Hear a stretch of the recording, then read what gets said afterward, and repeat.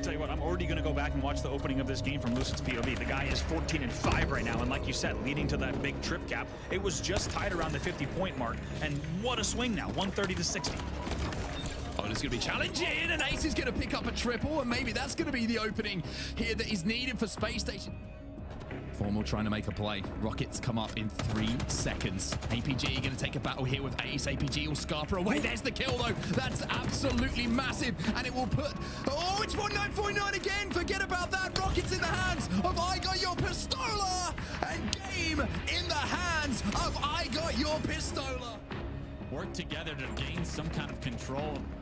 17 seconds until Rockets are coming up in Space Station Gaming. They're not going to push this time around. They're going to sit back, wait for power weapons. But Formal on the flank. He's behind the flank. Takes him down. Can he get Ryan? He takes down Ryan with Rockets coming up right now. Formal has made the play. Welcome back, Formal. That is the play. King Nick in front of him. King Nick eliminated.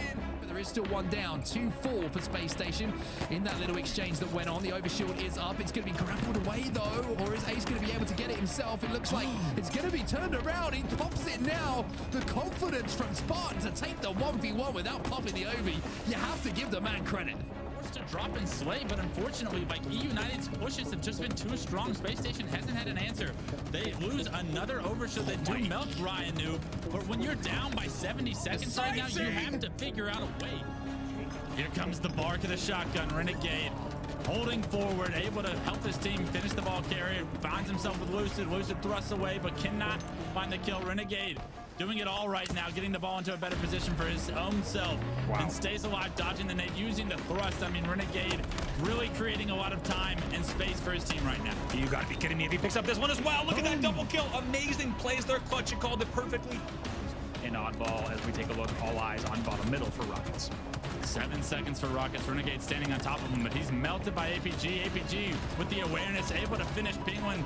Does he re-challenge Eco? Eco doesn't pay attention, and the triple kill opens up the map. Big moment here, 26-21, as he's going to try to wrap around the corner and see if he's going to be able to get up here. Maybe try to go top shock. That's going to be the route that he does take. Does find players right away. Should be able to pick up two here. There's the one. There's the two. Does it without taking any damage as well. It's a perfect play. Maybe even turning 3 here on the long haul. Maybe the last one. Yes, indeed. Get some help, but that's going to be a killing spree. What a swing there, Clutch, from Renegade.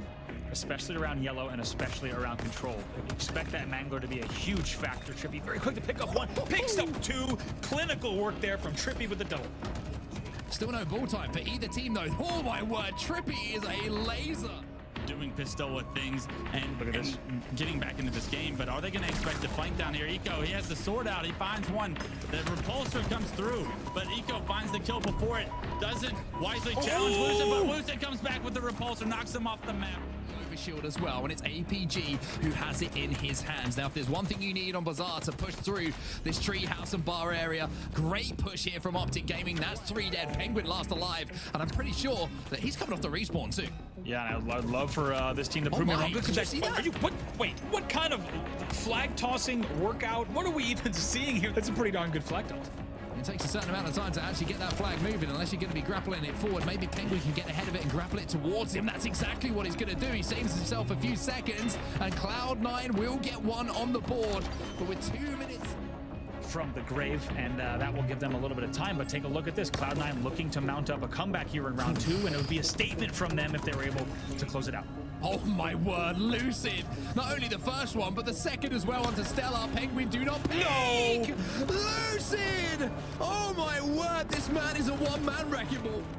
Send us to a grand finals bracket reset once again. Renegade starting to heat up a little bit. AB control here for Cloud9. 31 points to 25 to score, but again, Lucid don't lose 1v1s. Get that on a t-shirt, because that thing's going to sell. But he's not going to be able to, as the help will come in, and Renegade starting to put the troops on his back. Trippy bottom middle at the moment. Trippy eliminated by Renegade.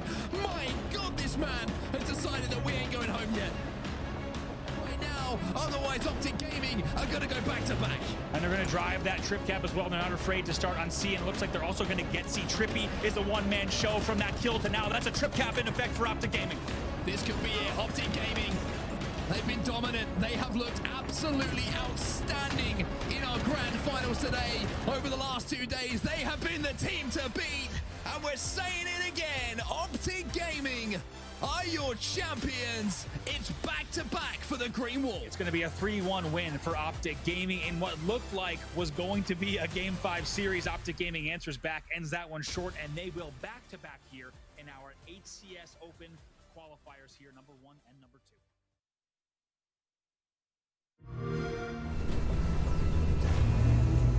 We built this facility off the grid to train the next generation of Spartans.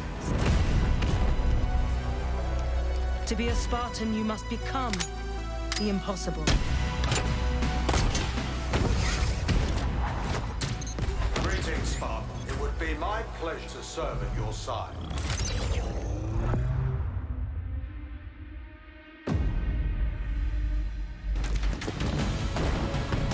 Flag taken. An electric kill.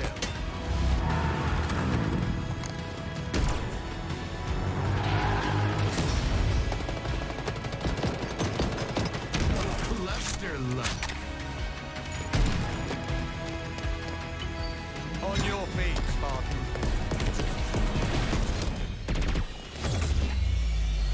Ninja.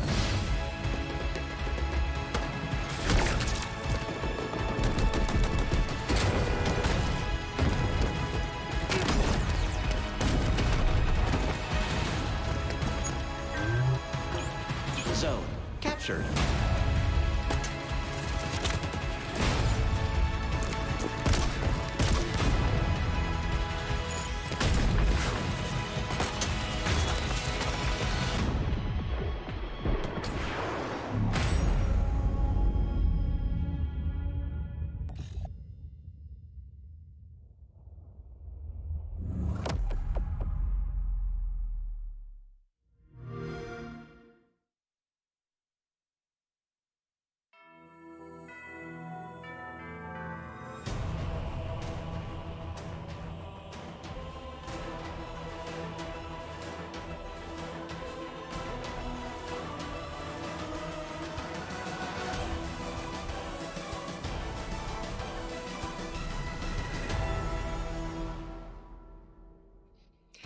Hello everyone and welcome to the 2021 Halo Championship Series. We are continuing our Kickoff season today with our Kickoff Qualifier.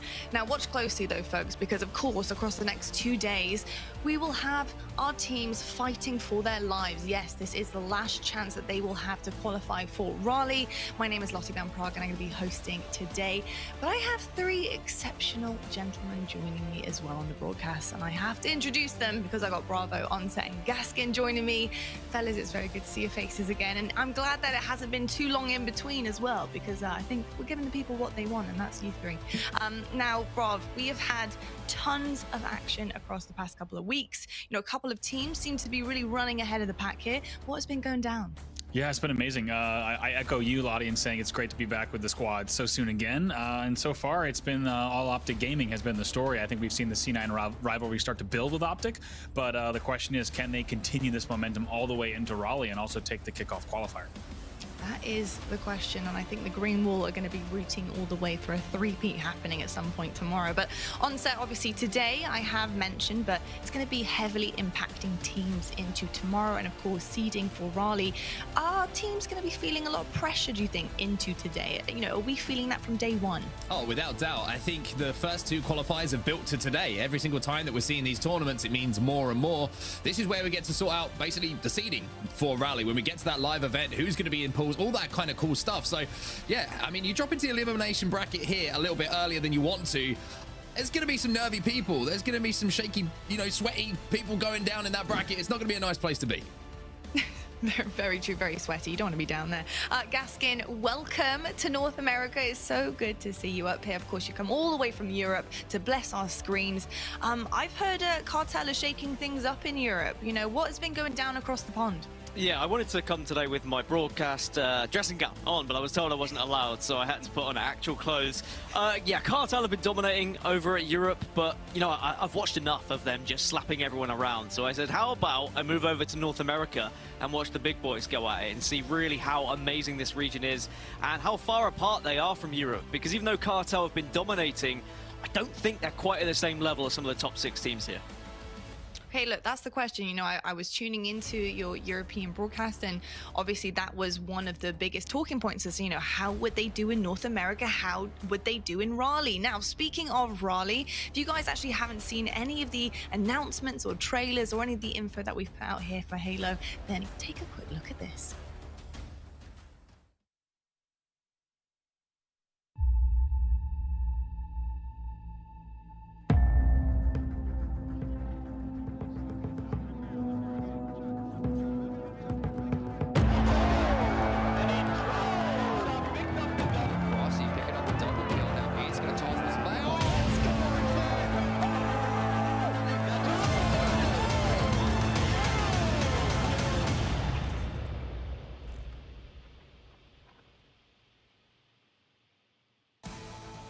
That's right, December 17th, mark those calendars. It's our Raleigh Kickoff Major. It's going to be the first LAN event we have on our roadmap. The crowd is going to be there. They're going to be loud and noisy. You don't want to miss that one, so make sure you guys are going to be tuning in as well. If you're not already going, because if you are, then I'll see you there. Now, obviously, this kickoff qualifier is extremely important when it comes to Raleigh. We've said it several times, and I promise you we're going to say it several more. But a lot of teams are looking to qualify and also get their travel covered as well. So, Gaskin, obviously, with our open bracket today and maybe a couple new viewers joining in, how does this all work? Well, the best part about an open bracket is anyone could have got involved today. We've had so many teams enter, so many teams come into the fray. In total, 330 trying to get their tickets booked to Raleigh. It's going to be ranked 4v4 game modes, the same game modes you'll see in the ranked playlist in Halo Infinite. It's a double elimination bracket. We'll see best of 3s today, best of 5s tomorrow, but most importantly, the top 4 teams will qualify for Raleigh pool play. That includes funding, that includes all the travel, and they, of course, will be in that championship pool play bracket. As well as that, there's also 4 more spots available for those who don't finish in the top 4 today, but have the highest accumulated points from this qualifier and the 2 opens we've had previous. So we are going to get 8 different teams, all in pool play from North America. That just means there is so much on the line here today. But what's the best part for me, Lottie, is that someone who hasn't even played in Open 1 and Open 2, in theory, could still get to Raleigh today just by finishing top 4. Hey, look, if you go hard, there's still a dream alive here. You keep that spark alive. I think that's a really cool factor coming into obviously this kickoff here. And you know, I want to talk for a second though about the game, because obviously we're only like a couple weeks in to a brand new game here. Obviously Halo Infinite released a little early. You're welcome. Merry Christmas. But Brov, we've seen a bit of competition starting. Our competitive season has kicked off. And I think we're all still learning the game from the pros, you know, watching on our screens, you guys are casting it. You know, what have you kind of pulled away from seeing that sort of evolve before your very eyes at this early stage? Yeah, it's a great question, and it's also a really good topic just because it's really been interesting these first 2 weeks of Halo Infinite. I mean, I think first of all, in week 1 and weekend 1, really, before we were even 7 days deep in the game, you were not seeing a ton of evolution, unsurprisingly. And week 2 of the game, it just has been skyrocketing in terms of the speed at which players are learning new things.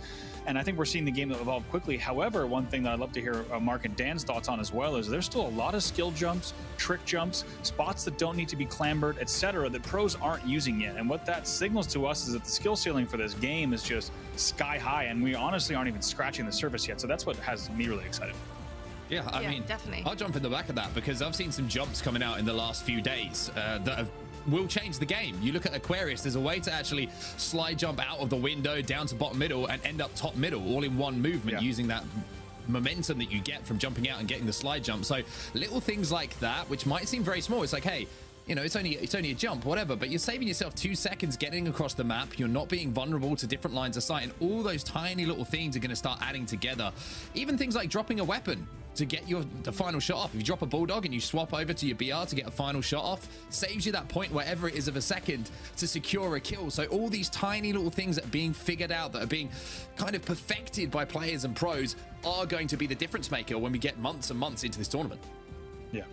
Definitely. I think it's also really interesting seeing how players really like use a lot of the equipment around the map now to their strengths. And speaking of that, Gaskin, do you see it evolving maybe into more of a role system on teams? Like, for example, we've seen Lucid and his ability to use everything around him. You know, he seems to really flourish in an environment where he can use a grapple, where he can pull different power weapons, and that really aids into his gameplay. Do you see players potentially having that utility equipment role on their squads?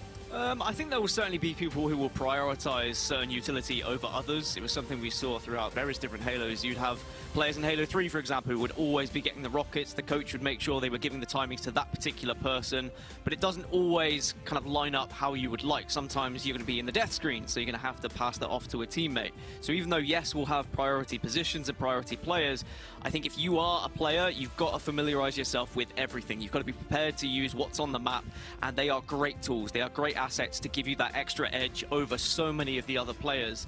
And it's all about practice. I think at the moment in these opening 2 weeks, a lot of teams have focused on those fundamentals, chemistry, playing together, enjoying the game. But it's going to be now who puts that practice in individually, puts that time in to learn these slide jumps, to learn how you can actually move around the map a little bit quicker, gain that tiny advantage over other teams, and then they will excel as individuals, teach the rest of the team, and suddenly that team will then get better as well. So there is so much more we're going to see and happen, and I'm really excited for it. Oh, I am beyond excited to see how it evolves and how our teams continuously get better and better, because it still surprises me to this day. I mean, right now, I was like, well, what else are they going to be able to do? But look, we're heading into day one of our kickoff, and I'll bet you'll see some things that you haven't seen before. You know, for a lot of viewers that may be joining us for the first time and haven't tuned into our previous opens a couple of weeks ago, then welcome. It's lovely to see you. We did have a particular team, Optic Gaming, run away with things so far for North America. Brav, obviously watching Optic up close and personal, obviously casting. You know, what did you notice? You know, why are they so good right now? Why have they gone back to back?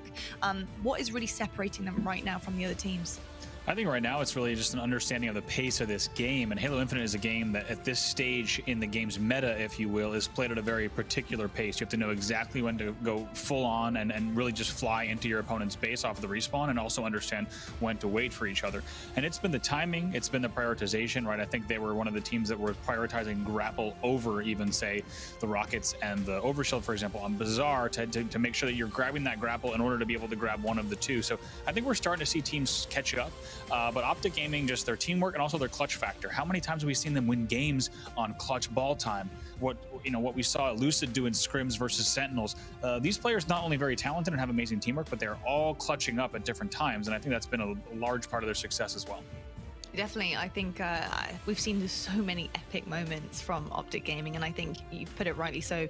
Their teamwork is phenomenal currently at this point in the game. It's so early on, and to have teamwork like that is pretty outstanding, to say the least. On set, I think another team that a lot of people have their eyes on, obviously Cloud9. Let's talk about Cloud9 and kind of their close quarter games with Optic. You know, why aren't they quite hitting the same ceiling as Optic right now? What do you think they're lacking there? I think it's so difficult to split the two at the moment. I think the one thing that does separate them a little bit for me is Optic's ability to scavenge weaponry across the maps that they play on. I think it's something that Wes Clutch did highlight last time that we saw Optic. Whenever you watch any of the players, they always have something which is going to give them an advantage in a situation. Lucid always has a bulldog, it seems, on maps where it's available. He's always playing close quarters with it. You look at Trippy. Trippy's always got a grapple a lot of the time, which is going to give him the ability to close distance. And all those little things add up. And I think they're one of the teams that really use the dynamo nades extremely well, too. One of the plays that we saw in the grand finals from last week, where Trippy managed to turn around an unwinnable situation into a winnable one, was because of the fact that he recognized, even though he's down shots, he could chain a couple of dynamos, get the kill, and stay alive. So all of those little things, they just seem to be a little bit ahead of everyone else in realizing that if there's something to pick up on the map, there's a reason to pick it up on the map. It gives you an advantage to win a situation which might have previously on other Halos be unwinnable. Yeah, I think honestly the phrase, hearing you say that, is play smarter, not harder, I think, sometimes against some of these teams. I think with Cloud9 especially, they're very, very fast-paced. They're very confrontational on the map. They're very confident, which is fantastic, and it can definitely aid that team. But I think right now Optic are playing smarter than harder against Cloud9, and I think it's doing them justice without a doubt. Gaskin, obviously we have a ton of equipment on the map. We've talked about it a little bit here, and we're kind of seeing how some of our players use that, and I'm definitely taking notes without a doubt and bringing that straight into my gameplay, my ranked, and it's helping me. I gotta say, it's helping me.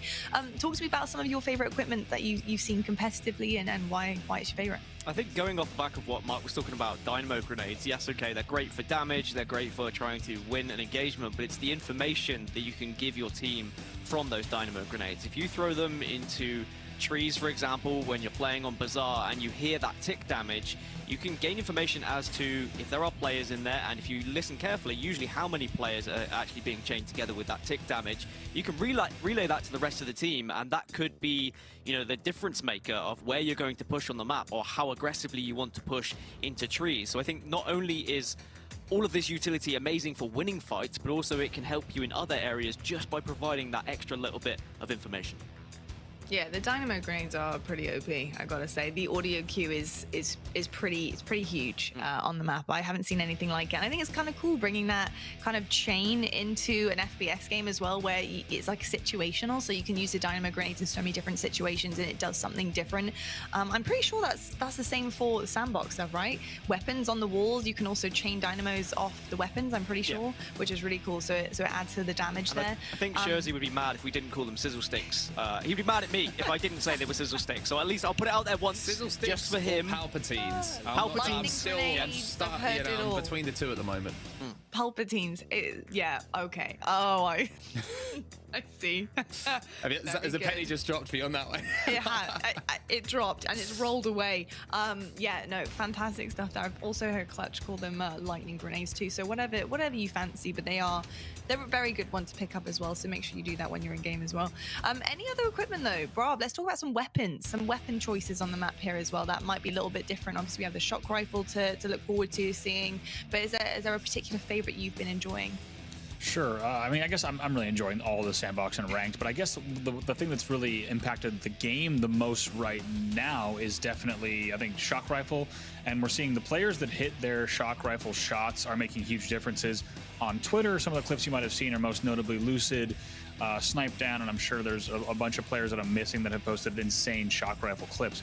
So it's really who can clutch up with that shock rifle. You can bust a game wide open with that weapon. So it's definitely something that we're going to keep a really close eye on in these games today. Definitely will, and I'll tell you what, on Set and Brav, you're going to be keeping a very close eye on our first game of the evening. So excited to get straight into it. Except versus Points. Let's get it going. Awesome stuff. Thank you very much, Lottie. And now that we've warmed you up, it's time to get cooking, Andy. It's going to be our first cast of the day. Always good to have you in the booth, brother. And I think our first game today is going to be Xset taking on Points. And the first thing I want to say, congratulations to the 4 players on Xset, of course, being picked up in just the last few days. But give us a little history lesson here, Andy, because there's some very notable names on these two teams. Yeah, certainly congrats to Xset, like you said, on the pickup and the announcement yesterday. Lots of hype around that. Xset is going to be Kratos, Filthy G, Suspector, and Porky J, names that have made quite a name for themselves in the past few years of competitive Halo. On the other side, maybe not as much of household names, however, names that you've certainly heard of over the past few years. That's NYC, Collect, Nico, and Rami, and it's going to be a great series between these two. If you have to pick a favorite, a lot of people placing bets might say Xset has a little bit more experience, a little bit more veteranship on this side. However, I do expect to see a good series between these two in our first of the evening. I have to agree with you. I think Xset certainly have the upper hand when you go to the history books. I mean, you look at the likes of Kratos and Spectre, both of them in the grand finals of the 2016 Halo World Championships. But that's history. This is what we've got in front of us. This is a winners of round 5 games. So both of these teams will survive, even though one will, of course, fall down to that elimination bracket. But starting off with some Aquarius, capture the flag before we go to Streets for some Slayer. Live Fire Strongholds is where we'll close out if required here, Andy. But CTF Aquarius, always a good way for teams to get into a series. Yeah, great way for teams to get into a series. Great way for us to start as well. It's a good table setter for an evening of competitive Halo, just because, you know, this is your standard 2-base, 2-tower map, the closest thing we have to something like a midship or a Heretic CTF, where you get to see these teams really settle in, going back and forth between each other, a little bit of tug of war off the break, who can get the control first, things like that. I think it's a great way to start a series, and I think between these two squads, as evenly matched as they are, it'll just be a great way to kick off the evening. I have to say as well, I think that Aquarius CTF is one of those game types that we've seen develop very, very quickly over not even just the last few days, but sort of the week or so. It just seems like every time teams are playing it, it seems to speed up, and teams are prioritizing the dynamo side of the map, whether you want to call it needles, whether you want to call it, you know, the closet side, essentially. I just feel like that's become the go-to run, because you have that cover, you have the ability to close off different angles, plus you've got those sidekicks, which do so much damage. Yeah, I think another thing too that a lot of teams are figuring out is a lot of teams early on in Halo Infinite, I'm talking first few days, they really wanted to get, say, 3 or 4 dead, then start that run. And I think we're starting to see, unsurprisingly, teams start that run a little early. If you get 1 or 2 dead, let's toss that flag out, almost midship style. Let's get that flag run going. The same thing you might have seen in Onslaught as well in Halo 3. And here we are now, map number 1, CTF Aquarius, about to jump in. Welcome along, everybody. Thank you so much for joining us. It's going to be an amazing couple of days of action here in the Halo Championship Series. This is the big one for all of these teams. The road to Raleigh is almost complete. This is going to be our last couple of days of online action before we finally get to that live event. But early on here, a couple of kills going down on either side. It's actually 3 dead here. NYC, the last player alive here on the blue squad. Yeah, there really is an opening test here between these two sides of who can establish control early on, who can send a little bit of a message. I think, you know, whoever has the slaying advantage certainly sets the pace for the game, especially when you're talking about two teams like these two that are particularly hungry to get their spot to Raleigh. Walkie J going to be down low, doing a good job of staying alive as well. You can see that 2 players have fallen here for points, and it was Walkie J just staying alive. Unfortunately, he's been taken down, but this is all happening inside of the X-Set base here. So even though they're picking up kills, you can see with the respawns coming on the plant side here, Andy, this is a pretty good run coming in from NYC. Certainly a very good run, and let's see how this battle top mid goes, because this is really going to determine where these two flags go. Right now, we have a flag standoff. Both flags are out. It's going to be Nico who picks this one up, and he's going to be playing a little bit of defense here with that flag in his hands. He's not going to be involved in that return unless one player does fall. So Suspector maybe trying to be the initiator here in this fight. Suspector, if you don't know Suspector, one of the nastiest shots you'll see in Halo. Had a lot of success in Halo 5. Certainly knows how to land those shots. Goes into the closet here. He's going to have a 1v1, and he should win this one. But no, a little bit of a whiff on the melee. And that's going to slow things down on this attempted return. Gotta agree with you there. That's a should win. He had help from the back as well. Definitely gonna maybe wish he had that opportunity back, but will come off the respawn and have no time to think about it, because he has to get right back into this flag standoff. So for any new viewers just checking out Halo Esports for the first time, we know there's many of you this past week, by the hundreds of thousands actually, who have tuned into competitive Halo over this past week. When these two flags are away, the reason you're seeing a standoff is because the flag needs to be at home in order to score. X-Set lose 1, but Suspector is there inside of the base here to try and get a little bit of a flank on this flag carrier. However, you can see that NYC is trying to cycle back here to deal with him. The longer that he stays alive here, though, Andy, he's going to be such a nuisance for points to deal with. Absolutely. As you see, they're going to start to finally make this push here on the corner, see if they can make something happen, but Suspector not able to do it once again. He's going to be the aggressor in these plays and just try and do whatever he can to try to get this flag back, but hasn't been successful just yet. And the grab is going to come in from Collect as well. He'll bring that back to the base. We will stay ahead of flag standoff here. Yeah, nobody getting the advantage at the moment. It seems it's just trade for trade across the map, and you can see where it's kind of like both teams resetting across the map here, approaching that 50-yard line once more. A little ping going out here from Collect. He's now trying to push up to top plants. A couple of grenades going to go down from him, but no real connections as yet, but should be able to at least turn 1 here. We did see a little flank was coming in bottom plant, so they've got to be very, very aware of that. Rami, his teammate going down, will be calling that out, but that's a lovely little bit of movement. Kratos will be taken down, and this is the opening maybe they're looking for. Yeah, great shots, great awareness, and checking the corners like that. Has 2 more players left. LTG, though, does very well to make sure to nade him out of that corner, but he has help, Collect does, coming into the back of the base. Now needs to stay alive if he can. Frost doing a good job to keep him alive for those few extra seconds. 2 dead here for X-Set as well, but coming off the respawn very quickly. as Filthy J tries to move in to just clean up those kills that have gone down. So it looks like, once again, a little bit of a push being held off here. Both teams playing some fantastic defense at the start of this one. Yeah, and what's interesting is now we have an Aquarius CTF standoff that has lasted longer than I would even say any Aquarius CTF standoff we've had on broadcast yet in Halo Infinite. This is pretty extended in terms of time. This is pretty uncommon for those of you who haven't been playing too much Halo Infinite. This is a very long and drawn-out flag standoff. What this is going to signal to these two teams is that they're going to need more than 1 or 2 players on the push to get a return. One team is going to have to think about maybe pushing up with their flag carrier, getting a new angle, and maybe sending in a little bit more offense, because this flag standoff right now is showing no signs of stopping. Kratos manages to turn 2 though, and it's not only the fact that he's clearing them off that side of the base, and that flag is obviously needing to be returned. The camouflage was coming up, and I just wonder if that's going to be the game changer here, Andy. If you can get that in your hands, you can be the sneaky player who gets behind enemy lines. Certainly, camo would be the differentiator here, and just quickly as you say that, Onset, it's a great call because it's in the hands of Rami in the fridge right now. Going to maybe have an opportunity to do something with this camo. Not a ton of time left, though. Got some decisions to make, though. Does he go forward? Does he go back? At the moment, with pretty much everyone alive on the map, he can afford to try and be sneaky, to just try and get inside of the base. But the camouflage doesn't last too long on Halo Infinite, so you've got to make that move pretty quickly. You can see that Rami's just trying to maybe second guess himself a little bit here, trying to see if he can spot out any information to call out for his teammates. But by doing that and taking this slightly longer route, Andy, he's now run out of camouflage. And with 2 players back here for Exet, that's just easy pickings. It's a bit surprising, on set, and I think you and I were thinking the same thing in that moment there. He instead goes front base to make sure that no one's top mid, and then grabs a thruster, but you heard the audio cue and you saw it visually as well, as camo ends right before he gets on the doorstep of the enemy base. So it's a surprising call there, timing-wise. This is a really good push, though, coming in from Exet. Suspector, he's going to get the beat down. He gets the kill, or the assist, I should say. Kratos going to be hopping on that return, but NYC comes up clutch, manages to clean up the mess that was left behind, and now he has that flag back in his hands. In a moment that we thought was certainly going to be the flag return, as we're now ticking down so many minutes into this game with 0 flags on the board, and both flags have been out the whole game, it gets stopped, just like you said, by NYC. That is such a clutch moment to fly back into your own base and hit those grenades. Also, maybe a little bit of a misplay on the side of Exet. They both got hit by those grenades. They were both jumping on the re. Now look at this swarm, though, coming in from points. This is an opportunity for them to return. Kratos down to no shield. Suspector as well. The thrust is going to be huge from Rami, and even though he had the camo before and couldn't make use of it, this time he goes in, he lets everybody know he's around. He picks up those kills, gets the return, and now it's 1-0 to points. That's right, comes back with a vengeance, upset that he wasn't able to convert on the camo, and they have a perfect push, and it's really a counter push in the back. Rami, despite having that little bit of a flag juggle misplay, able to get it all the way back into the corner of utility, but is now down. We'll have to see how this plays out for Porky J. Return will come in. And the flag will be run as well. And with 2 dead already for points, this could be an opportunity for Exet to tie this up almost immediately. Got it?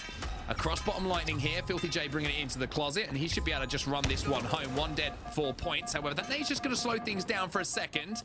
But looking at that kill feed, Suspector and Kratos working so well together to pick up those kills they need to just clear the way. That's going to be the flag being slammed home 1-1. And just like that, 1-1, you really wouldn't expect it to go any other way based off of the first 10 minutes that we've seen of this game. And looked like it was going to be a momentary lead for the side of points, but it certainly doesn't last long.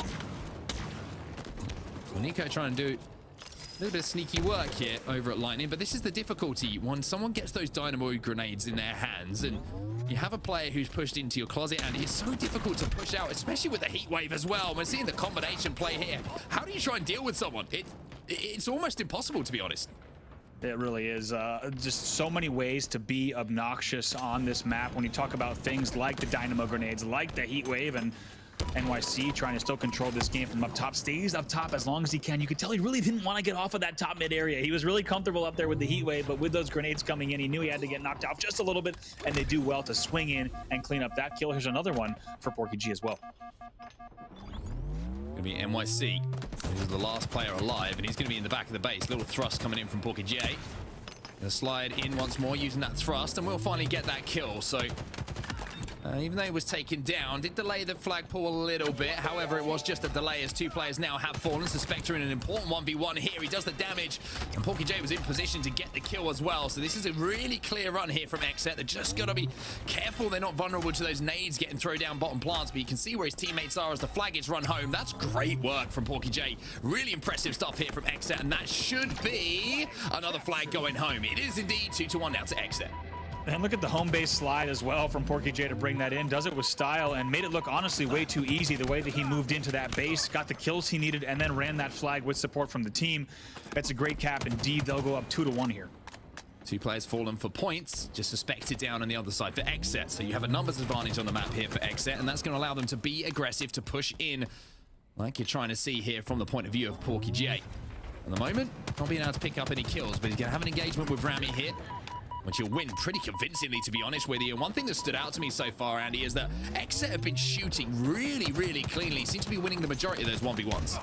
Certainly, and just take a look at the kills category as well in that top left. Clearly outslaying at this point as well. It's already Filthy G with 16 points, Kratos with 17, Porky J and Suspector with 12 apiece. And as you can see with just a quick glance over to the top right side, outslaying their opponents pretty well here. And right now that's finally reflected on the scoreboard. Another win in a 1v1 going to the side of XSET. Looking across those stats as well, one thing that's always kind of drawing my eye to it is the assists, and I see Suspector with 11 to his name. So even though he's -1 in the KD, he's doing a lot of damage to a lot of players on the side of points. Collect trying to work with a teammate here to clear Filthy G out of that fridge, managing to do so. Porky J going to be letting them know that they are being spotted out as well. A little shoulder shuffle from him, but NYC here just trying to push up with a teammate, unfortunately, who has fallen.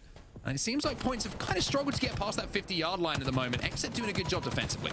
They have, and look at the play from Kratos. Nice little slide right outside of the base. So difficult to track that movement, and Kratos, a player that you'd certainly expect to be on top of his movement game in terms of drop slides, curb slides, and really getting every advantage that he can in these battles. Nico unable to convert there as well.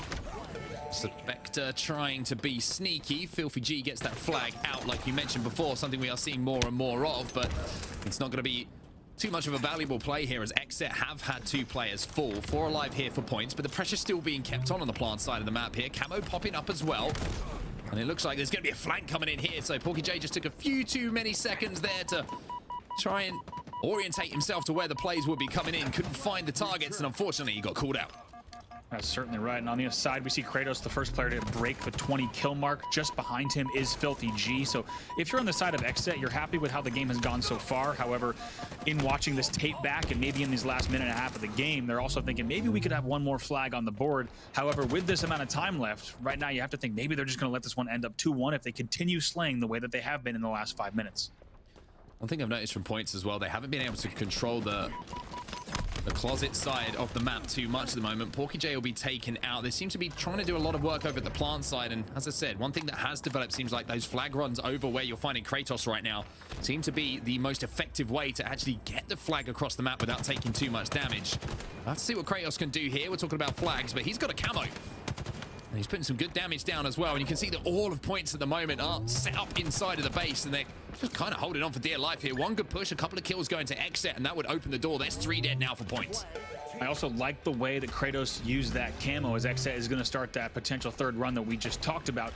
You don't always have to be sneaky and go deep into the base with camo. You can just sit top mid and use that camo to get first shot advantage time and time again. And right there, it paid off great for Kratos. Yeah, Kratos has been playing really well in this as well. Not only shooting extremely well, but making really, really good decisions. There is the flag moving in. There is the closet run we were talking about. And that is how effective it can be, Andy. And it's not just the fact that you have the cover as well, moving through that closet. It's also the fact that you're containing the spawns and forcing those players through bottom plants inside of the fridge. It's so easy to deal with.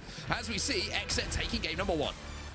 And they're going to be very happy with how that one ended out. And kind of exactly what you and I were talking about on set is, are they going to end this one 3-1 because their slaying dominance really started to escalate at the end of the game? And that's exactly what they decided to do. And I think they're going to be pretty happy with that result. Rather than letting the time tick 2-1, they used the camo.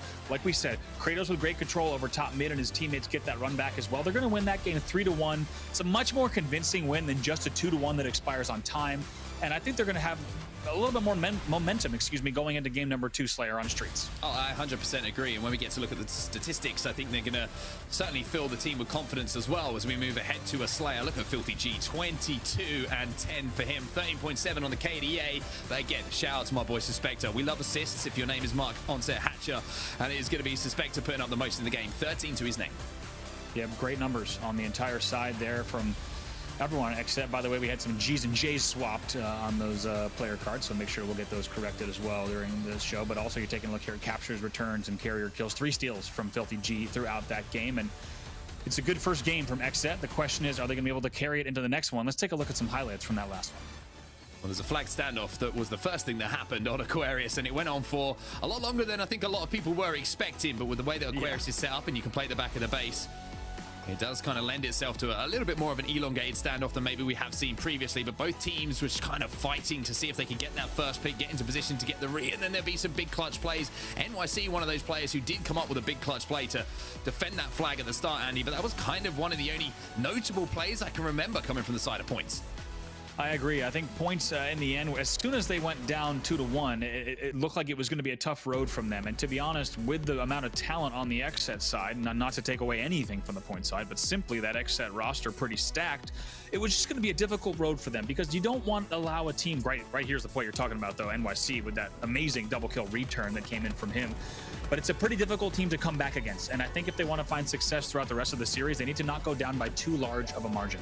Yeah, big play from Rami as well. With that thrust showing how devastating it can be in those 1v1 scenarios. Even if he down shots, if you got the thrust, it's almost as if no one ever expects it because of the fact that it is now a pickup on the map and not something that everybody just has in their utility. But one man who, two players, excuse me, who kind of stood out to me were Porky J and Filthy G. The J and G combining extremely well to pick up kills. And one thing I loved about the way that Porky J was playing, Andy, it always seemed like it wasn't just what was happening in front of him. He was aware of the bigger picture on the map.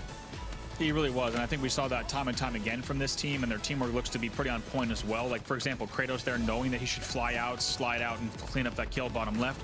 It's a really important call, and it tells me that their communication as well is really solid because you don't have a player like Kratos just flying out of his left door on his own and just thinking that this might be a good play. There was a specific call out saying, hey, there's someone on our fridge side, we need to clean up this kill, and Kratos is a man ready for the task. He just hits a perfect slide down the stairs, impossible to track at that speed, and gets a really nice kill. So moments like that I'm going to continue to look for from this side of XSET.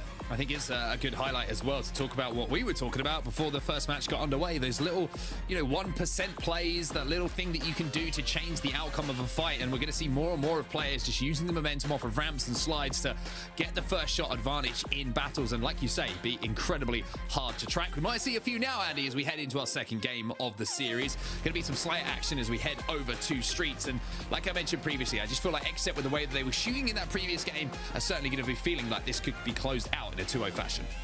That's what they're going to want to do here. They're going to want to waste no time. They're going to want to make quick work of their opponents, and they're going to look to close out the series in this game too. Also, I'm looking for XSET to be a really obnoxious team on this. This is a team of pretty crafty players that really know how to play angles.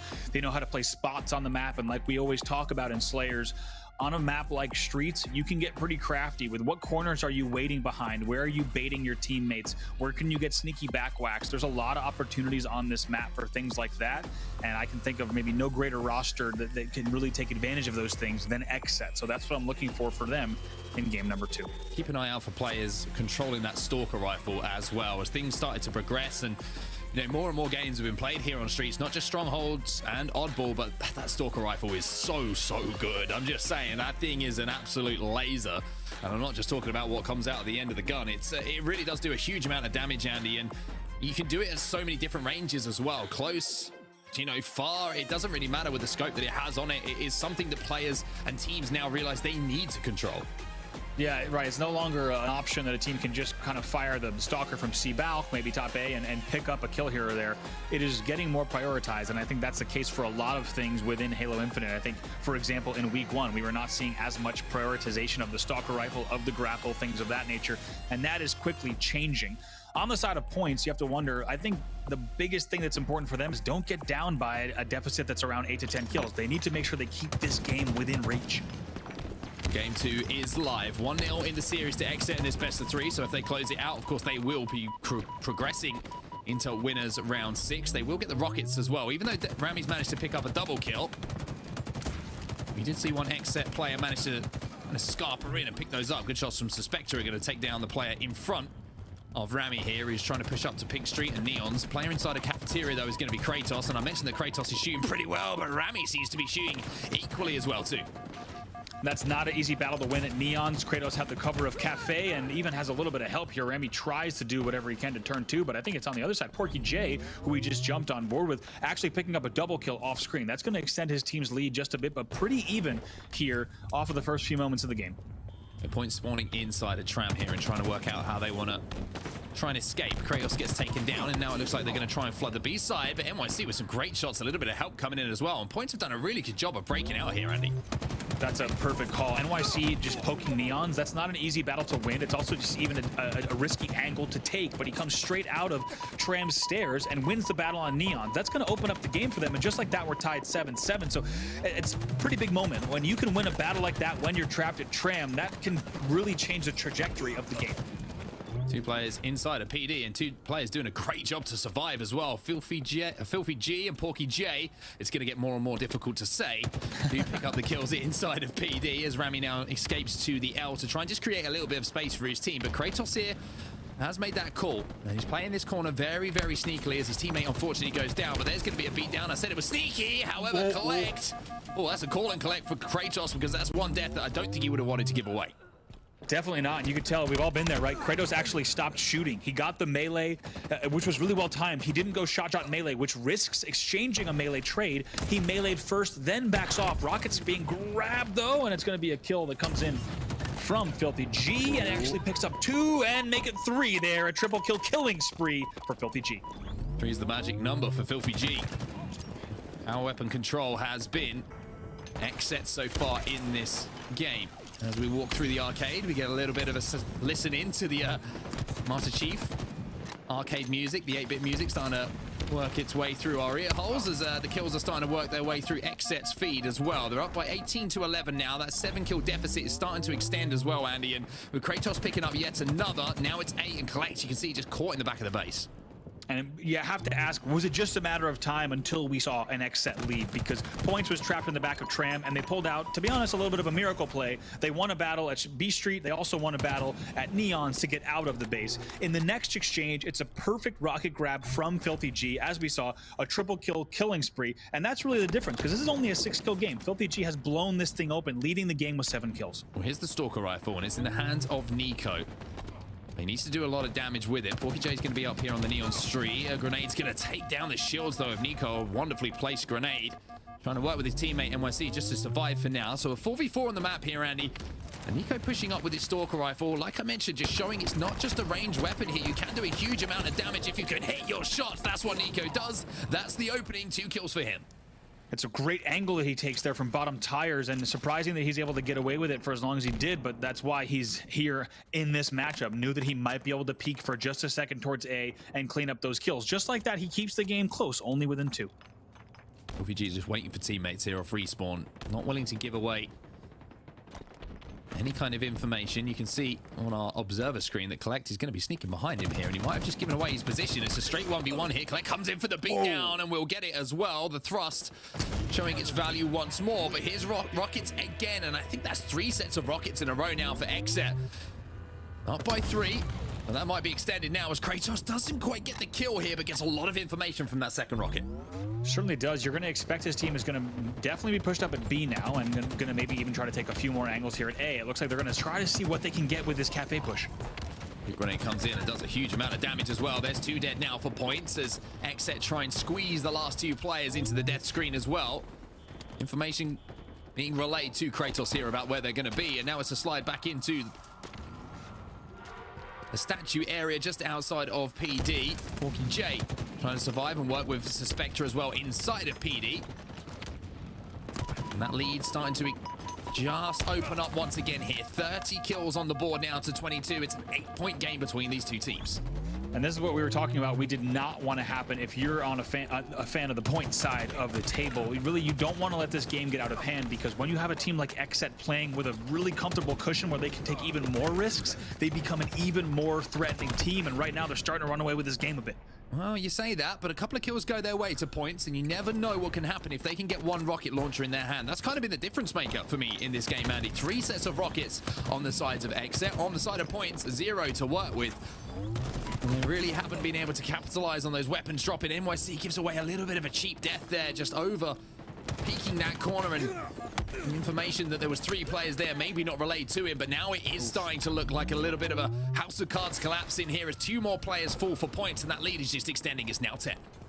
That is a rough death cam to watch. 2 players dying right around rockets just as they were about 20 seconds away from popping. Maybe they're a little bit too early on the side of points and they lose those battles. And like you said, now a 9-point game with rockets about to pop. Expect to get stuck though. NYC comes up with the play. 2 players falling for Exet. There's no excuse now for points not to get these rockets on board. Filthy G doing what he can, playing this head glitch. But now they've just taken a little bit too long to be aggressive on those final 2 kills, Andy. The rockets finally get picked up here by Collect. However, that one misses everything on streets, doesn't even find any geometry, let alone a player. Filthy G is in a 1v1 with Nico. They have 1 rocket to work with, but they need to make the most of this to turn this game around.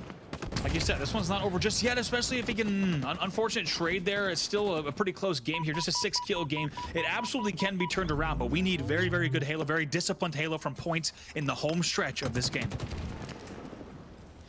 NYC just trying to play his life here as the swarm is coming in. Kratos is 1 shot. Kratos is 1 shot, but it does not matter.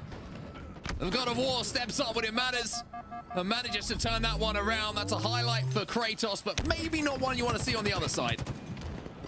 And that's more than just the sum of that kill on the board. Let me tell you, losing a BR battle like that at the 35 to 41 mark, you got to clear your head right away and start to get ready because, like you said, a battle that Kratos should not have won, but he comes out on top. Just in case you missed it, and me saying it twice, Kratos was 1 shot during that fight. And now he's going to be filled with all kinds of confidence. Kratos, one of the biggest momentum players you'll see in the Halo Championship Series. He never second guesses his own ability, this man, and you've just seen why. NYC, go to sleep. And now it's just a few more kills, 4 in total for them to close things out. Rami manages to at least slow down Kratos for now, but this is looking like the end of the game is coming pretty quickly. The end of the series as well, Andy. Yeah, Kratos, like you said, really running off that momentum. The entire team running off of that momentum now as they hit the 48 kill mark. Bulldog in the hands of Suspector. He'll get the trade as well. 1 more kill here for Exet to close things out and continue their run in the winner's bracket. Kratos has the Stalker rifle in his hands as well. Collect has a few shots at him. Ain't going to slow down for just a few seconds. Filthy G does get that final kill, and it will be Exet with a convincing 2-0 victory in this winner's bracket game to send them on their way into the next round. And I was very impressed, to be honest, Andy, with what I saw from all 4 players. Me as well. I think you put it best. It's a convincing victory. In both games, they looked very strong, and despite moments where the score might have gotten close in each of those games, they managed to establish very, very clear and really unrivaled control. 50 to 42 is your final score in game number 2.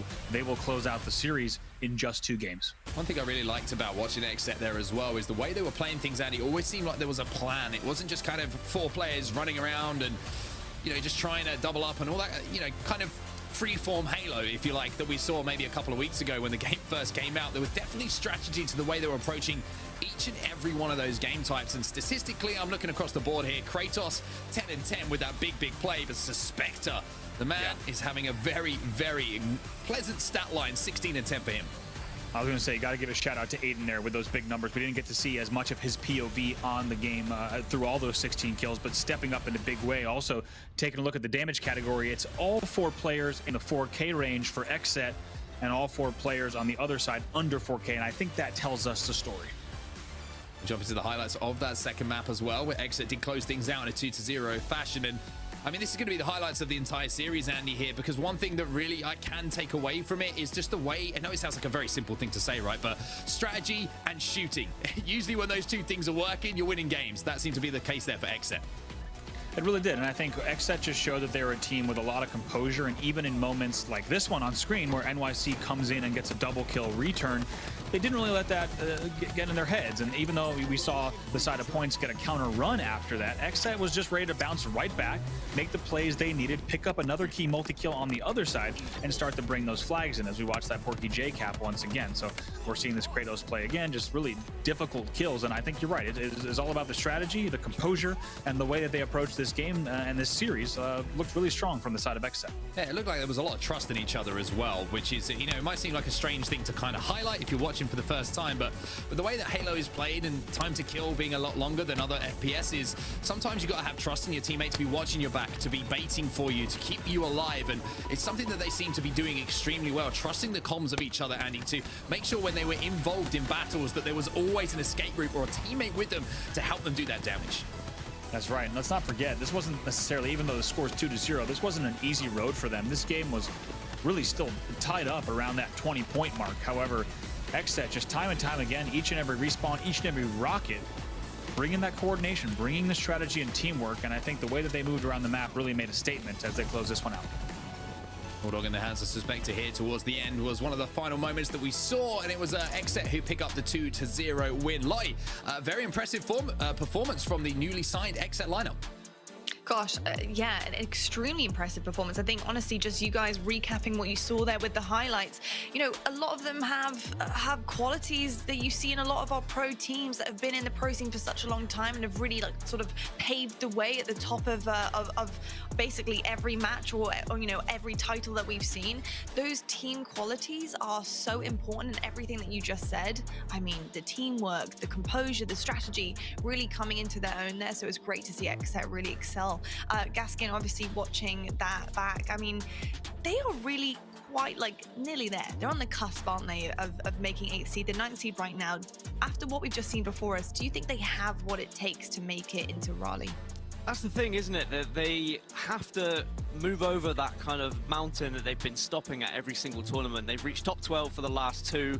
They've lost the likes of Inconceivables. They've lost the likes of Cloud9, but that's a little bit more expected. They'll probably place play a team like Oxygen next, the 8th seed. That is a massive game for them to try and just achieve top 12 in the winners bracket, try and push themselves that little bit further.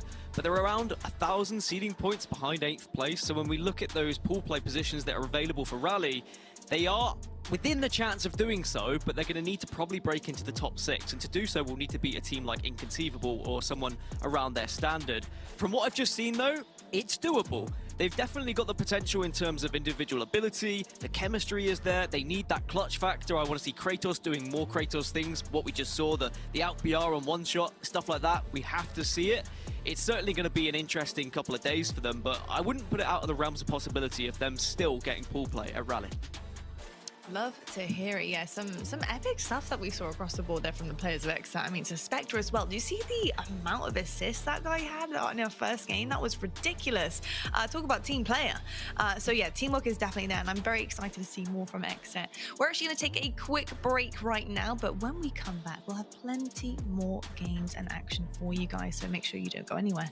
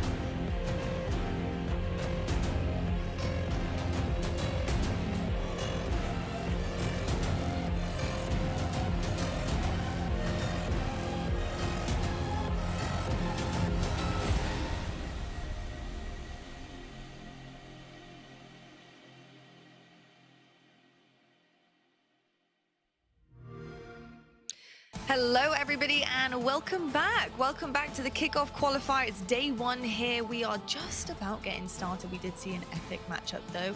And Xset looking pretty on set as well, which is pretty nice. And we do have Onset himself here. I don't know if that's a good thing or a bad thing, to be honest with you. I think it's a good thing if you're on set. They're on set. They're here. But no, we've seen a bunch of great things already happening today, and I hope you guys are going to stick with us.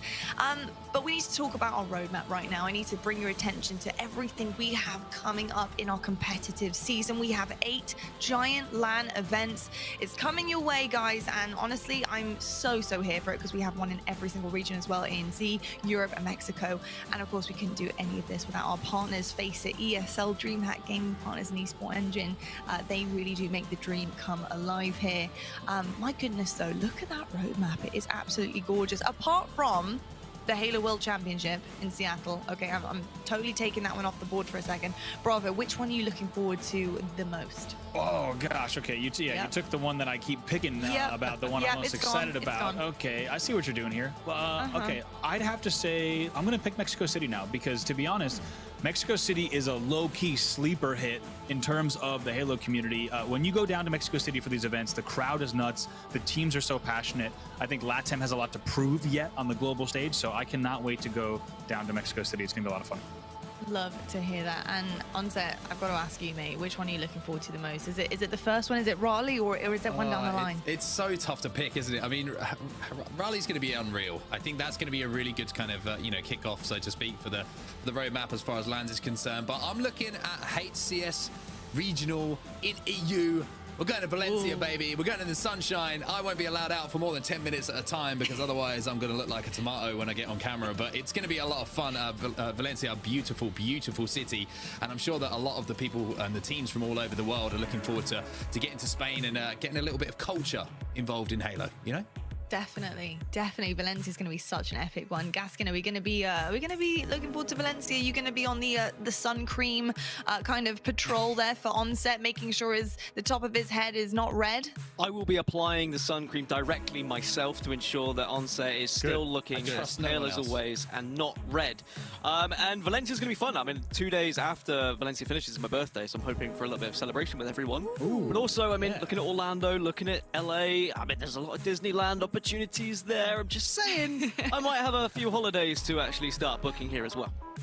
Honestly, I think Halo Infinite LAN is the adult version of Disneyland because I can't wait for the roller coaster of action we're going to be seeing. But I'll let you sink that roadmap right into the noggin because it's going to be absolutely amazing. And I'm going to throw it over to Onset and Gaskin, your sun cream duo. Make sure it's shining out there on the maps, boys. I'm worried about that sticking now, to be honest with you. But you know what? The sun cream duo are here, everybody. We're ready to go. Dan, that is officially what we're going to be classed as now, by the way. I'm sure that Esports Engine in the back right now is sorting a lower third for that and going to take the most of it. But what a series it's going to be. Firstly, welcome to North America, my friend. Great to have you in the booth. I know you've been doing your job and doing all of the work that you do over in EU and doing some great work over there as well. But what a series we've got ahead of us as well. We're going to be jumping into another winners bracket game, and this time we're going to be seeing Space Station, who have been putting in some very good performances over the last couple of weeks, going up against a Status Quo. I mean, that name in itself, Dan, is enough to just make the hair stand up on the back of your arm a little bit. Yeah, I mean, we'll go into Status Quo in a little bit, but first, Space Station, when I was talking about teams, on the cusp, just outside of the top 8, they're 10th seed at the moment. They finished top 12 in week 1, top 6 last week in week number 2, but now in the qualifier here, they have a real opportunity to break into that top 8 and get themselves into pool play. But those are the maps and modes, Mark. That looks like an exciting series to me. Yeah, well, it's the same maps and modes that we've just seen. Obviously, the same round of the bracket, so to speak, the winners round 5 that we just saw from our previous game. So, starting off with CTF on Aquarius, and we're jumping straight into things here, Dan. I mean, I know you love your stats. Have you got any stats on Space Station? I know I'm kind of putting you under the spotlight a little bit here, but who's been impressing you most on this lineup, and who do you think is the difference maker? I think Space Station in general are a team who really could be a massive team to make it into pool play. I think that they had a disappointing week number 1, and I think there's plenty of players on the team that could have performed better. I think a lot of people sleep on Tylenol in general. I think he is really one of the outliers of this team who can decide on whether they're going to succeed or not. But then you've got to look at the likes of Ace, right? He is just one of the best individually talented players you will see across all of the Halos, and it has transitioned here into win for them. Well, it looks like there might be a little bit of a lineup change here that a lot of you might have noticed. No Formal on the lineup today for Space Station, but one player that we do all know about, we know him and we love him. We spoke to him on the show last time. Elamite Warrior filling in for Formal this week, and I'm going to be keeping my eyes on his stats for sure. Yeah, that's an interesting one for me, and we'll see whether he can, you know, still pull it out and he can still be that player that we used to see way back in the day. And I'm sure with the amount of time I've seen him grinding on this game, he'll be a great fill-in. But to start off with things, it's certainly been about getting those power positions, getting those power plays and weapons as well, as that heat wave really can make a difference. Flag's going to be being run here, and it's going to be back at the base. So we're going to see our first flag going in, and Elamite Warrior, one of the greatest objective players in the Halo 3 era, is doing it once again. He'll put the first flag in here. Congratulations, Carl. It's great to see you back on my screen. No kills, no deaths, no assists, but one flag on the board. Yep. That's important. Very much just playing his role in the team. I think that's what you've got to do sometimes as a substitute as well. Get in, do that objective, and just allow the rest of the team to slay out here. And now they do have a 4 versus 3 advantage, so no surprise they're all pushing in. 2 players trapped at the back of the base here for Quote. Ace will pick up one. Deciding's going to work well with Elamite Warrior here. Elamite in a fight with Flame Sword. What year is it? Both players are going to smartly back down here. Elamite playing his life and trying to work with a teammate to double up on Flame Sword at the back of the base. There's going to be the Dynamo Grenade. There's going to be the kills being exchanged. So 2 of the veterans not getting the better of each other there. It's just a little trade for both. Status Quo are really pinned back at the moment into their base. Every single time they try and push out, they're being traded off and they're being focused so heavily from various angles of Space Station. They just need to try and get off this spawn cycle, group up as a 3 or a 4, and then push out together. Don't allow Space Station to have so much dominance of the map. Really good shots there from Flame Sword as well, as Tylenol was trying to line up a triple kill of his own, but still the score at 1-0, as we do see a little bit of a fight for mid-map at the moment. Commando in the hands here of Ace, and I'm seeing players get more and more comfortable with this weapon as well. Can do such a huge amount of damage in very, very short time if you can control that recoil and sometimes let that bloom reset as well. 2 kills going to fall to Status Quo here. However, as you can see, Ace has managed to get that camo down, and it looks like he's trying to move forward with it too. Yeah, just when Status Quo probably think they're going to be let off the hook and be able to push out the base. Flame Sword, oh my god. This is like Alien versus Predator right now, but somehow Ace manages just to scoot by. That was maybe a slight increase in FOV there for Flame Sword, and he might have been able to spot Ace, but he must have been just outside of those peripherals. As now kills being traded across the board, with that camo being used to get into that position. Now you're seeing 3 players actually on this side of the map. The flag, excuse me, going to be moved through Bottom Lightning inside of the closet now. And this is looking like a very simple run here. They just need to pick up a couple of kills. But as I say that, the flag's actually going to be exchanged as the Space Station flag will now be over at the plant side. So kills going to be vital. 2 now 4 on either side. A little bit of a standoff here on the map. Just check up on Goose Watch as well. Frag Out still has yet to get a kill so far. So probably feeling a little bit nervous coming into this one. And Space Station have just not allowed him to gain any sort of traction on this map whatsoever. But trying to push out. And with Space Station dominating this much in the early stages, maybe they should have another flag to go with it. They probably should be 2 up by this point. Camouflage going to be coming up in just a few seconds. Deciding going to eat 2 grenades on his way to the grave as well. Couple too many calories, maybe not in the form of food that he would have wanted. One player going to be sliding in Tylenol here to try and get that touch on the flag, but the kill is going to come in. The assist, excuse me, is going to come in, and there might be the final return as Flamesword's doing some really good work, just patrolling top middle at the moment. Doing so much damage for his team, and there is the return, and there is the flag in, so we're tied up at 1-1. You need a lot of confidence to be able to step up top middle and just leave yourself somewhat vulnerable from angles, and you've got to trust your team to cover you and give you those call-outs so that you can retreat if needs be. But Flamesword showing his experience with Halo, showing that he knows where to be controlling on this map, and the amount of coverage, the amount of visibility he provided his team from top middle then was fantastic. Shots coming in from Tylenol though. Flamesword just falling off of top middle, just making that angle a little bit more difficult to hit that final shot. As we move over to watch some Elamite Warrior. 2 players in front of him though, and he's going to be eliminated almost immediately. A 2v1 situation, never a nice one. Frag Out taken down though. A 3v3 across the map at the moment. Tylenol still up here top plant. Still finds some control of that 50-yard line, which seems to be the story so far in this game.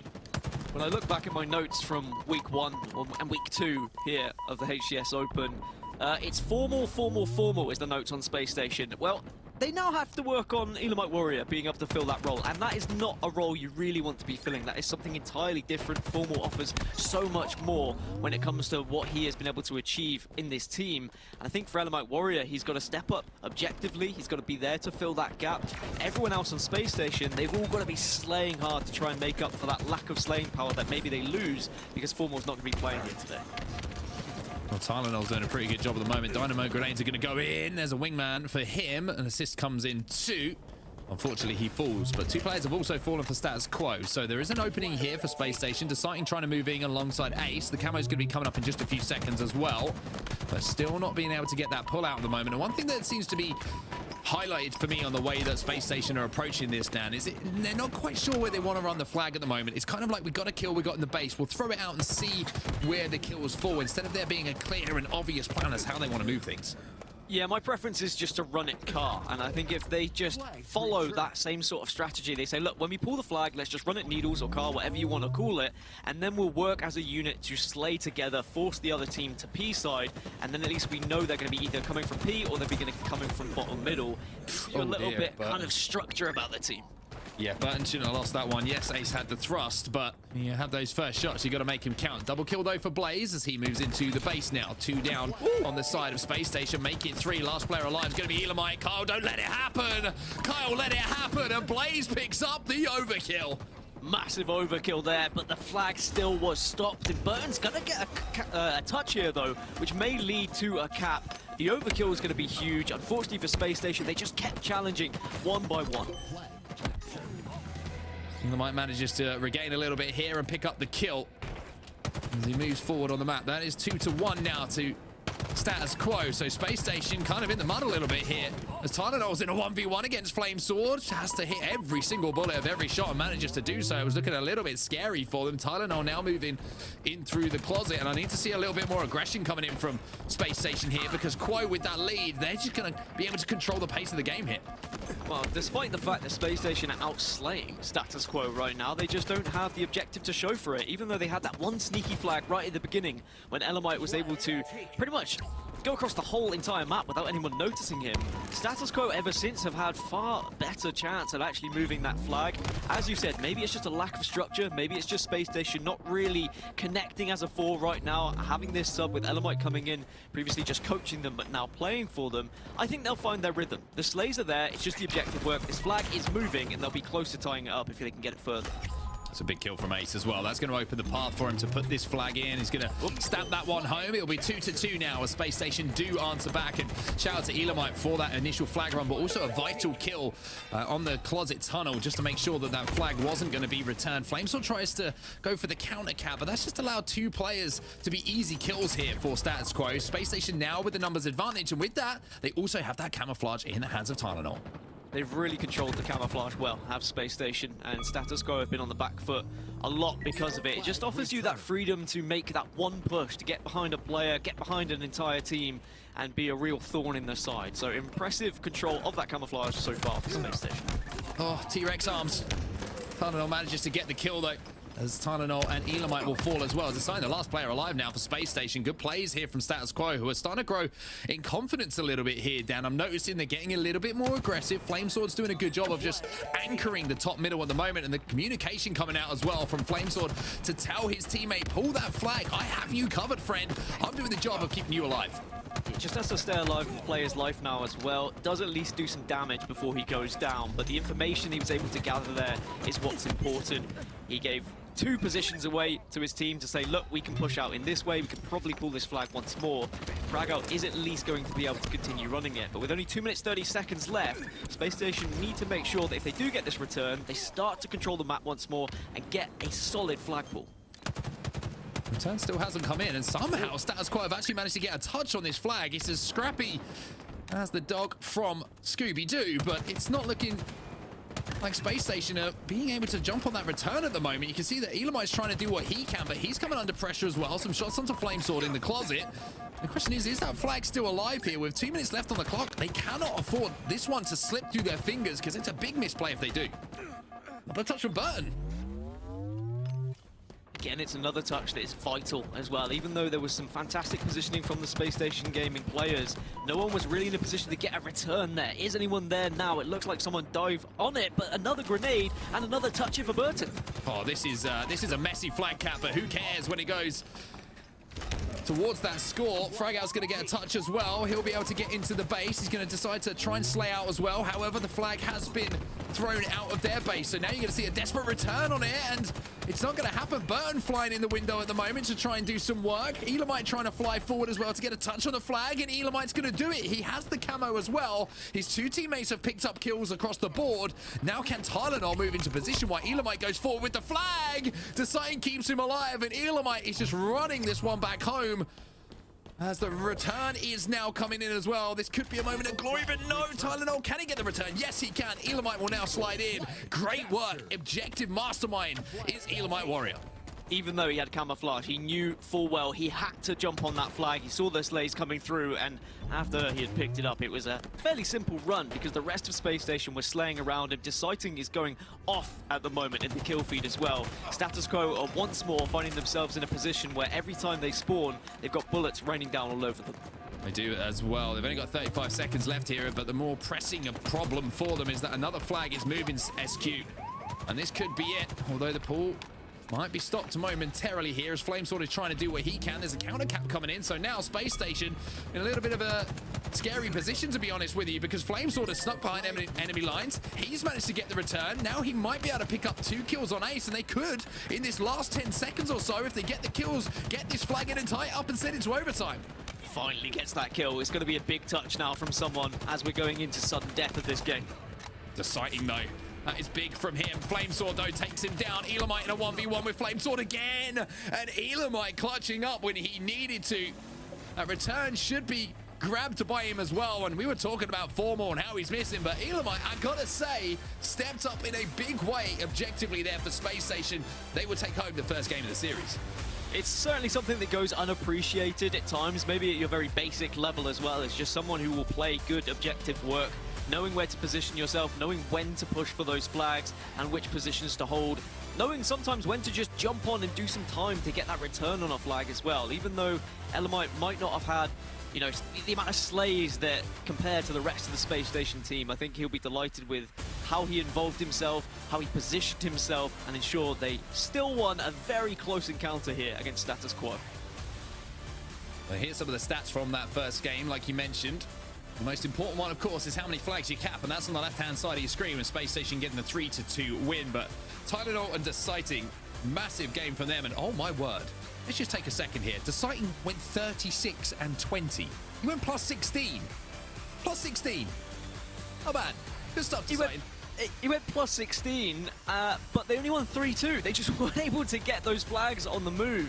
It was a real struggle for them. At one point, I was thinking that it was going to go in favor of Status Quo, despite the fact they were getting so heavily outslayed, just because they were moving flags better. They had a far more structured idea of how they wanted to move that flag from one side to the other. But there's some damage for you. Almost 9k for Deciding. He really was just emitting bullets from everything. Yeah, most of the players, probably to be honest with you, the amount of bullets that he was firing from his BR, he might be shooting his teammates at some points because everybody on the map was feeling Deciding's presence. And to be honest with you, that's what I want to see from these players. Tylenol and Deciding stepping up for their team now that they need them more than ever. We'll take a look at the highlights from that first map as well, because it was a good battle of objective, but I have to say for both teams, it was a little bit scrappy as well. It was very rare that we saw those clean runs coming in. Towards the end though, you saw Space Station, I think, starting to adapt a little bit, getting those runs going on the needle side of the map. Yeah, once they had an idea of where Status Quo would position themselves for those kind of counter caps or where they were trying to overextend to stop flag runs, I think Space Station were like, all right, well, if we move it on the other side of the map, we know exactly the kind of positions where Status Quo are going to be now. We know the flag styles they're going for. But look at this one. This was a huge overkill, by the way. That just was unfortunate that Elamite was on the end of it. It wasn't I'm sure it wasn't he probably shouldn't have challenged it.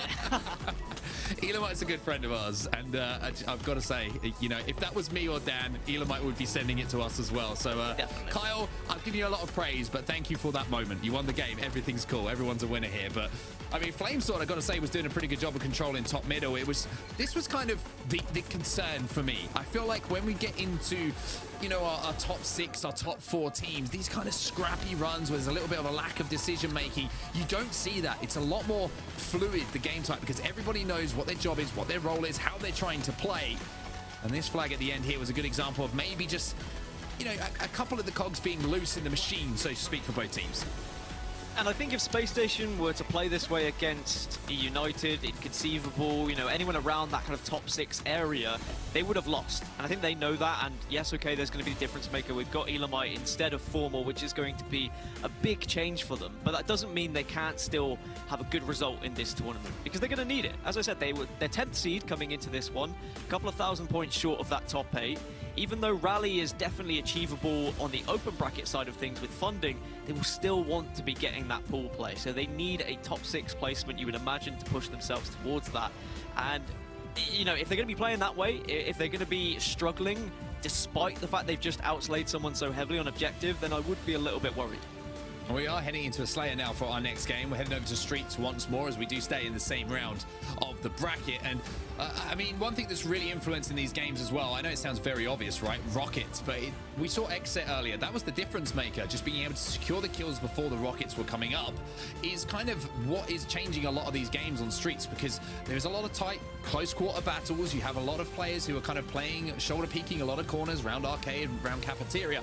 Having the rockets allows you to stagger spawns down. If you can get 2 dead, and then all of a sudden you can split spawns 2-2, and that is where you can really get an advantage and extend your lead. Yeah, the best teams in the world are going to be not just setting up for rockets when they see that countdown suddenly pop up on their screen, but they're going to have in their minds when they want to get aggressive, when they want to start pushing to try and get a 3 or 4 dead. And if you can do that prior to when the rockets are coming up, as you say, it really can make a difference. The mistake you can make sometimes is trying to set up for rockets and just watching them and saying, hey, look, if we just watch the rockets here, we can bait them out. A smart team won't take that bait. Instead, they'll all rotate together, find one single player who's just sat staring aimlessly at rockets, and then they suddenly have that player advantage. They can take control, and then they will be rewarded with those rockets as well. So there are various different ways to play it, but I think you've just got to play it smart. It's really going to help when we get to LAN events, and you've got coaches who can try and give you a little bit more information when it comes to timing, rather than just that visual aspect on screen, because sometimes hearing it is far better than just seeing a little bit of clutter whilst you're trying to shoot 4 enemies who are all running at you.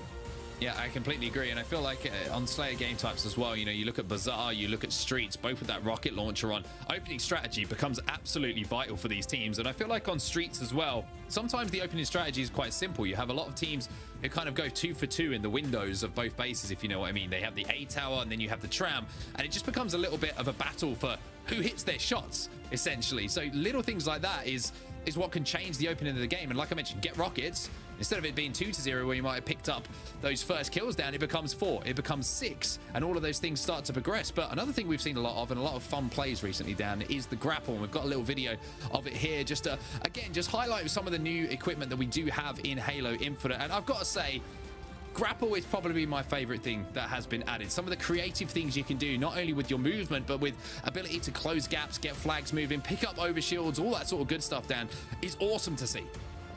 As a child, I always wanted to be Spider-Man. I think this is the closest I've ever been.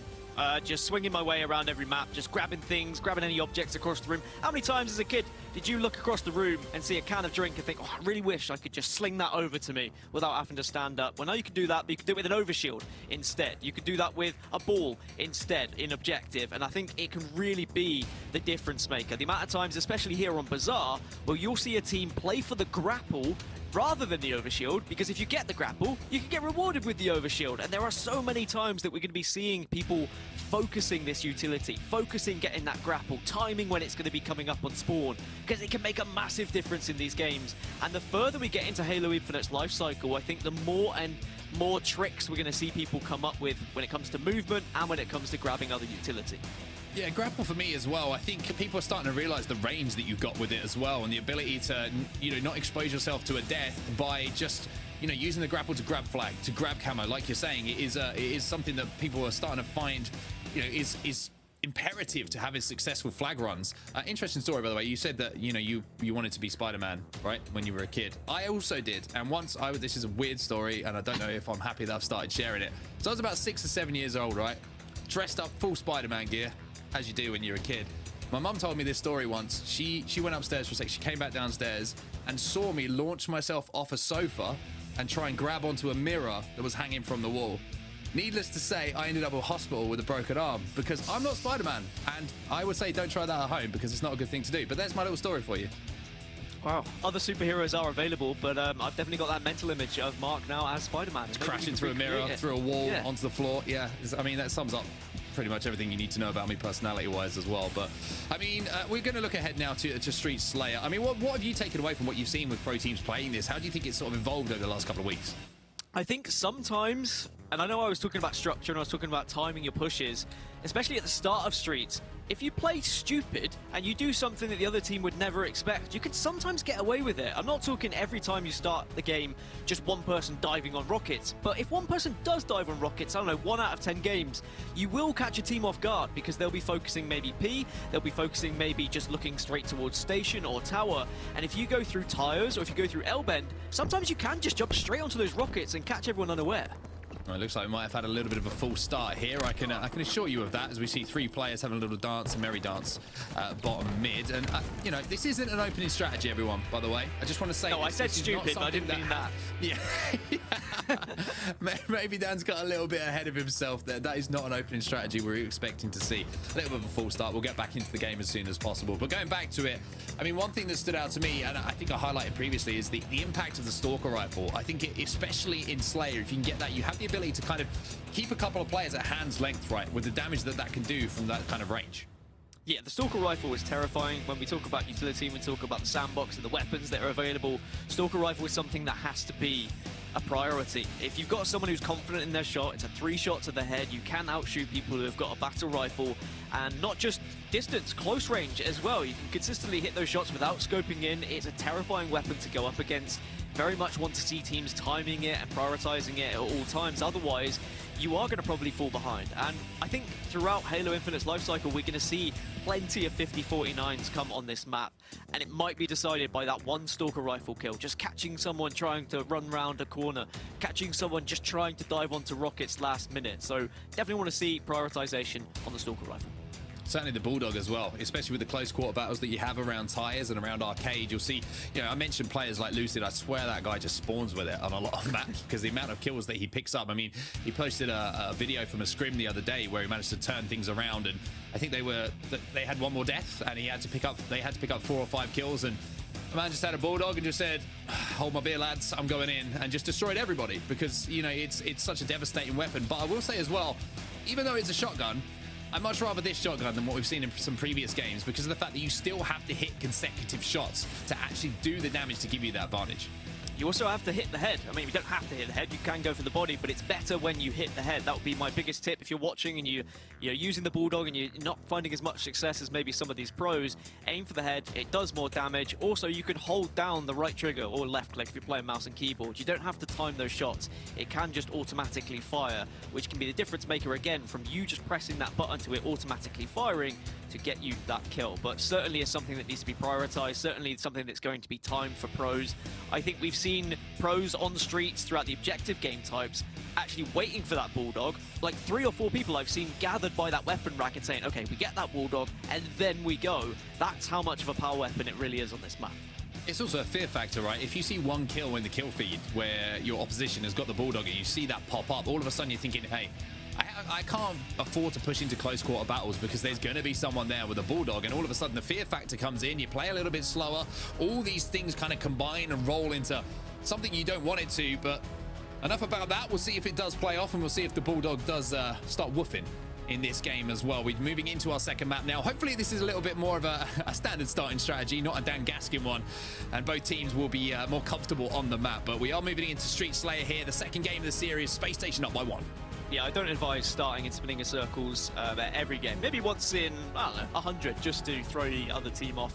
But here, this is a big chance for Status Quo to try and take us to a Game 3. I think with Space Station having that change, with Elamite coming in instead of Formal, there are going to be natural weaknesses in this lineup because they're not a natural four playing together, despite the fact he is a coach. So Status Quo need to take advantage of that.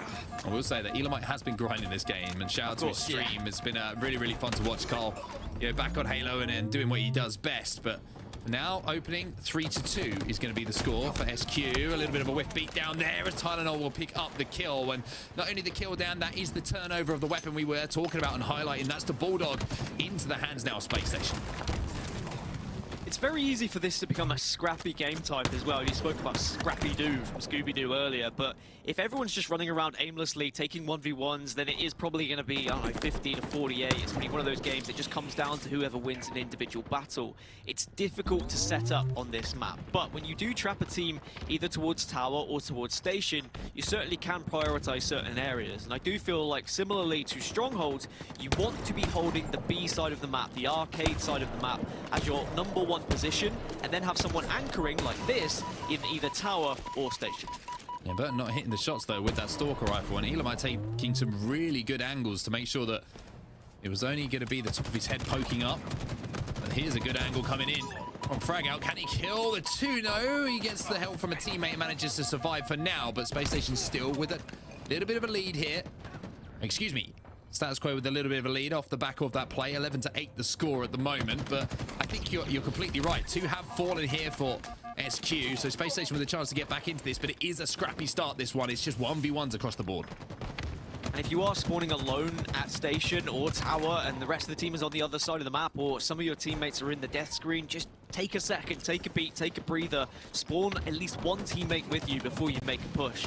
Yes, okay, I'm all for flanks, I'm all for trying to get behind the other team, but you don't want to run into 2 or 3 players and just give away easy deaths.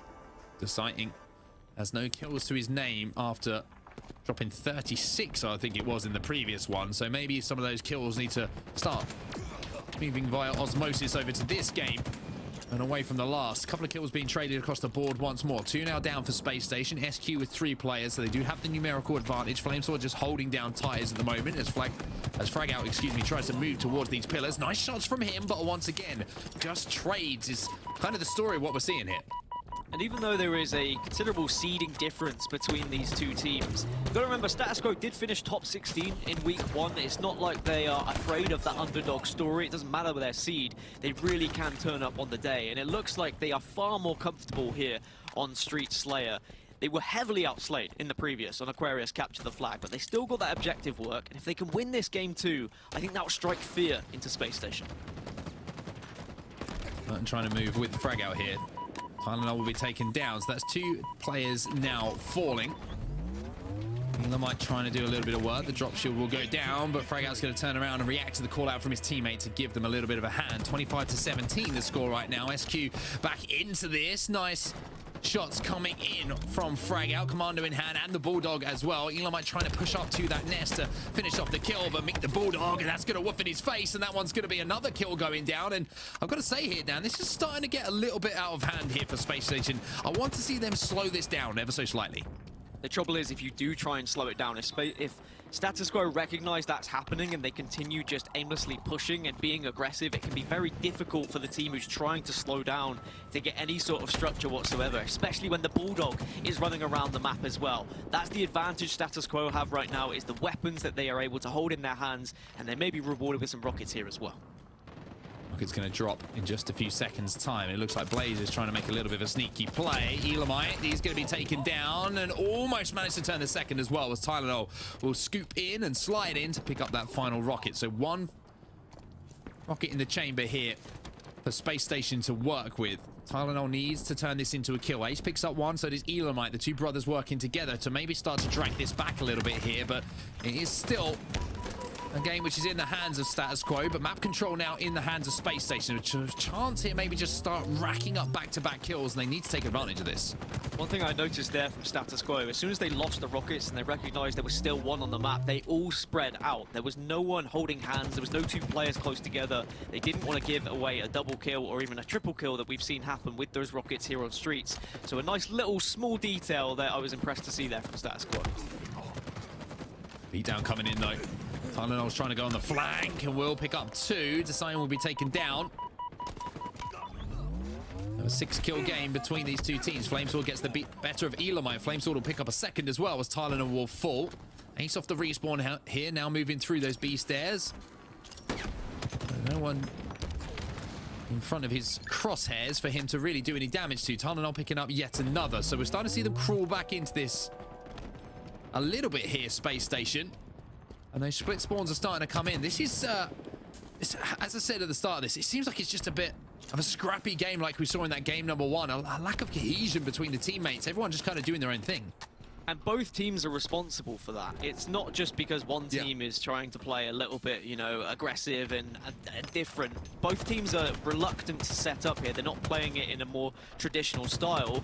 Again, I'll put that down to Space Station not being a 4 who have played together as much as when they did with Formor. I know that Elamite has played with them plenty in matchmaking and a few scrims as a substitute anyway, but that will make a little bit of a difference. For Status Quo, however, you'd expect a little bit more structure considering the place that they find themselves in. Elamite did not know where that player went, and Burton comes back to remind him where he went. Elamite, unfortunately, getting lost a little bit for his team. Frag out now with that Stalker rifle again. 43-36 the score, so just 7 kills now for Status Quo to tie up the series at 1-1. Flamesword picking up yet another.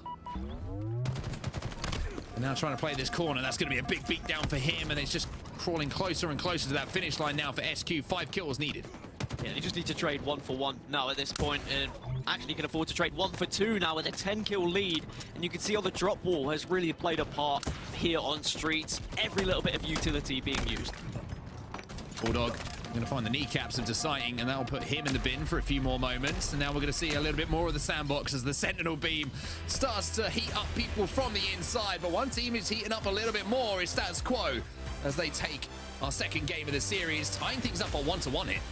And Status Quo probably would have loved the fact that it was a little bit messy, especially when you look at the previous game on Aquarius, which had a bit more structure to it. They got absolutely hugely outslayed. They had no chance of being able to be on the board when it came to slays. We saw, what, 36 kills from Deciding?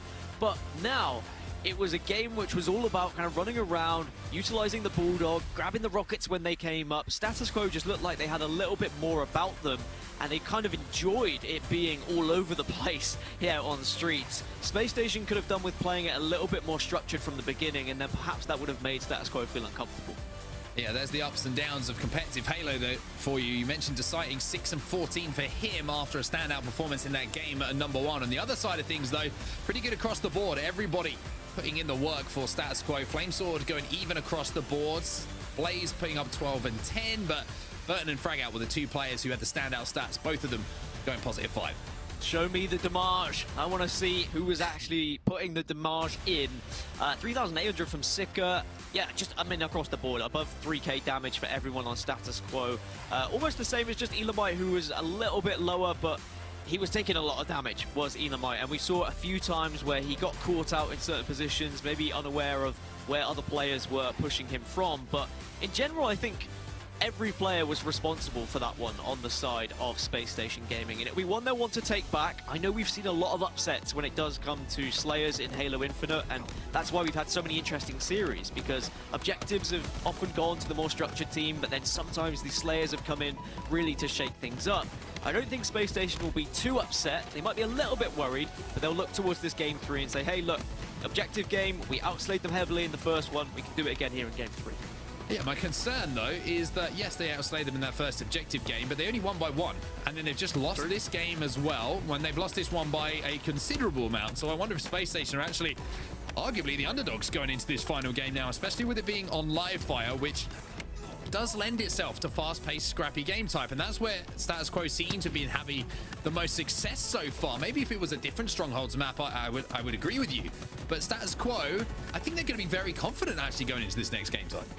I think they'll try and take Space Station out of their comfort zone. I think they'll try and keep the pace up like they did in this Street Slayer game, so that Space Station can't have a time to, you know, pause, breathe, set up.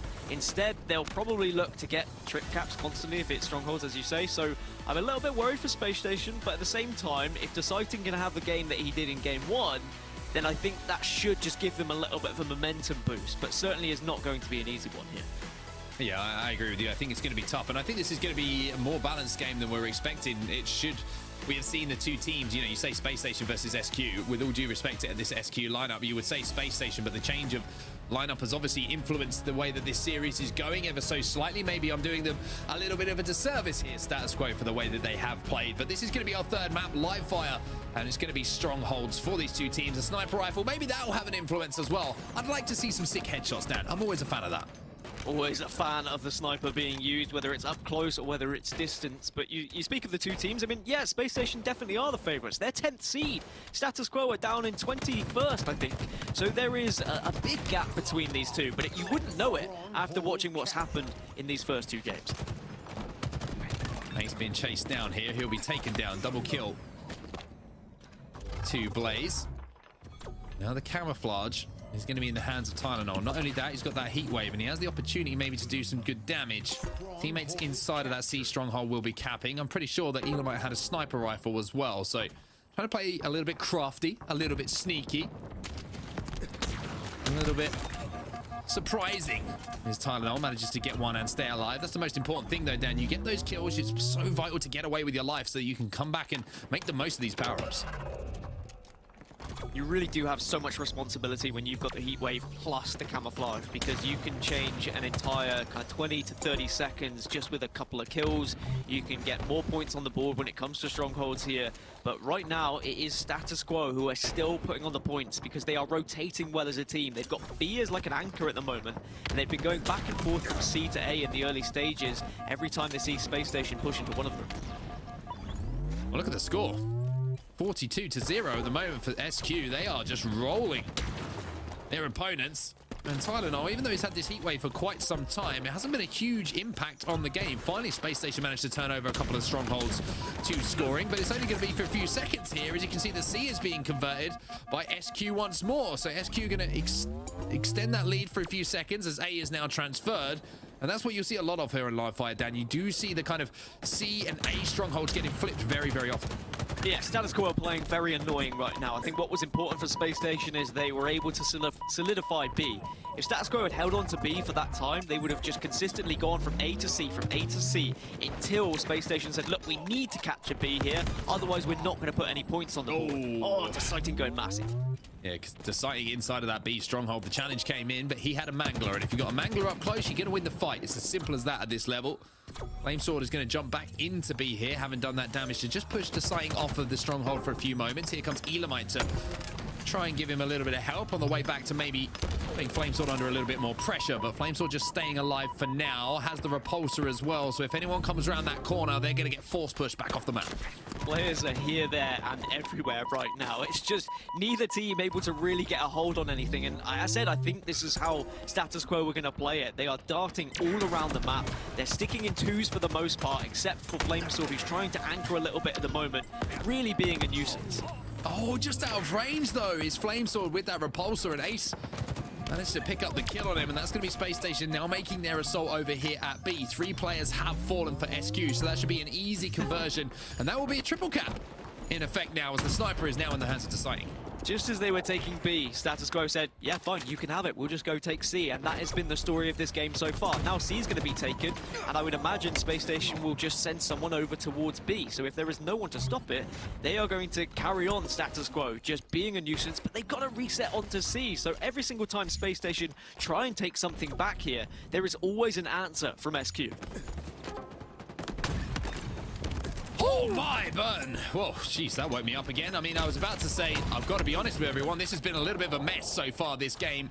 No one's had control for any kind of elongated period, apart from maybe at the very start of the game. It's just been a constant transfer of strongholds, and that's down to just trades across the board. If you're trading kills constantly and there's not that flow of kills, then you're going to be spawning next to different strongholds. You're going to be spawning across the map from your teammates, and it does lead to this kind of gameplay down where you are going to see just that constant conversion. Elamite gets caught out to sight with some nice shots to take down Flamesword with that heat wave, just that one shot missed, which is going to change the outcome of things for now. Status quo scoring as it stands, but C trying to be converted. However, as I say, that C converted by Space Station. Now they have to start the journey back over to A. But this is the thing, right? There hasn't been any traditional control for either team, but Status Quo have been consistently scoring throughout the entirety since we began, because they have been moving around the map as a unit, and every single time one of their strongholds is taken, they go for the next one. They're not trying to hold A and B and focus C. They're not trying to hold C and B and focus A. Instead, they're just saying, let's focus wherever they're not. Let's always be taking one off of them, and for the meanwhile, it has been working.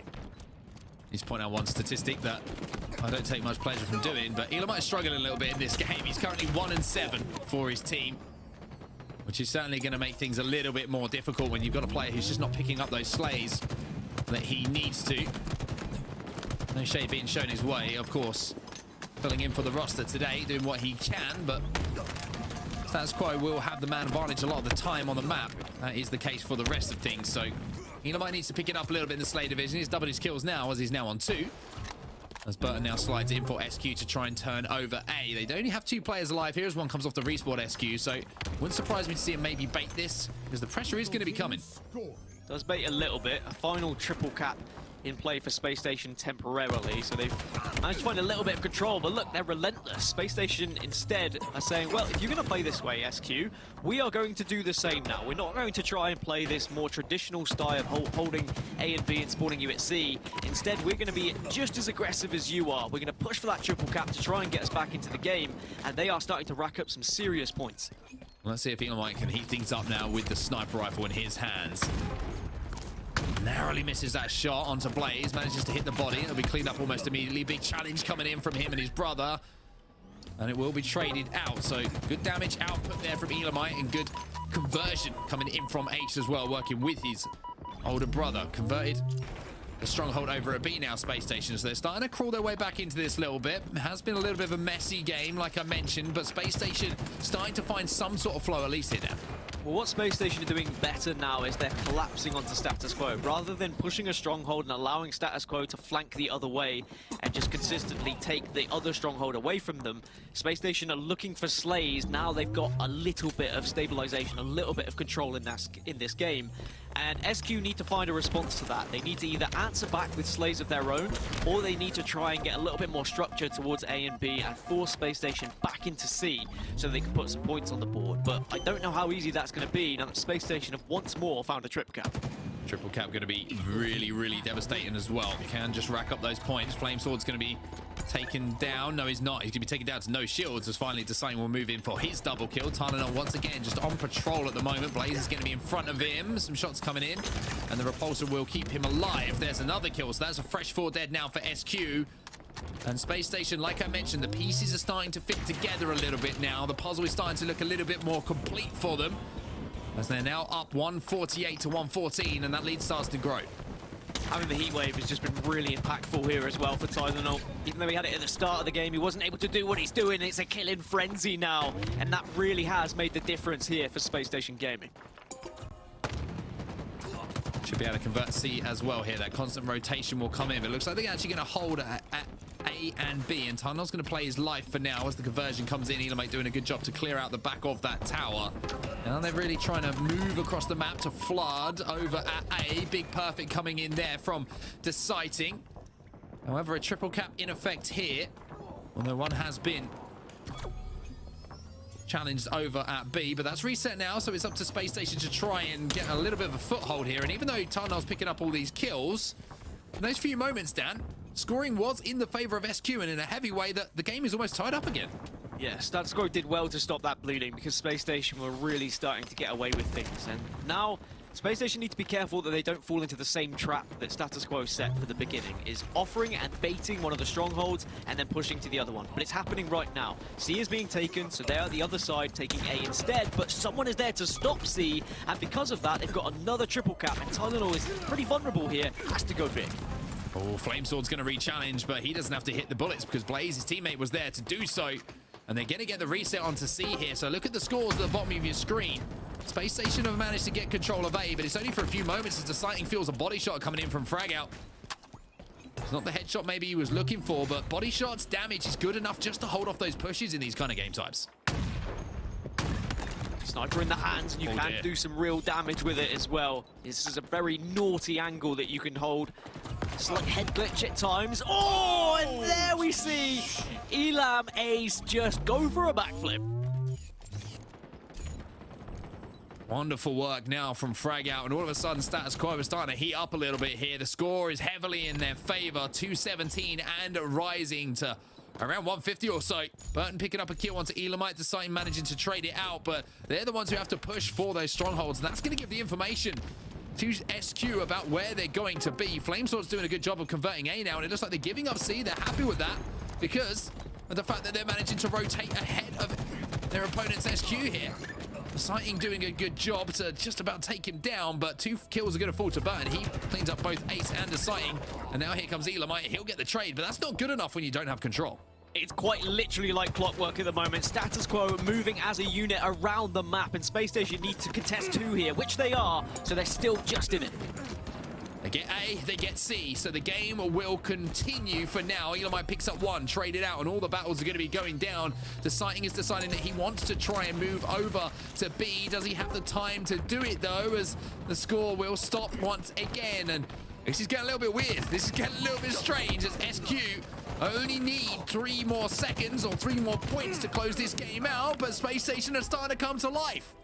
3 dead. That was temporarily 4 dead as well for Status Quo. So Space Station are going to be scoring, but look at the distance that they need to try and make up here. There is a considerable gap between the 2 teams.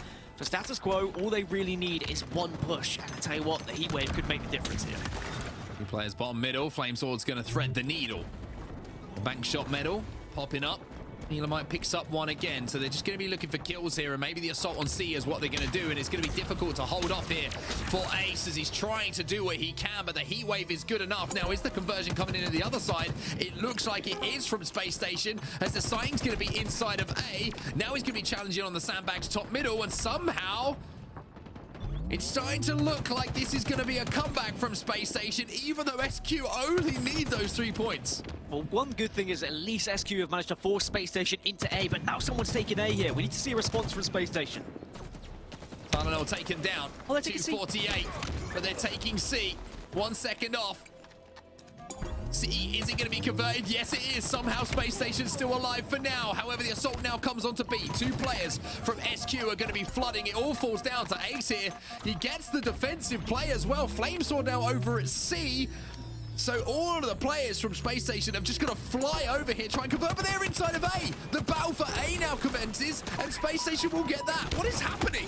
Really good recognition from Space Station, though. Every single time they see one of their strongholds being taken, they flood to the other one. They say, you can have C, we'll take A. It's what Status Quo have been doing this entire time, but now we've seen it flipped. Yeah, Fragout's just got a really big kill, though. That stopped everything. He takes down 2. Fragout has just gone off for a second. Blaze is inside of the stronghold. Space Station's still trying to convert, but they're not able to do it. And even though that was looking a little bit scary for SQ, they will close the game out from that big play off the back of Fragout. SQ progress, and SSG will fall down to our elimination bracket. And I don't think anyone would have been expecting to see SSG drop to the lower bracket so early on, considering what they've done in previous tournaments and previous opens, but we do have to reiterate they do not have 4 more today, and even though we know Elamite Warrior is one of the greatest Halo players to grace any Halo game, it does make a difference when you're practicing with 1 player, and I think Status Quo will be delighted to get that extra placement to move on to the next round and have their stab at winners bracket round 6. We'll take a look at the statistics from that game, and once again, it was a mess until the last few minutes where it became a little bit of desperation for Space Station, and they almost seemed to work out how they wanted to actually approach the game. This is kind of occupation time. This is more objective stats. This is the kills that did come in. And even though the scores might not reflect it or the stats might not respect it, that big play right at the end from Fragout with the sniper rifle was what gave the opening for Status Quo to actually close that game out. I just think that Space Station Gaming, they reacted too late. At the start of the game, they didn't really realize how Status Quo were trying to approach it. They were all moving around the map as a unit, taking C, then taking A, then taking B, and they just kept rotating together. And because I think SSG are more used to a traditional style and more used to a traditional hold, they were punished for that, and they went down a considerable amount. And because of that, they were just too far behind. Even though they evened it up at one point with a trip cap, they were able to put some points on the board, it just wasn't enough, and Status Quo once more got into that rotational ability that really put them ahead of Space Station. Well, for those of you who are just joining us, welcome along. Here's some highlights from the match up itself. This was our first map that we did see Aquarius capture the flag, where it was a little bit of a standoff between the two teams for quite some time. Good objective play coming in from Elamite Warrior to get a couple of flag caps on the board for Space Station. They actually managed to close this out. I mean, one of the highlights though, Dan, was the overkill, of course, coming in from, I think it was Blaze who managed to pick that one up right at the end. We didn't see it in the highlights, but certainly a highlight play for sure as we moved on to Streets. And Streets wasn't, again, it wasn't a traditional way you'll see people try and play Streets, which sounds silly to say 2 weeks into the game, right? That there's a traditional way to play it. I guess more structured would be the right word to assess it. It was a sloppy game type for both, but Status Quo took full advantage of that. They had far better weapon control. They were finding that Bulldog, they were finding the rockets consistently, and they were able to really frag out and take down Space Station and not allow them to get into the game. See some of these kills going down right at the end, and it was the final kill that did manage to close things out in a 50-38 fashion. And this was, I could put it out there. I'm going to make a statement right now. One of the strangest games of Strongholds on live fire I've seen for quite some time, or that we've seen some time in Halo Infinite.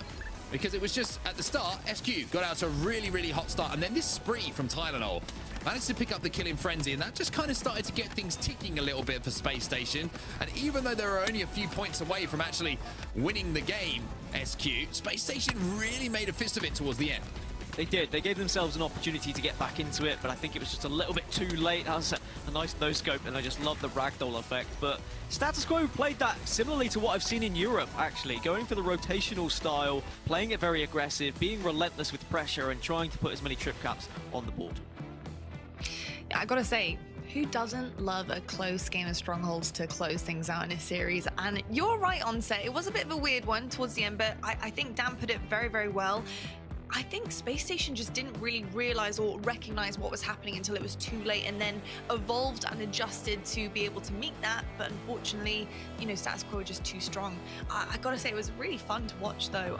Rob, obviously watching that one yourself, you know, I want to actually pick your brain about CTF Aquarius though, because I've seen a few different preferences now watching over the weeks, and where teams want to run flags specifically. And E-United seem to really like to hold the flag in their closet on Needle side and kind of get the kills and work in numbers in that way. But SSG and I gotta say Status Quo, very scrappy stuff from them, and obviously, you know, teams need to evolve and they need to practice a little bit more as a united team. But you know, what would you say the preferences and how much pressure does Aquarius put on some of these teams in terms of arena style to really figure out your strats and where you want to go? Sure, yeah. I mean, first of all, what a series between those two teams. It's looking at the highlights, it's kind of hard to remember that Aquarius CTF was even in this series. It feels like so long ago as the series really went the distance. But yeah, I think when you look at Aquarius CTF, it's not too dissimilar from any other 2-base 2-tower map, Midship, Heretic, Onslaught. If you look at the way those play, teams have different strategies. Some teams like to really slay, have really clean slaying power, and continue to run the flag, say, top Needles.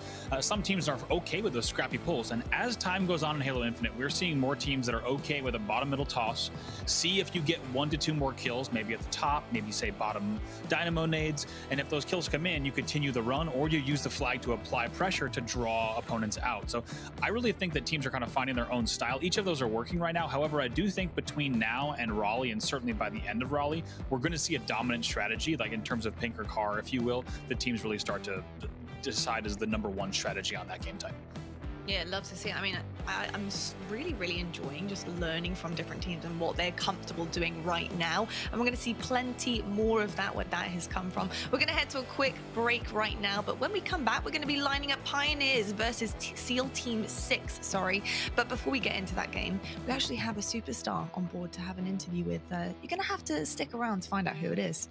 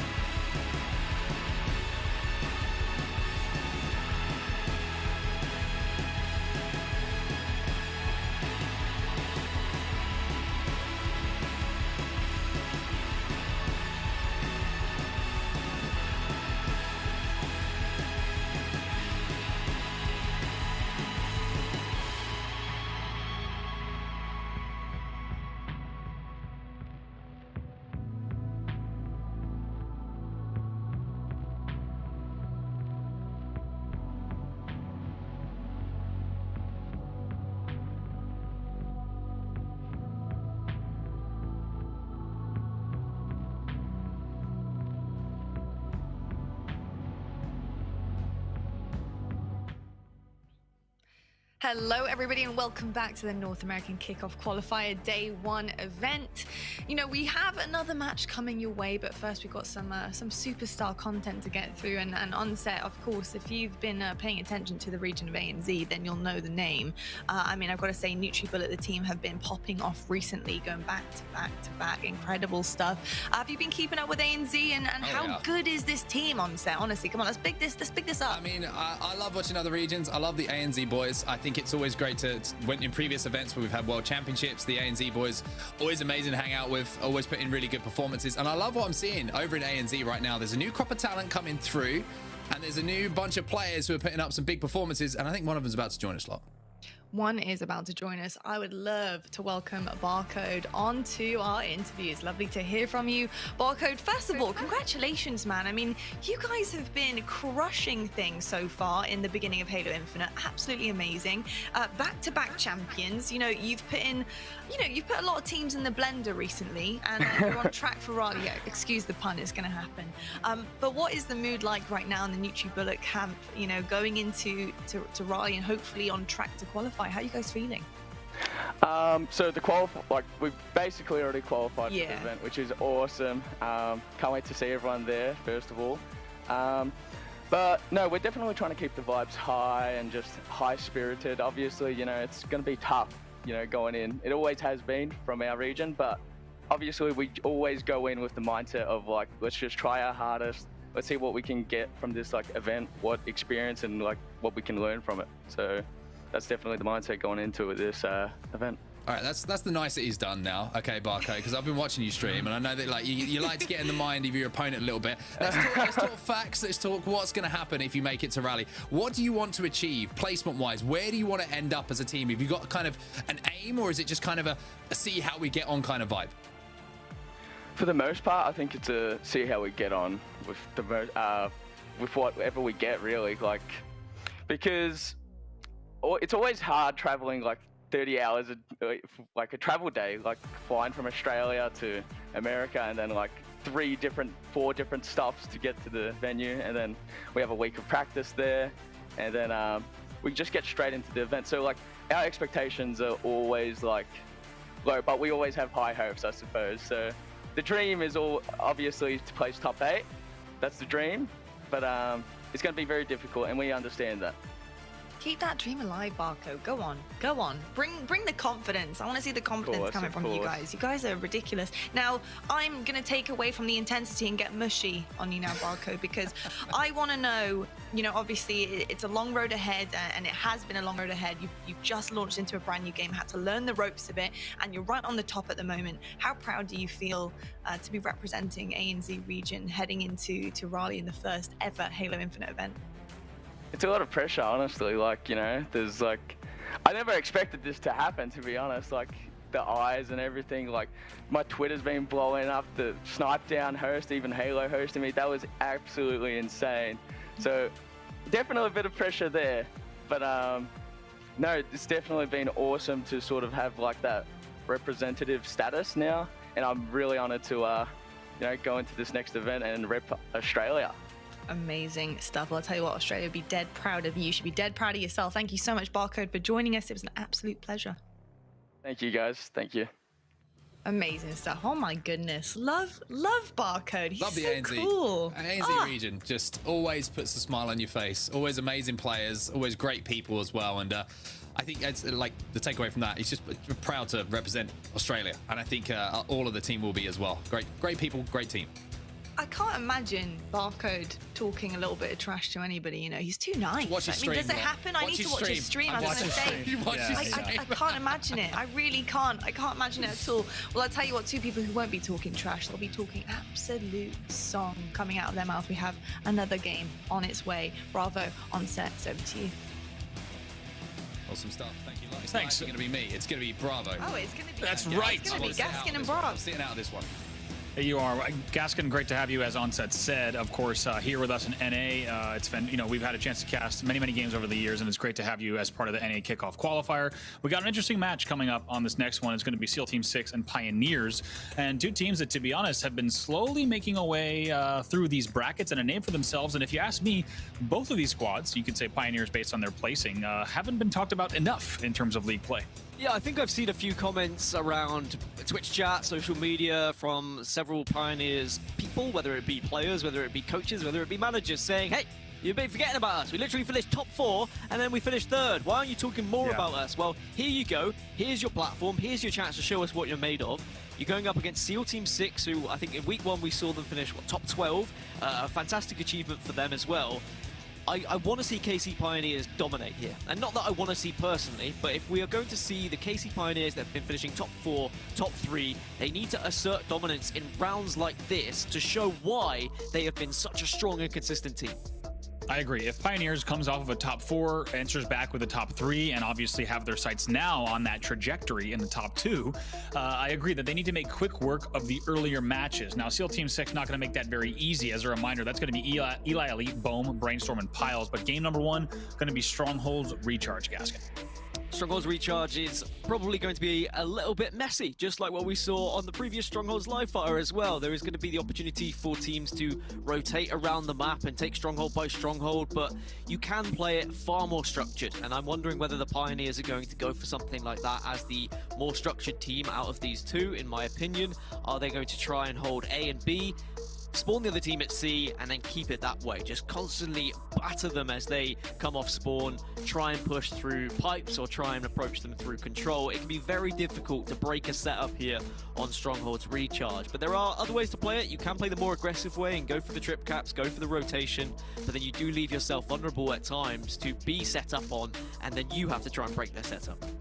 Yeah, I think, Gaskin, the term you bring up there, structure, is really important and a really valuable one, because when you do look at the teams here and their early success in a tournament, you can tell a lot about how that event might go by how they do in these exact matches. Of course, even when I was coaching some of the top teams, you could tell early on a bracket, if there's some struggles, it might show some signs of weakness as well. Once again, this is SEAL Team 6 versus Pioneers. Map number 1 is going to be Strongholds, and as I've been taking a look at the bracket, and a very good chance that the winner of this match will match up against Inconceivable. So here we are into game number 1. It's Pioneers versus SEAL Team 6. And I want to see who prioritizes the power-ups from the get-go, and it's going to be stat camo slammed straight in the chest for Brainstorm. So SEAL Team 6 have more of a starting strategy to focus on that camo. They feel it's important. They feel it could be the difference maker. So I want to see it put to use here. That's really exciting here. We've talked about just what this open system... Ooh, look at the flank here, by the way, as we're going to just take a quick peek across and see exactly what play is going to be made here. Nice little kill from Old Grapple coming in from Brainstorm as he takes his time with that kill. Also sees some players coming pipes. Knows that he needs to be very careful and just stay alive now and maybe flank around pipes here a little bit. Unable to get the trade there. So something I was mentioning earlier, the priority positions for me, A and B. But you can hold B and C at the same time. You can kind of lock the other team in towards elevator, in towards control. You just need to take slightly different angles, and everyone needs to be on the same wavelength. They need to be prepared to all shoot in the same direction when a call-out comes through. And this is one of the things that we're seeing now. Everyone's locked towards the elevator, but Talek can't afford to go down here, but at least he does get the trade. Yeah, going to be glad that he's able to get the trade. In the back of C, though, now with the sword out is Manny, and wisely going to play this one slowly. Takes a look around to see if anyone might be coming in from control, and there's multiple players on the screen. But actually, I was going to say he gets back whack, goes down very quickly, and that's because Piles from SEAL Team 6 was coming around the back. We'll watch Eli Elite's back on the sneaky, and they will be able to convert there as well. So what SEAL Team 6 have done very well there, as I say that, as actually C gets reset, was that they didn't try and just push out and try and focus B and leave themselves vulnerable to grenades and shots coming from every direction. Instead, they tried to all push together to take C off of Pioneers, but that actually fell into the hands of Pioneers because they all collapsed. The sword did make a slight difference. I thought Piles had done enough. He is still alive, but with that reset coming through, this is becoming more and more difficult for SEAL Team 6. Piles just trying to hold this corner. Talek does hear the footsteps. Piles actually comes back, and a Bull True comes through, and you could tell by the velocity of that Spartan against the wall that the lunge was certainly underway by that point. Sword is going to stay out for Talek, but actually gets juked once again. That's going to be Eli Elite back C, so that battle for back C still going on, heavily contested. So much pressure coming now from the Pioneers. They were pushing into C and they were pushing into A at the same time to stop SEAL Team 6 from getting any points on the board. Just the 1 point so far compared to the 110 that we've seen for Pioneers. So that does just scream how much control we've been seeing in the early stages, how much structure Pioneers have been able to find. Finally some points being scored now here by SEAL Team 6.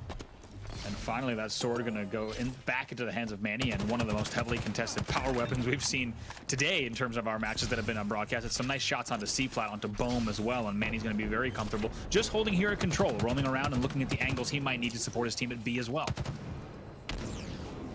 A lot of responsibility as the sword player. Usually you're going to be anchoring, usually you're going to be holding one of these strongholds on your own, and it's situations like this where you have to get at least one. It could have been a double, but now there's going to be the assist to come through. The teammates can get in that information, they can push in, and they can stop that capture. Even though SEAL Team 6 have got one of the more difficult strongholds in B right now, the way that Pioneers have been rotating and prioritizing their strongholds, it's still points going in favor of the yellow team. Yeah, absolutely. They're finally now trying to get a little bit of A. Just as fast as they get A, though, B is going to get converted as well in just a moment. So it looks like there were going to be a few points on the board for them, and they will maintain control of B. They will start to score once again, but Gaskin, they've got a long road if they want to get back into this match. And I feel like because of that, SEAL Team 6 are pushing for this triple cap. They're not allowing the possibility of, just waiting, allowing Pioneers to spawn at C, and then trying to hold just a 2-cap setup. Instead, they're saying, look, we're so far behind now, we have to be relentless with our pressure. We have to be constantly rotating and matching the pace of the Pioneers here. Big fight, which does not go in the way of Bohm, and that will mean that Pioneers will get A, and they're probably going to get C if no one is there to stop them. certainly a big battle. Anyone who's been playing enough Halo Infinite online knows just how important that one is. You can get players that are spawning. Sword comes back out for Manny. He will clean up that one as well, bottom middle. You know how just important that play is. There can be players spawning bottom elevator and a nice little jump up top as well with the repulsor to get right back into the mix over at C. Switching out the sword for the Mangler, just finding every single weapon that can do a hell of a lot of damage, close range. Really can help you hold a stronghold on your own. How many times will you see someone just holding elevator with a Mangler? Really can be the difference maker. Yeah, it's a great point, and just how important that is, because how difficult it is, as we were just talking about with this elevator and this A angle, it can be so challenging to hold that. Players are spawning back elevator the second you step into control, the second you step out of turbine, you do open up that spawn. So having something like a Mangler, like a sword, as we've seen time and time again, really can make the difference here. It will still be a sizable lead for the size of the Pioneers at this point. Oh, what a play by Talek, though, getting the double kill and then forcing the rest of the team to all swarm and collapse on the rest of SEAL Team 6. They are so quick to push with one another. This is why Pioneers have been just so fantastic over the last 2 weeks. Their coordination as a unit is something everyone needs to be watching and everyone needs to be trying to adapt to, because if you can play this quickly as a team to react to callouts, you're going to find success. Druk is going full acrobat here, eventually gets clipped by a nade, but some great grapples in and out of top A there to just win that battle pretty easily. Eventually gets caught by a nade from Turbine.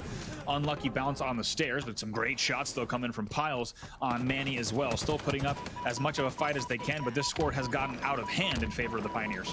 It's got to that point, hasn't it, where SEAL Team 6 need to almost play perfectly, and whilst we have seen some crazy comebacks already in the opening couple of weeks of Halo Infinite, you just feel with how Pioneers have been prioritizing their strongholds, this one's just going to be a little bit too much out of reach. But, and there always is a but, if SEAL Team 6 can consistently slay off spawn, force Pioneers into this off-spawn cycle they currently find themselves in, there is still a small chance. There is a small chance. Eli Elite going to add to that small chance by getting a nice kill on the Camo Mauler player.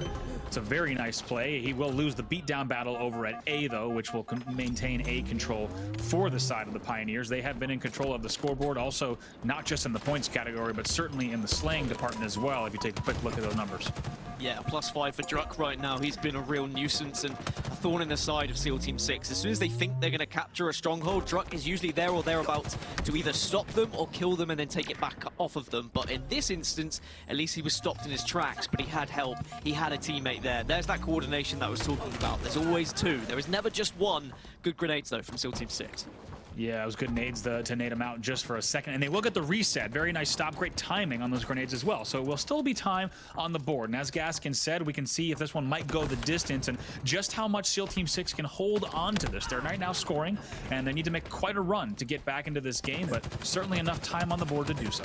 This is like a Matrix moment where the glasses come off and they're beginning to believe because it's there. It's open for them. It's for the taking. They're starting to slay better now. They are stopping Pioneers from having easy transitions across the map. But you'd argue one good setup here for Pioneers now would be enough to win the game. But what SEAL Team 6 are doing well at is every time Pioneers try and prioritize one of these strongholds, SEAL Team 6 are reacting and all pushing together.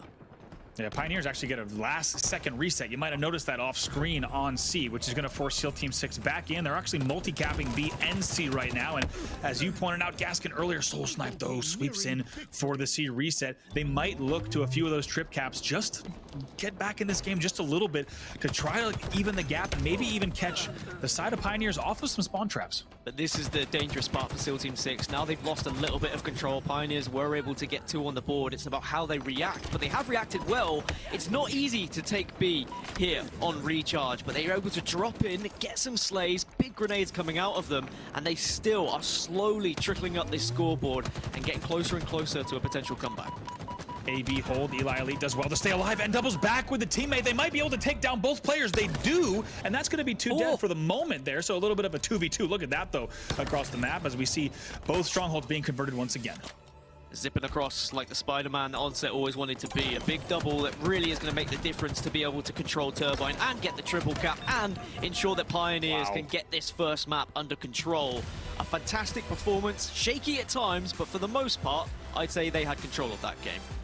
They certainly did. It's a good finish, a strong and a clear one from the Pioneers. They'll take game number 1 with some crafty plays with the grapple and shock rifle as well to close it out. And despite the fact that we saw some late game runs coming in from SEAL Team 6, Pioneers not going to let that one happen. They stay cool and collected towards the end. They close it out 250 to 116 in our game 1 Strongholds recharge, and now all sights onto Live Fire Slayer next up.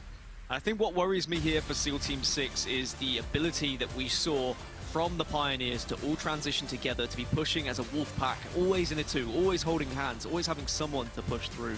You can see it just the assists, the difference in assists between the 2 teams. And Pioneers were just always there, a helping hand. Communication, you could tell, was on point. I don't need a listen-in to tell me that their communication was on point. You could see it in their gameplay, bravo. And certainly when you look at the slays, as we said during the game, we'll take a look at some highlights right now, but if you look at the kills, they're not heavily outslayed in that game, but in the points category, they were handily outclassed. And it's interesting to see that you don't have that big of a delta in slays, Gaskin, but really on the scoreboard came down to it. And that just tells you how much of the nuanced resets and prioritization and angles of the side of Pioneers, how important that was. Yeah, it's efficiency. It's about playing the objective. How many times have you been playing matchmaking and you've outslayed the other team, but they actually beat you on the objective just because they prioritize a little bit better, they move as a unit, and they're finishing the one-shots. Survivability is something that's massive in Halo Infinite. It has been in Halo in general, but if you can get away as a one-shot and then force yourself into a fight with a teammate, suddenly your BR becomes so strong, so powerful, because they'll be prioritizing the fight they're already engaged with, and you suddenly get free shots where you wouldn't have earlier if you had actually died. So just really important to be able to get around that corner. That's where sprint comes into effect. Even though it's only a small advantage compared to actually just running normally, it really can make a huge difference, as I say. But great prioritization from Pioneers, even though there was a small window where SEAL Team 6 gained a little bit of control in that map. Pioneers did well to respond. They paused for a little bit, they took a breather, they didn't panic, and they regained control. Absolutely, and credit to Pioneers for putting as many points as they did. This was a nice sequence from Druck as he's able to grapple all the way in from outside of A, grapple back up to top elevator, and pick up a pretty clean kill on the player in the stronghold. But like we said, it's a credit to the side of Pioneers. Clinical work from them, great baiting and switching. Also just really good, like we said, prioritization of everything they needed to do on the map. But a lot of that, Gaskin, comes down to the fact that they did get that early lead, and that sizable lead gave them a lot of cushion, a lot of comfort to slow the game down, just like you said, and kind of run away with it. And you had to feel like SEAL Team 6 on the back foot throughout that whole game, and they're going to want to avoid that going into game number 2. And we talk about starting strategies and like what implications they can have. It was very different starting strategy from both teams. Pioneers didn't really focus the camouflage whatsoever. Instead, they focused positioning, they focused gaining control of the strongholds, and because of that, they got a 90-point lead. I think they were able to achieve a situation where they had the sword covering C, they were doing enough damage. There was always one player who was happy to anchor, but there was always another teammate who was in kind of shooting distance, or at least distance where they could travel to finish off a one-shot after that engagement had happened. And my worry here for the SEALs is the fact that they're going into a game 2, which is Live Fire Slayer, another game type that can really benefit teams who do push well as a unit, who can rotate around the map as 2s, as 3s, and catch you off guard. So I think that Pioneers should be able to take this one, but I hope that SEAL Team 6 can respond, because you know me, I love a game 3. As do I. We love a good game 3 here at the HCS. Pioneers, like you said, going to be playing this game type, we can assume pretty fast. They're going to be rolling around these corners, clearing out areas like back tower, like house, fast and together. Let's see how this one kicks off. Off break, as they're going to be a middle between 4 players right now. And it's crazy, isn't it, really, just how important the heatwave is, that we saw 3 players sent from both teams to bottom middle there to battle for it. And this is why, because the heatwave, whether it be from close, whether it be from mid-range, whether it's long range, it can hit so hard and be the difference maker from not just one kill, but sometimes an entire team of 4 falling. Certainly makes a huge difference as well. And one exciting thing, if you're just joining us, first of all, welcome to winners round 6 of the HCS Raleigh Kickoff Qualifier. Teams competing here ultimately on this 2-day event to try to get a guaranteed pools play spot in the upcoming sold-out Raleigh LAN to kick off the Halo Infinite LAN season. this match particularly a cool one that you're joining us for, just because you have a lot of names here that are in the up-and-coming category. A lot of them have established themselves. As we take a look at a battle here, back tower, Piles actually gets the trade on Manny with the no-scope. That sniper will stay on the map, but as we were saying, these teams are here, a lot of up-and-coming players. There's a lot on the line here. When you look at the players in this match, as we're off to a little bit of an early lead here for SEAL Team 6 for just a second. Eli Elite, Piles, look at names like Druk, Soul Snipe, Talek, Manny. There's a lot of names here who really want to establish a name for themselves in competitive Halo, move out of that up-and-comer category and into really that top 8 conversation. Yeah, 19th seed at the moment, SEAL Team 6, and they just want to push themselves up a little bit further, maybe to try and compete for that 9th and 10th spot, to at least get funding, to be in the open bracket at Raleigh, get some travel paid for, you know, just be able to relax a little bit, kick your feet up, rather than have to fund everything yourself. As for the Pioneers, a victory here in this game would all but guarantee them at least in top 8 and allow them to move forward to Raleigh and pool play, but we'll be expecting them to get one of those guaranteed top 4 places with how they've been playing over the last 2 weeks. Top 4 week 1, 3rd place week number 2. Can they go one better and maybe even get to the grand finals this week here today? Because Talek is on a riot right now. He is just tearing through this team. My God, putting on a clinic, and this is technical work from Talek. I mean, look at that play with the heat wave and the repulsor, being able to hold top tower, then just repulsor right back up, running everything at the back tower. There's a reason for that. And as we talked about, Pioneers probably haven't gotten the credit that they deserve in the scene. Right now, they're sitting in the 3rd seed overall in North America with just under 9,000 points. And keep in mind, just to give you an idea, if you haven't caught each broadcast just yet, they are right now outclassing E-United, Sentinels, Inconceivable, G2, Space Station. There's many names that they are above right now, and they are making a statement and looking to be much more than even a top 8 name. You can say right now they're sitting top 3 and looking to make a statement in our last qualifier before Raleigh. It really is difficult when they're kind of being outshadowed and outshone by Cloud9 and Optic Gaming, because they're always going to be the names that are on the tip of everyone's tongues. But I think we do need to be talking about this Pioneers roster and what a threat they could be to those top 2 with a little bit more practice. But in this game, it's pretty even so far. SEAL Team 6 have a very minimal lead, but that can change extremely quickly, whether it be down to a power-up or maybe even just a heat wave. Yeah, as we get towards that 25 kill mark here, taking a look at exactly what Eli Elite might be able to do, moving into back of house with that heat wave, deciding if he wants to go back into house or just hold top. Sandbags will instead engage from sandbags, but needs to be careful because players were ready to come around that corner from the B-side pillars. Piles with 10 kills at the moment really has been the force of this SEAL Team 6 roster, and if he can carry on slaying the way he does, it's going to make it very difficult for Pioneers to regain any control. But Druk has found a sniper rifle, but he will give it away. Love that. Fantastic teammate.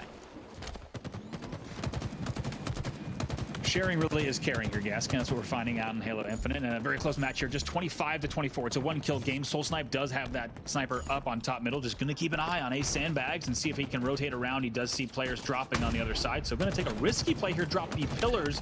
Sniper was the one out first, but make sure to clean up the kill on Piles. Very well done, back tower. You do not want to keep players alive from the opposing side with that, and tries to get a shot into power up. That will not connect just yet. So this one will stay neck and neck between these two sides in game number 2. Of course, if Pioneers closes this out, that will be the series.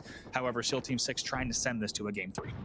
I mean, it is an unwritten rule that if you have snipe in your name, you do deserve the sniper. So I can understand why it was given. Camouflage is spotted out here, though. That could have been a big play for SEAL Team 6, but Bohm gets spotted, and that will now allow Pioneers to maybe take advantage with a player advantage here and really push to try and take this fight. Ooh, Soul Snipe bodies there on Eli Elite, but is not able to clean up. Eli Elite tries to scurry away back pillars, not able to, goes for the no-scope. That'll be the sniper emptied, but Talek will go down to Druk back tower. So still tug-of-war back and forth between these two teams. Really just a 1-kill game. Repulsor comes in for Druk. He'll send Brainstorm off, but Druk makes sure to also trade out that kill as we'll jump back into the action now. Manny up top tower, forced to drop down. Just dipping his toes, having a little swim, but unfortunately that will result in his death, and it really does show how prioritizing the repulsor can be important on this map. Several different areas you can shoot someone off to one side and gain a kill because of it. But when Pioneers were down by a few kills, I was thinking, okay, maybe SEAL Team 6 going to take us to a game 3 here, but slowly but surely,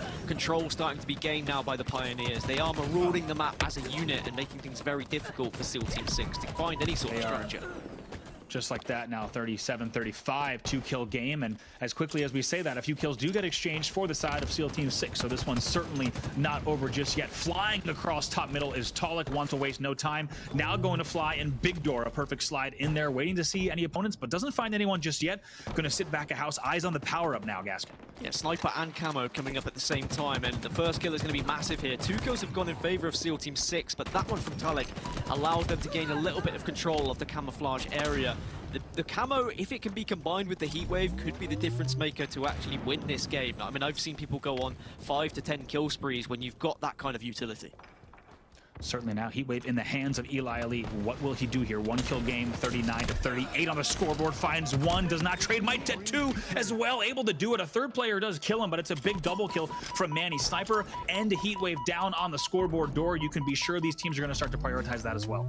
41-41 as everything slows down a little bit here on live fire. Both teams recognizing that one mistake could lead the other team to gain a little bit of momentum, and that's going to be the camouflage going down for SEAL Team 6 again. They got the camo Bravo, but they're just not able to make the plays with it. Like you said, that camo could have been a big factor. It's neutralized, though, by Talik on those pillars. So now Talik, off of the respawn, has to win this battle against piles of pillars, or at the very least stay alive. Bottom middle is able to scurry away just like that here in this tie game. Sniper in the hands of Manny, tries to connect on Ness, but not finding anything just yet. Will rotate sandbags. Yeah, I feel the rest of the team need to allow Manny to do some work here, but the aggression from SEAL Team 6 coming through at exactly the right time to give them a 2-kill lead, make it a 1-kill lead. This one's going right down to the wire, brother. Piles able to hit there on the body shot, however, will not be cleaned up just yet. We'll have to see if the teammate at window is able to make something happen, but just like that, 46-45, 47-45 in favor of SEAL Team 6, trying to force this to a game number 3. Heatwave is out, gonna find Druck and see if he can connect with these shots. It's a 2-shot. There's Soul Sniper around the corner as well. This should be it. Yes, indeed. 50-49, 50-45. SEAL Team 6 closes it out with a Game 2 victory, and they will force us, Dan, to what you and I, as general fans of Halo Infinite, were looking for. It's gonna be a game number 3. All the neutrals will be delighted that we're going to a Game 3. However, if you are fans of the Pioneers, you'll be wondering how they didn't manage to 2-0 SEAL Team 6 here.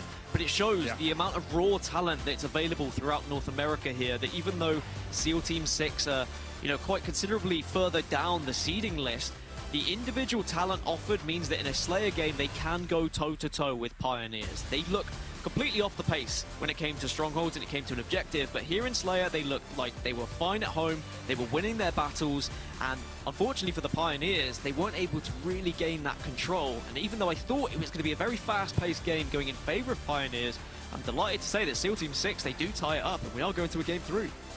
They did step it up. Talik and Brainstorm, your standouts there in terms of KD and KDA. Talik goes 14-8, and Brainstorm 12 and...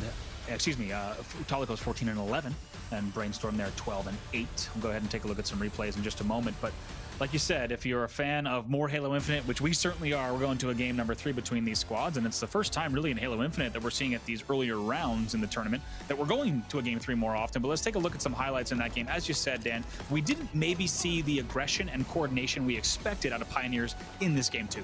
No, and I feel like they weren't able to get the kills at the right time either. When Camouflage was coming up, SEAL Team 6 always seemed to be the team who managed to get 2 or 3 down and pick the Camouflage up because of it. And even though several times when we jumped on board with the Camouflage player, they were killed or they weren't able to really make a big play to change things, just getting the Camouflage can sometimes be the big difference, because the other team is naturally going to retreat a little bit, they're going to play a little bit scared, and that can allow the rest of your team to actually push up, gain priority positions, and make it very difficult for the other team once they do take down that Camouflage. So even though the camo didn't necessarily do the individual work, it was about what the rest of the team were able to achieve because that Camouflage was making the other team actually drop off.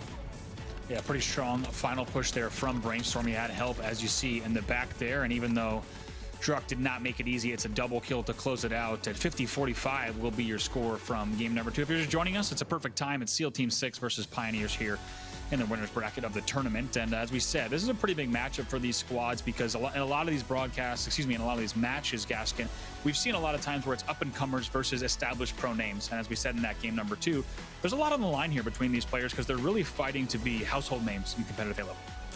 Yes, they really are, and I think that when you have a new game, when Halo Infinite was released, I think everyone looked at it and said, hey, maybe I could be, the next big thing. And I think the fact it's open, The fact that anyone can enter, the fact it's free to play, the fact that you can play on peripherals, you can play on mouse and keyboard instead of controller as well. Anyone could do that. Anyone could be the next big thing if you put the right amount of time in. But there's a lot of players who have been there or thereabouts competing in Halo for quite some time who now maybe feel like they're in the right position in their life to put the right amount of practice in, the right kind of dedication in. And I'm delighted to say that, you know, just there's such a buzz around the community right now. And that's right. We were taking a look at the bracket, as we mentioned earlier. The winner of this will play Inconceivable, so that will be a match to watch for sure. Of course, Snipedown and crew will see what they're capable of on the Inconceivable side. But before then, we got to find out who's going to win this series. Once again, Pioneers versus SEAL Team 6. Pioneers, as a reminder, coming in with your 3rd place overall in North America. Would be quite an upset if we saw SEAL Team 6 take this. We're jumping into game number 3 right now. It really would be a fall from grace, Bravo. But you'd imagine now this is an objective game that Pioneers will be a little bit more comfortable. They should be able to find the structure that they've been able to practice on over the last couple of weeks and what we've seen in previous games in Opens. Whereas for SEAL Team 6, they've got to make sure they keep up with Pioneers when it comes to slays, and that's all 4 down. SEAL Team 6 with a starting strategy which will allow them to get slightly on top here. They will be the first ones on the board. For a moment, it was 2v2, but those last 2 kills do come in, as you mentioned, for the side of SEAL Team 6. That's going to give them a little bit of early control, and we'll see exactly what they do with this back tram hold and if they're ready to drop and shoot. I think one thing we're going to be expecting to see as spike grenades do come in, going to need to be careful, and finally we'll take him down. That's going to be a kill from top balk coming in from Manny, as here comes the Pioneers push. Certainly becomes a very messy game when it's a tram hold, a station hold with the oddball. There's so many areas you can just get funneled into, so many chokes where grenades can be thrown to stop people from pushing through. But you can't hold with a stalker rifle like this. Manny just putting some damage to really allow the team to stay alive, and I don't know how he stayed alive there, Bravo. I have no idea either. As you can see, actually, he still has a teammate in the back of his base. He hasn't cleaned up all of them just yet. I think we're all wondering how he might still be alive, and surprised to see players at both the back door and the front door, and those are not friendly neighbors. They're going to finally try to finish him off. Manny will finally go down, but not without putting up quite a fight and putting a few points on the board for Pioneers, so they answer back. It's going to be Talleth picking up another kill as well, and as you can tell by the grenades, their priority is to clean out the back of this tram base. There's no way you're going to be able to get a hold with players in the back of the base. I think they're going to realize that they've finally done that after this last kill and maybe look to grab some time. I feel like the Observer's going to have his work cut out coming into this game, because there's going to be so many grenades causing deaths here in Station, but the next 5 seconds very important. Those rockets are coming up, and that could be 2 kills guaranteed, or it could be 4 kills if you actually play your cards right. You need to focus it, but you also need to prioritize ball time at the same time.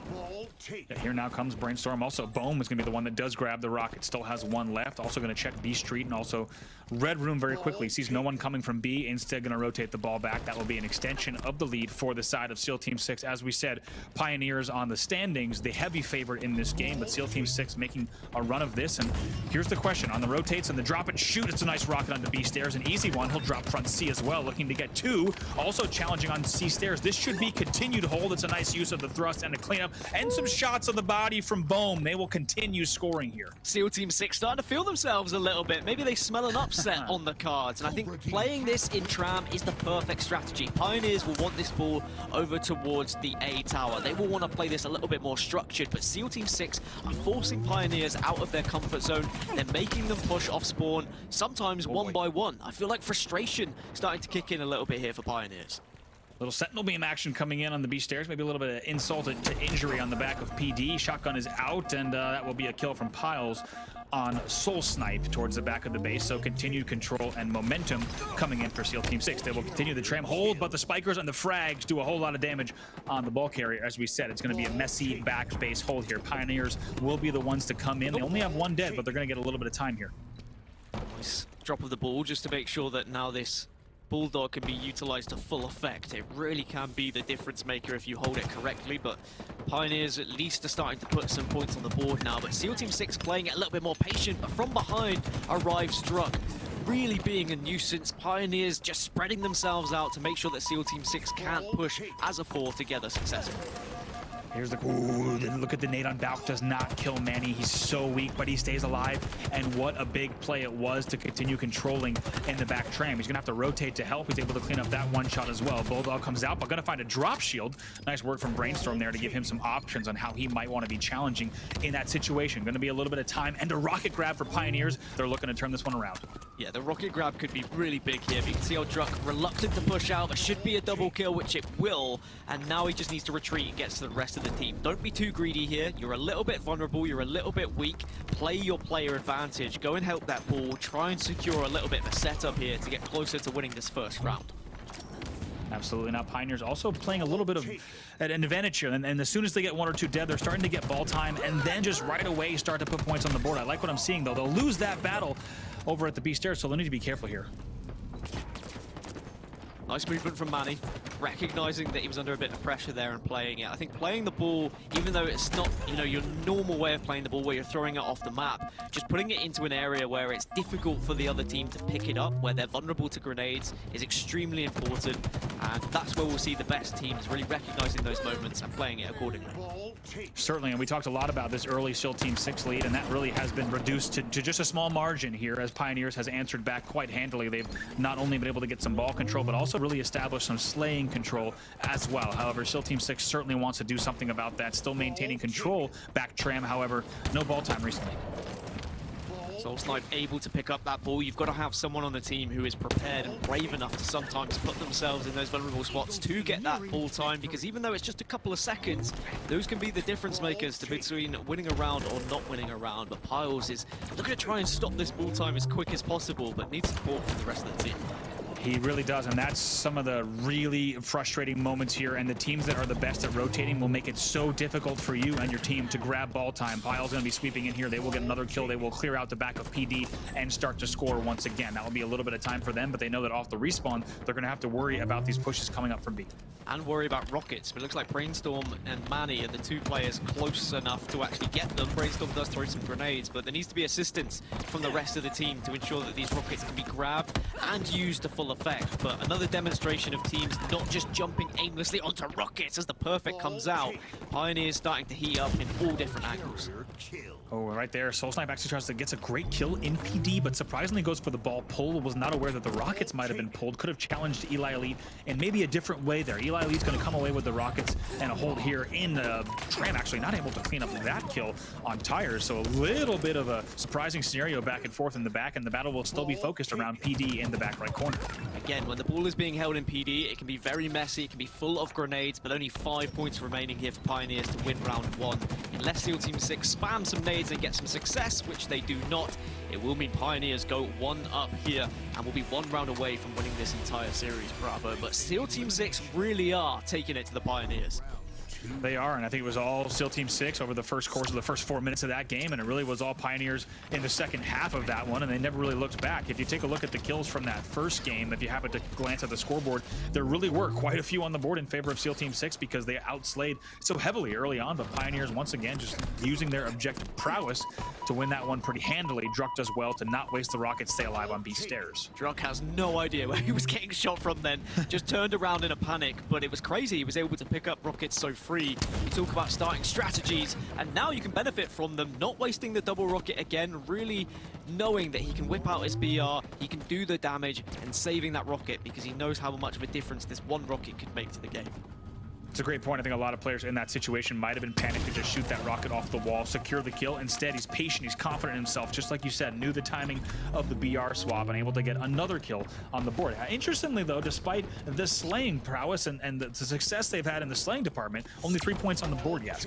Yeah, and the ball gets reset, but at least now they can gain a little bit of control, and they're going to have to bring it over towards Station and try and set up. They know there's a few members of SEAL Team 6 over towards Red Room, so if they can position Druck here with the Bulldog inside of Station, they're going to make it so difficult for SEAL Team 6 to break through, because any angle they push through, Druck might be there, and he is there.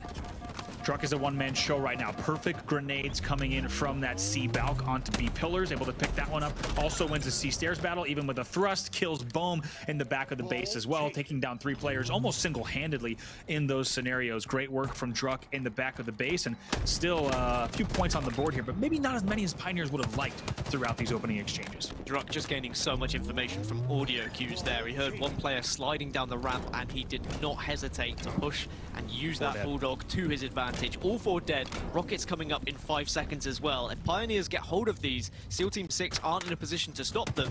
This one might start to spiral out of control. 2 players at tires, 1 player bottom A. Manny and crew looking if they do have the opportunity for that rocket grab. As you said, that's where all eyes will be in this respawn moment here. Bulldog still out, Piles not going to be able to get away, and Rockets are still up. That's going to be what looks to be a free grab from Manny. Help is on the way with that Bulldog battle. They're going to be a little bit delayed, but they will get Rockets in hand, already crossing that halfway point. Look at the perfect juggle of the Bulldog, and Rockets coming back home in the back of the base. Yeah, just these little details, just something that you need to work on as an individual player to always make sure you know how to juggle things effectively, how to move weapons across the map, how to prioritize weapons as well. Even though at the very professional level they seem somewhat standard, but they can make the difference between, you know, amateur players and professional players. We didn't get an eye on exactly who might have picked up the Rockets in the end. You have to think it was a player of the Pioneers there that was not on screen. We'll have to see, though, because Soul Snipe just trying to figure out what he wants to do around C-Balk. Knows the players are going to be coming in from B. Talik just waiting on the dumpster. Should be able to get this kill as well. And just a huge margin. And Pioneers making to look very quick work of this game number 3, Gaskin. 3 dead, but the ball is in a vulnerable spot. 2 grenades off spawn, and of course Talik is not going to want to just throw these rockets away and push for that ball unnecessarily. So they are going to wait one more time, one more push from SEAL Team 6, try and slay out before they go again. But off the spawn, SEAL Team 6 have actually done a job, and they have managed to find frags. Talik not getting 1 single kill with the rockets there.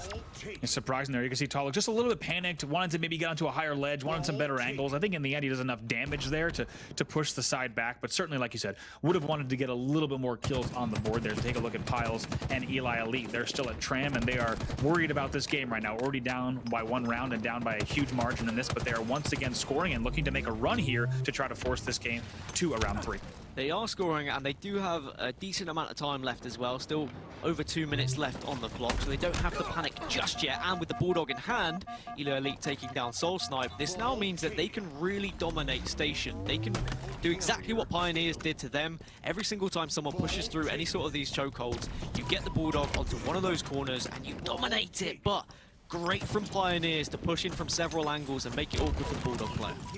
Yeah, Eli Elite did very well there to drop front C, and lucky for him there was no angles from the other side. Pops back up, gets another kill on Druck. However, SEAL Team 6 now a lot of pressure because you're looking at a B stairs and C hold from Pioneers. They will continue scoring, and now really just a few points left before they close this one out. Yeah, you'd imagine now if SEAL Team 6 go 3 or 4 down, it's going to be all she wrote. Pioneers 98, 99, tick up to 100, and Pioneers continue their success here in the HCS tournament. It was 4th place in week 1. It was 3rd place in week 2. Dare I say it, could they start to maybe believe about getting a top 2 finish here in this kickoff qualifier? There's a long way to go just yet, but they do get that 1 step further. That certainly will be what they set their sights on and their eyes on here. They'll close out that series 2-1. SEAL Team 6 making it interesting in the Slayer, but when you really take a look at the scores of the objective, it's clear that Pioneers handily wins in that category. They will advance on, as we said, our number 3 ranked team in North America and probably the least talked about team in the top 8. They're looking to really silence the critics and show that they belong not only as part of that top 8 conversation, but they are a top 3 team looking to continue that run, maybe even place top 2 this week. That is the question. Can they continue that trajectory? Gaskin, your thoughts on if they showed us enough that they have that caliber of play in this week's event? I'll always be worried when a Slayer is lost against a team that is that much lower than them in the seedings, but I think that was more of a credit of how SEAL Team 6 played rather than actually on the other side for them playing badly. So I think they've shown enough that they can push for top 4 once more and top 3 again. I still don't think they're quite on the level of Cloud9 and Optic just from what I've seen in that series, but at the same time you can only play it against what you're actually facing against. I think until we see them against the likes of Optic, against the likes of Cloud9, then we won't really know just how they're playing in this week's tournament. But there's a brief glance at the statistics there for you. I think it was a very solid game. from Pioneers. I think they'll be impressed with how they were able to manage some of the aggression that came out of SEAL Team 6. But looking at the highlights, it was a really fun series to watch, and I'm so glad it went to a full best of 3.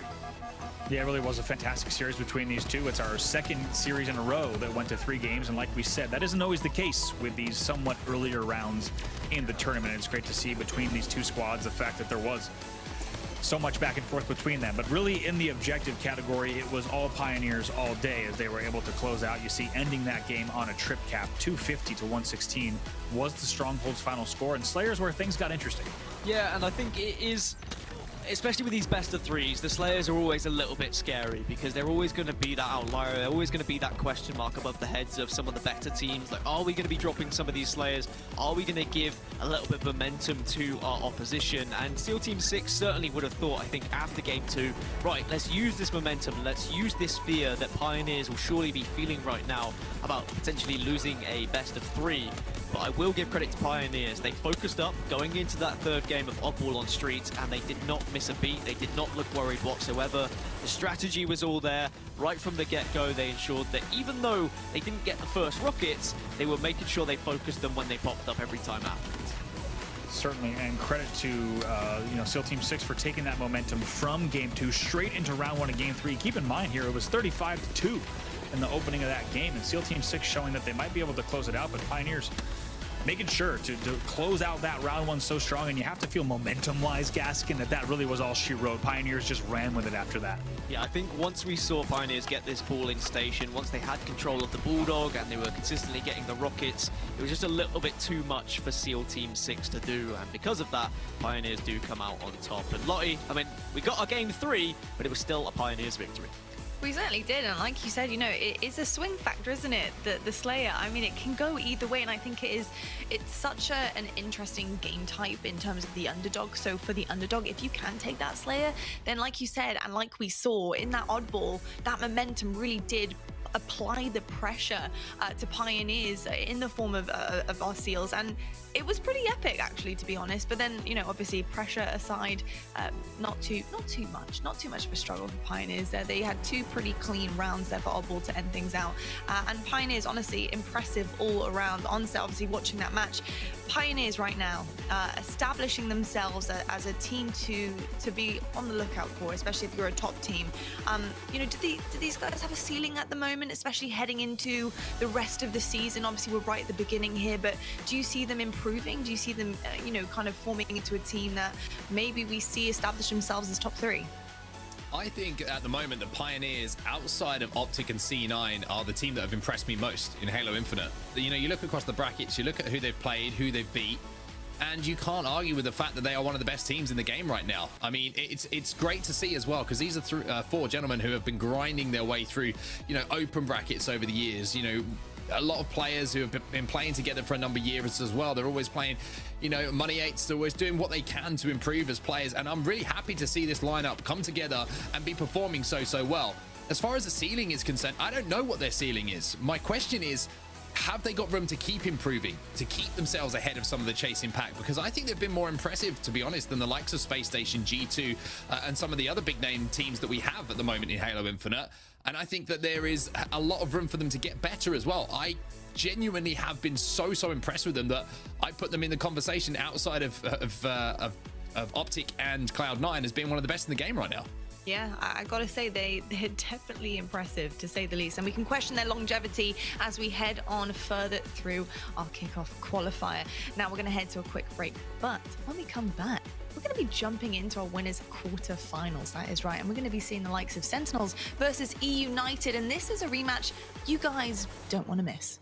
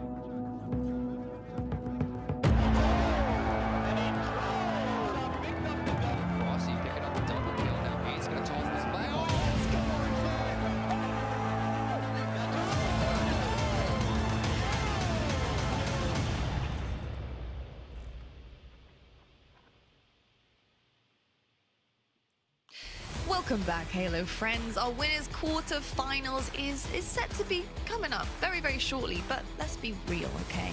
We're all here for one reason, that's to see exactly who qualifies for Raleigh, and after tomorrow, we'll know who exactly is going to be there. So I need you to take note of this. Get your notepad out, get your phones out, whatever it is that you need to write down, calendars, you name it, because December 17th through to 19th, you guys are going to be busy. You're going to be busy watching your screens or busy being at Raleigh itself because we have so many pro teams attending. Spectator passes were sold out in record time. I mean, I can't gas this event up enough. Boys, I mean, our first live LAN event is happening so soon.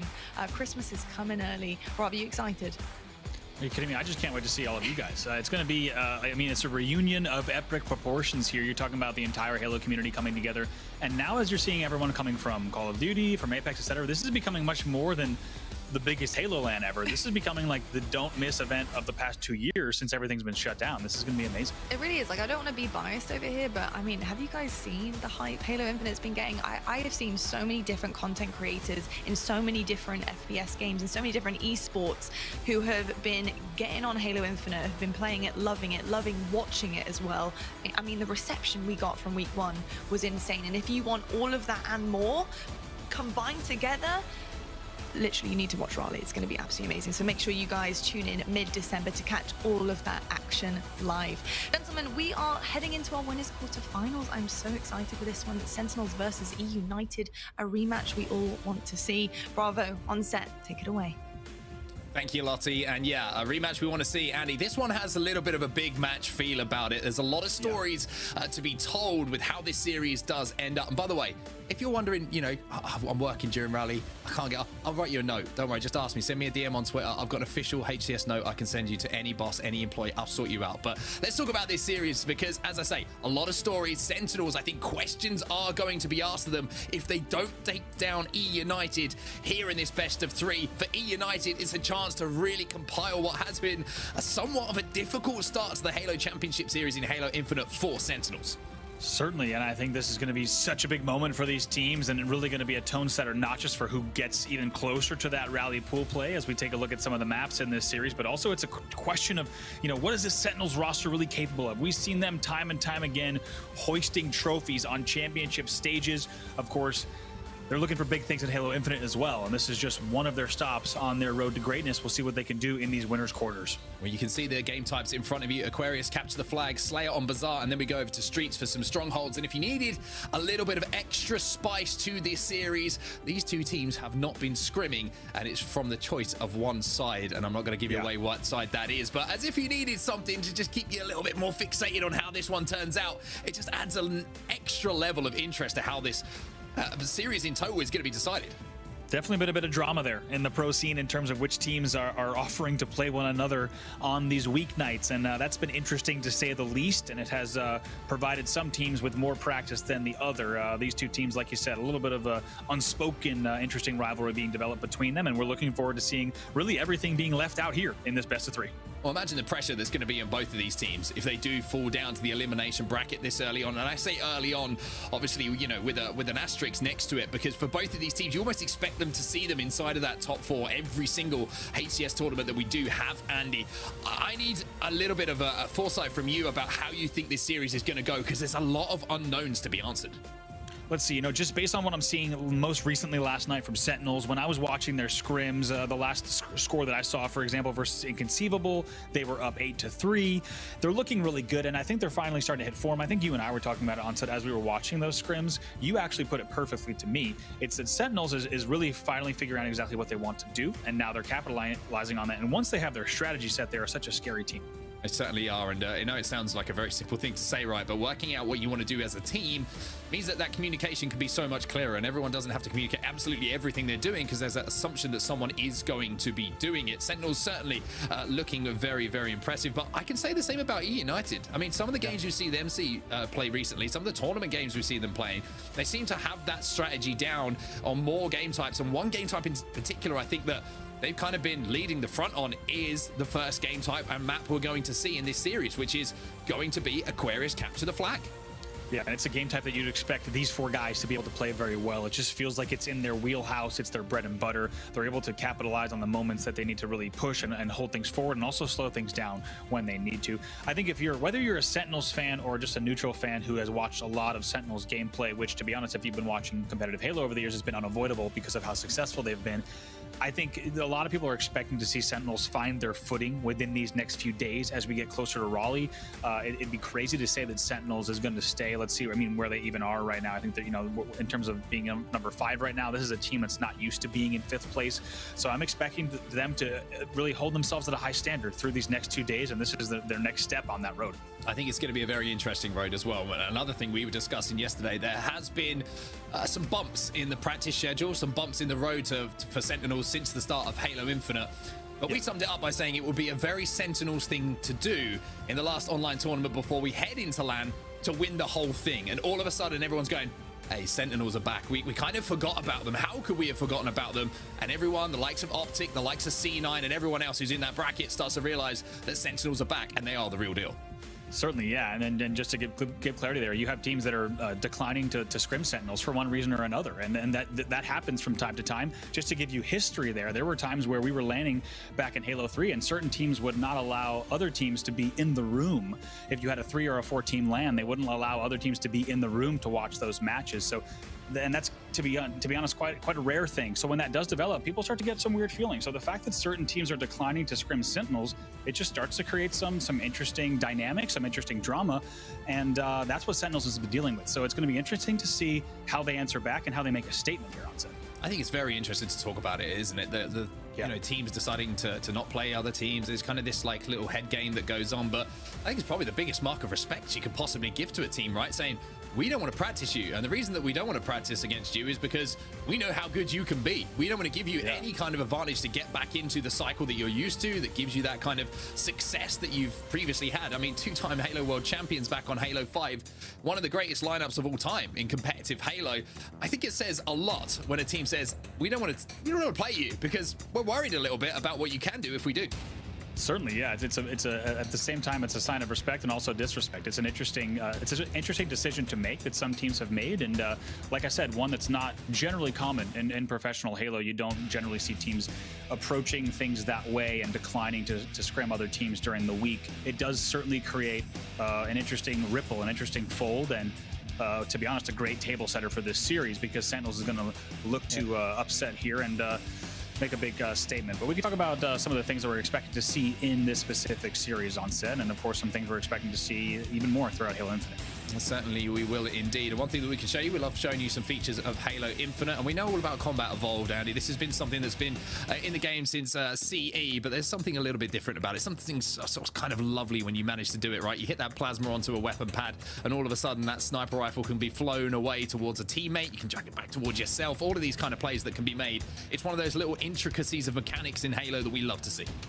Certainly, yeah, and you're going to see a little bit of another example here as Mandy's going to Combat Evolve that weapon right to him, and of course the name coming from Halo 1's full title, Halo Combat Evolved, and being able to grenade a weapon to yourself, an art that started way back in Halo 1 with some very, very nerdy nades across the maps. Hang High stands out as the map where you could really nade weapons to yourself from so many different angles of disadvantageous areas, back red, back blue, etc.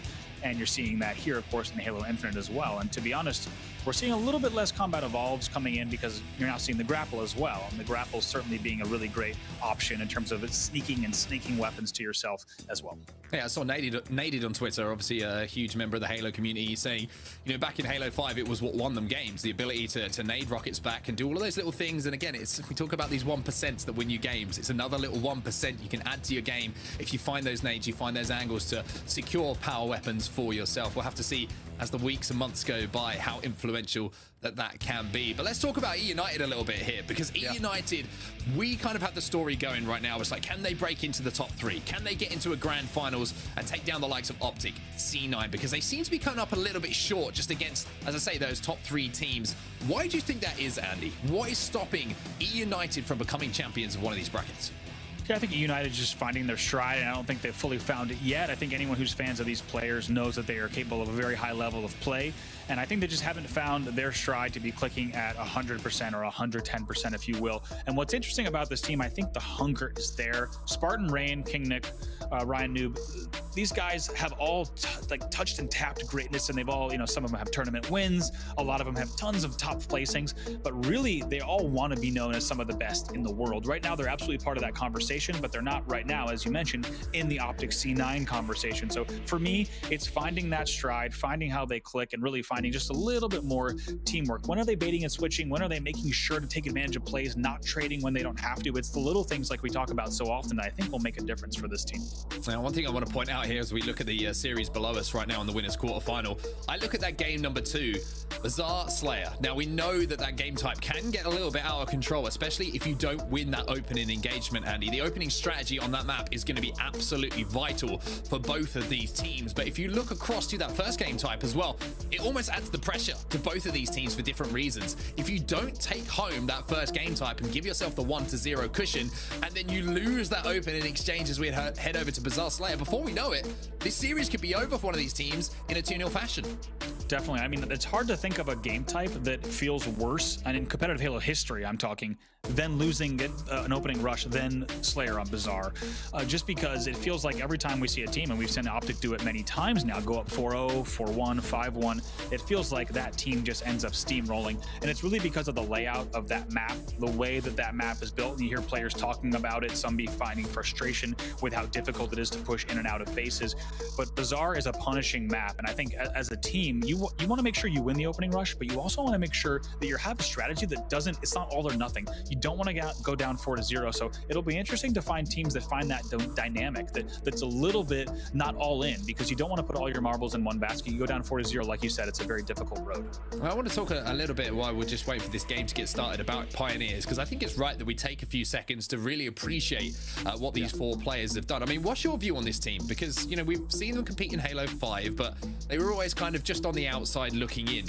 Now I feel like they've given themselves a really good opportunity with the way they've started Halo Infinite to be a team we're talking about for some time. Yeah, I think they made a statement. I think coming into week 1, we were talking about them because they were doing really well in the bracket. And you heard Clutch talk about just how well these guys have done throughout the end of Halo 5.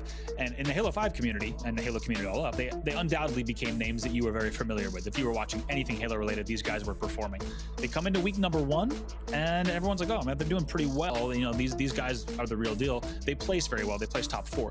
Week number 2, they placed top 3, and now they're 3rd overall, and they're performing once again here. So I think their story has been one of making a statement, proving to the entire Halo community and all these new eyes that are on competitive Halo that these guys are the real deal and that they're outclassing many top names in Halo. So I think it's been a great story for them. And to be honest, I don't really see their momentum slowing. I think they're proving time and time again that they're here to stay. All right, let's focus on the game types a little bit more. It gives us an opportunity while we wait for this game to get set up and get underway and get live for us to enjoy about some of the strategy we're seeing started to be implemented here on Capture the Flag Aquarius. I think E United have been one of those teams who really have realized the potential of holding down the needle side, the closets on this particular map. Andy, give us the reasons why, because there's some clear advantages to holding down that side of the map, especially in Capture the Flag.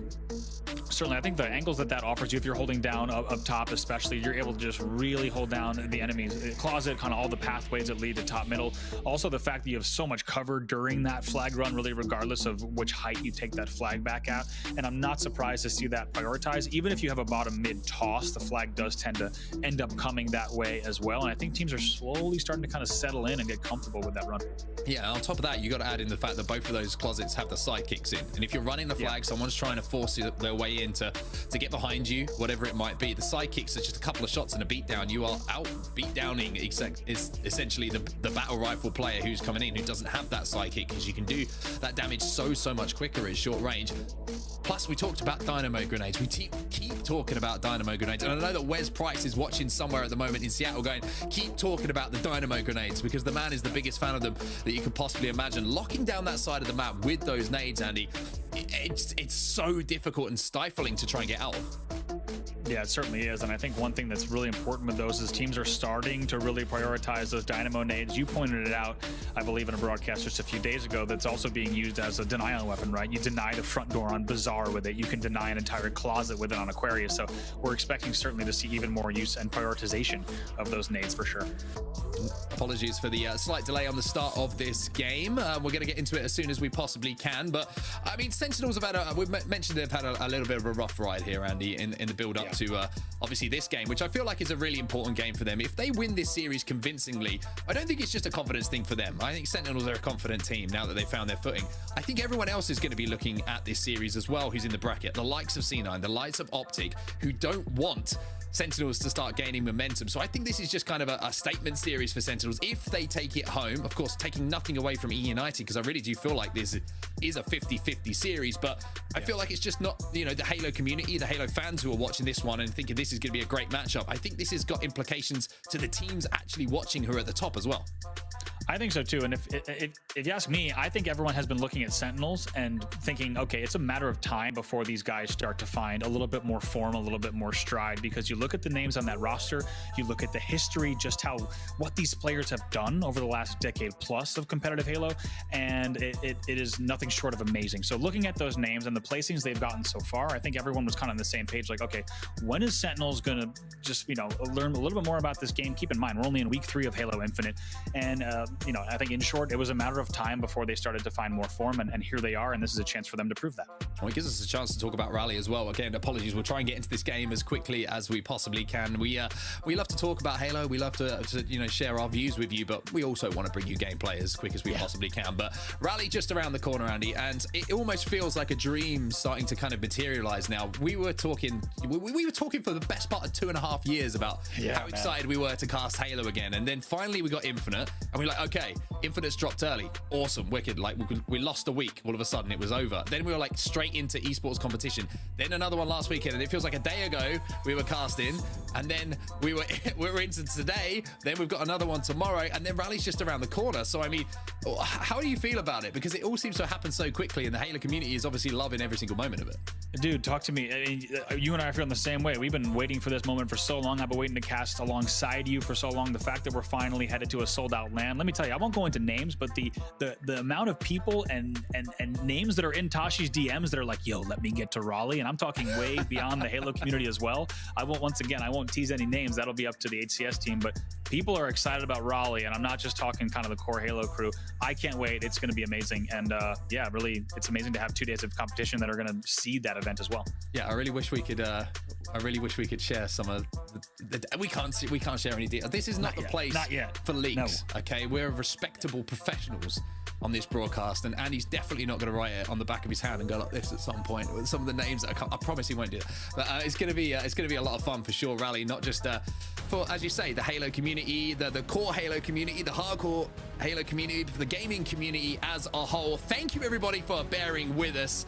But good news, we're here. We're ready to get into what is a massive game for a number of reasons for both of these teams. E United versus Sentinels. Game 1 here on Aquarius. It's capture the flag.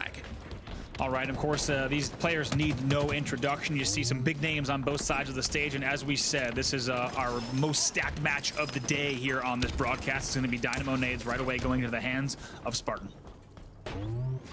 3 dead, though, for E United. Camouflage in the hands of Royal 2 here, and it seemed like both teams had a little bit of a trade-off as far as kills went in those opening moments. Pretty much everyone was taken down outside of Spartan and Royal 2. But the good news is, if you're Sentinels and you're a Sentinels fan, that you have got that power up in your hands. And Royal 2 is one of the best in the game at positioning himself and playing sneaky with this power up. Sneaky and patient, finds King Nick as the first one. It's very well done. Also knows that there's a Rain hiding in the back of the closet as well, and he really has taken his time with this camo. It's all but gone now, and eventually does get double teamed to go down. Yeah, that was the firing squad coming in from E United there, just melting Royal 2 as his head peeked around that corner. And already notice here, everybody watching at home, like we talked about, E United are just constantly flooding that Dynamo's side of the map, and already the Dynamo Nade's doing work. A Snakebite is just trying to play his life. Yeah, really ticking him there around the corner. Maybe did not expect to get tagged by that. It's going to be a battle of Snakebite versus Spartan. Spartan will win that one. But really the exciting thing here is we do have this E United run coming in on set. Hold that thought, because this flag's already in the closet.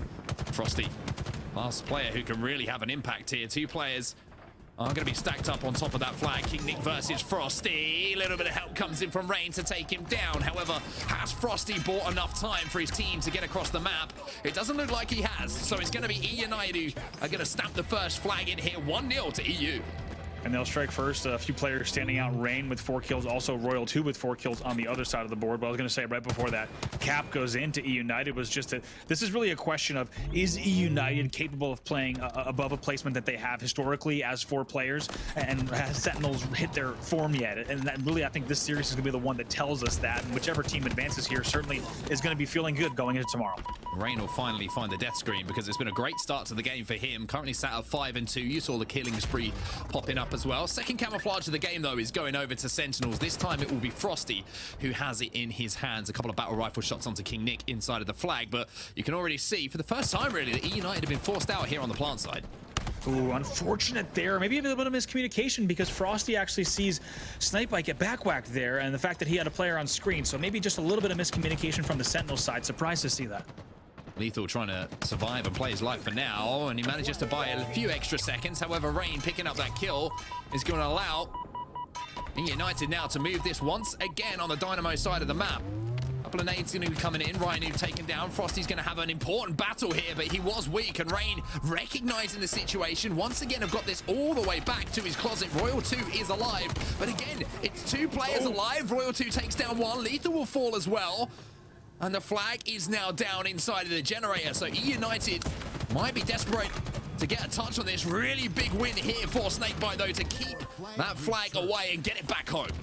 As Ryan knew, the last player, Sentinels doing everything they can to get that flag back home. And my God, did the heat wave ever look just insane in the back. You can still see it. The heat wave is still bouncing around. I think that's the same shot that took place 30 seconds ago as they're still bouncing around the map, able to pick up that one. So we'll stay at 1-0 just like that. But one thing I want to point out based on that play onset is you're seeing both teams, we talked about this earlier, pull the flag when they don't necessarily have numbers. And that's going to create a very exciting game here. Teams are not looking to overslay and then pull. They're trying to run this flag even with only 1 or 2 dead. Look at the cover fire for Royal 2, though. Sentinels have got that flag moving. They've got that flag back to their gen. Frosty's inside the gen. It looks like Ryan realizes the situation, recognizes this is going to be tough. But look at this. Rain has managed to sneak behind enemy lines as 2 do fall down for Sentinels, and that's going to be a return coming in for E United. Wow, and we didn't see exactly what happened over there in that closet, but like you said, Rain able to stay alive and with some help across the map. There's a reason that E United was shooting all the way across the map like that, closet to closet, just because they knew that they had Rain in position. So as we see once again, ooh, it's another pull there, but actually coming in pretty quickly. That's Frosty that turns around with the heat wave in the back pocket, but we're continuing to see a little bit of unorthodox and pretty frantic flag pulls here, which isn't necessarily a bad thing, but these teams just need to be ready to support. Flag has been returned here for E United, so Sentinels are going to be trying to once again mount an assault on the base. Heatwave in the hands of Frosty, just trying to patrol around the closet side of the map. King Nick taken down, doesn't quite manage to do the damage he would have wanted to on that player across map, but still playing his life here. Frosty, Rhino will be around the corner, but Rain will be behind him where he cannot see him. That blind spot being the reason that Frosty couldn't turn that one into a kill. Rain now up with that heat wave in his hands, manages to pick one up with the assistance of a teammate. 2 now down for Sentinels as E United once again make an assault on this side of the map. Yeah, United doing well on the scoreboard in terms of flags, and also right now, as you see on the top left, in kills as well right now. Spartan the standout, but Rain only 1 behind with 11 kills as well. 2 players alive here for Sentinels, and both of them trapped in the back of the base. And you can see that that flag is going to be moving. That flag, there's no one to contest it going home as well. A sneaky cap coming in from E United. It's 2-0 here, and Sentinels, I mean, you say they're on the back foot here, Andy. That couldn't be truer. That really couldn't. Great performance there, and really what we saw is the writing was on the wall. It was complete top mid control for the side of E United, making it look too easy. They continue that run. They bring it all the way back home. Ryan Noob also flies back in with the heat wave, hits the 2-tap, and he's looking for more. Looking across the stats at the moment, Rain still going off. He is 13-6 at the moment as Ryan Noob is finally taken down. Royal 2 will be taken down as well by Rain. So Rain continues to have a fantastic first half of this game, and as we have around 6 minutes or so left in the game, if he can continue this kind of slaying, and E United can continue this kind of pressure, all the pressure falls now mentally onto Sentinels, down by 2. They're going to have to start to rally soon.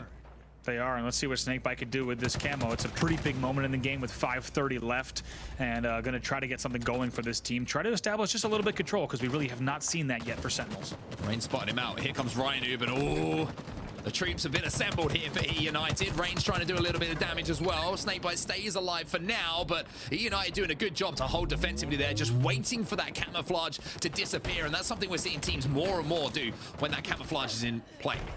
Certainly a very good job by E United. The fact that they spotted out the camo there first really spelled disaster for the side of Sentinels, and Snakebite trying to stay alive in the back of the base, maybe get some help from Royal 2 here to continue that run. 2 did fall momentarily there for E United, so this is a chance to get it in the closet. If he can manage to do so, or throw it off to a teammate who can get it moving, there's an opportunity here to win that flag battle and get it across the map. Spartan, though, speaking of wins, managed to take down Snakebite there, tries to relocate his reticle onto Frosty, who's just sliding and causing a distraction. Spartan is going to try the jump up to top middle. Rain picks up 1, but Royal 2's got that one back in the gen. Snakebite giving some cover from the courtyard at the moment. Royal 2, last player alive, though, and now he's taken down. The flag is stopped right on the mark, right on the flag stand here.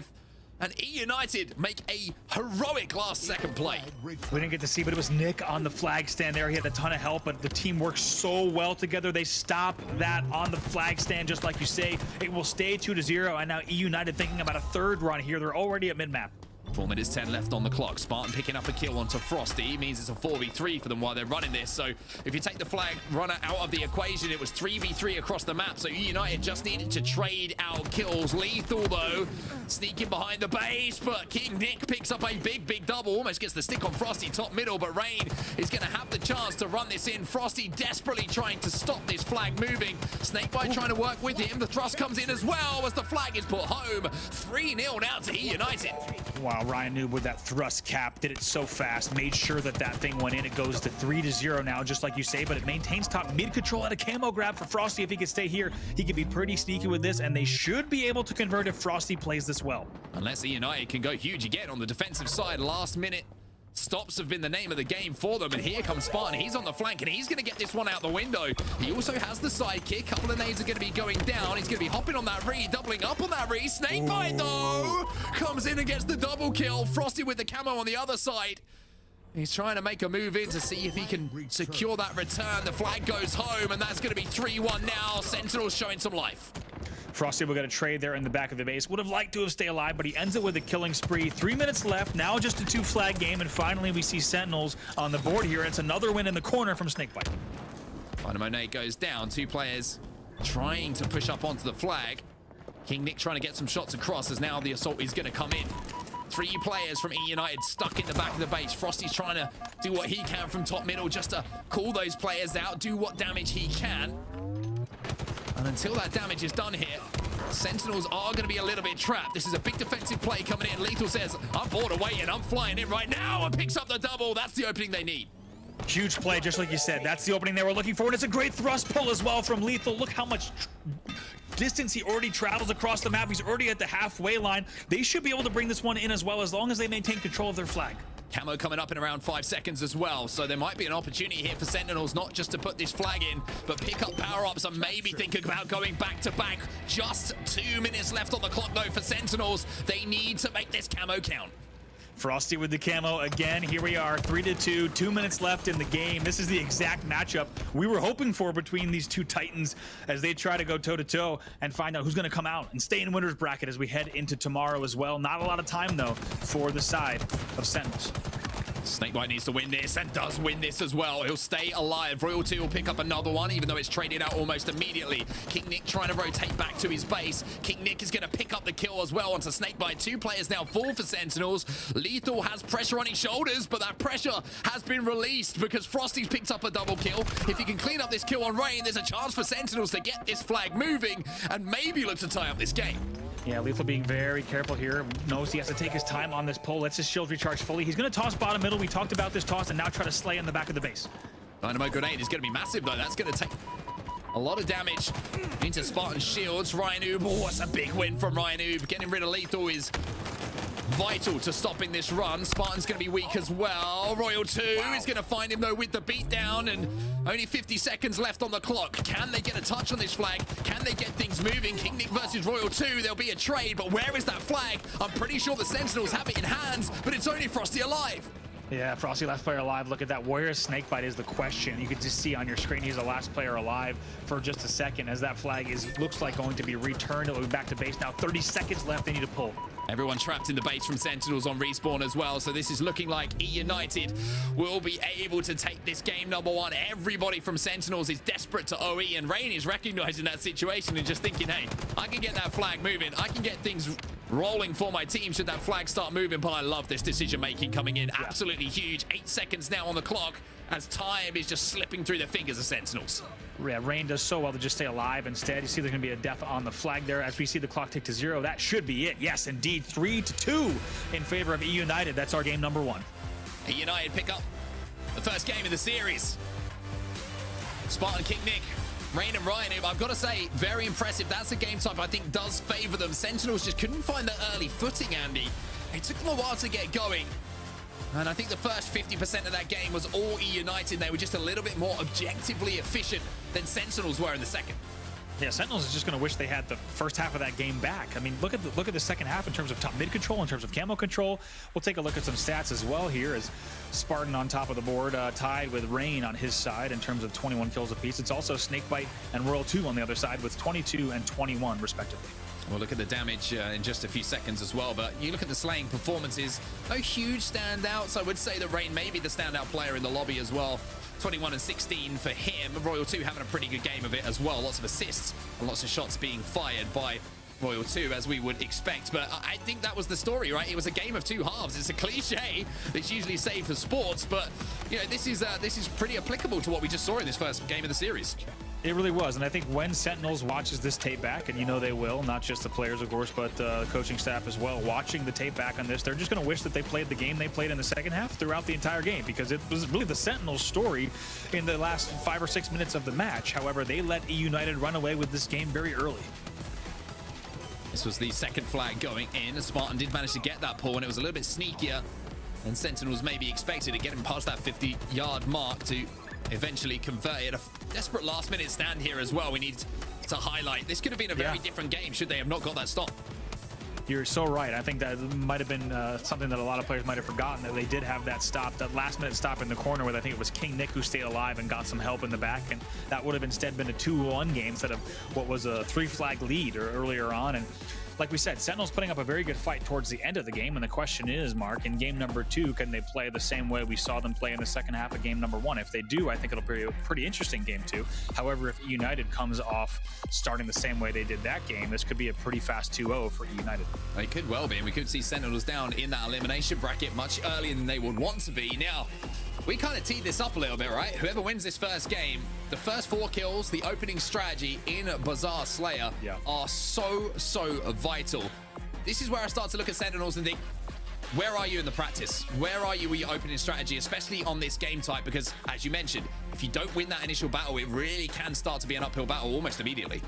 It really can, and Bazaar is so punishing. Like we said, it's really the team that can establish control of their bridge, who can get out their BR, who starts to have angles from rockets and starts to challenge grapple and OS.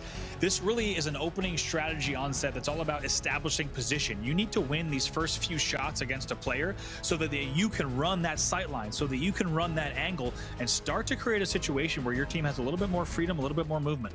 Well, here we go then. E United versus Sentinels, second game of our best of 3. And the opening strategy is something that we've been focusing on for quite some time. And at the start, it's going to be kills exchanged between both of the teams. Frosty on the flank is going to pick up 2, though. Royal 2 will fall as well. 3-2 the score. Double kill here is going to be for Frosty, as we just mentioned. Ryan who manages to trade that out, but the overshield has gone into the hands of Sentinels here. That's massive for them. Snakebite has that double layer to work with. Yeah, pretty even off the break, but I gotta say 5-3 now in favor of Sentinels with that overshield. We can call them the victors of that opening strat, and they actually had a really nice flank. Frosty came all the way around Rocket side bottom middle. E United sent at least 3 players bottom mid double doors. Sentinels were ready for that. That gives them this early lead and the overshield. It does. I think the Rockets are still up though. No one's managed to control them, but look at this flank here from Snakebite. Decided to re-challenge. Now he's going to have an angle onto Spartan as well. We'll get pick up 2 now. That's killing spree off the break here. So the perfect start for Snakebite. 5-0. The captain now starting to step up for Sentinels. And this is what you want to see if you're a Sentinels fan. This is honestly what you've probably been waiting to see. As we said, this is a World Championship team, top caliber. They've been known as some of the best in the world, if not the best in the world, many times during the last decade of Pro Halo, and they're starting to step up here into this game number 2. Frosty going to be taken down, though. 10-5 the score, so Sentinels with a very, very solid start. Like we mentioned, doubling up on the score of E United, plus they have those rockets. So Lethal has the ability here to just hold down areas of the map and make sure that if anyone does try and make a little sneaky play, that he's going to be able to shut it down with the big boom booms. But Ryanoob is pushed up on their hut at the moment. You can see how Sentinels are playing set up across the map. They're just trying to play a defensive stand around this balcony area. Well, that's exactly what you need to do. Overshield popping in 10 seconds. That's where all eyes are going to be. Right now, the map is split just a bit, and it's going to be a tough one just because you do have a player that's in hut. This will be interesting, but all eyes on the overshield right now. Yeah, Snakebite was trying to make a play there bottom middle to create some space, and unfortunately it didn't come off. I like the idea, but unfortunately the execution not quite there. Speaking of execution, that's how you pick yourself up the second overshield of the game. The first one for E United, grappled into the chest now of King Nick. He's going to pop it early, has the Mangler as well.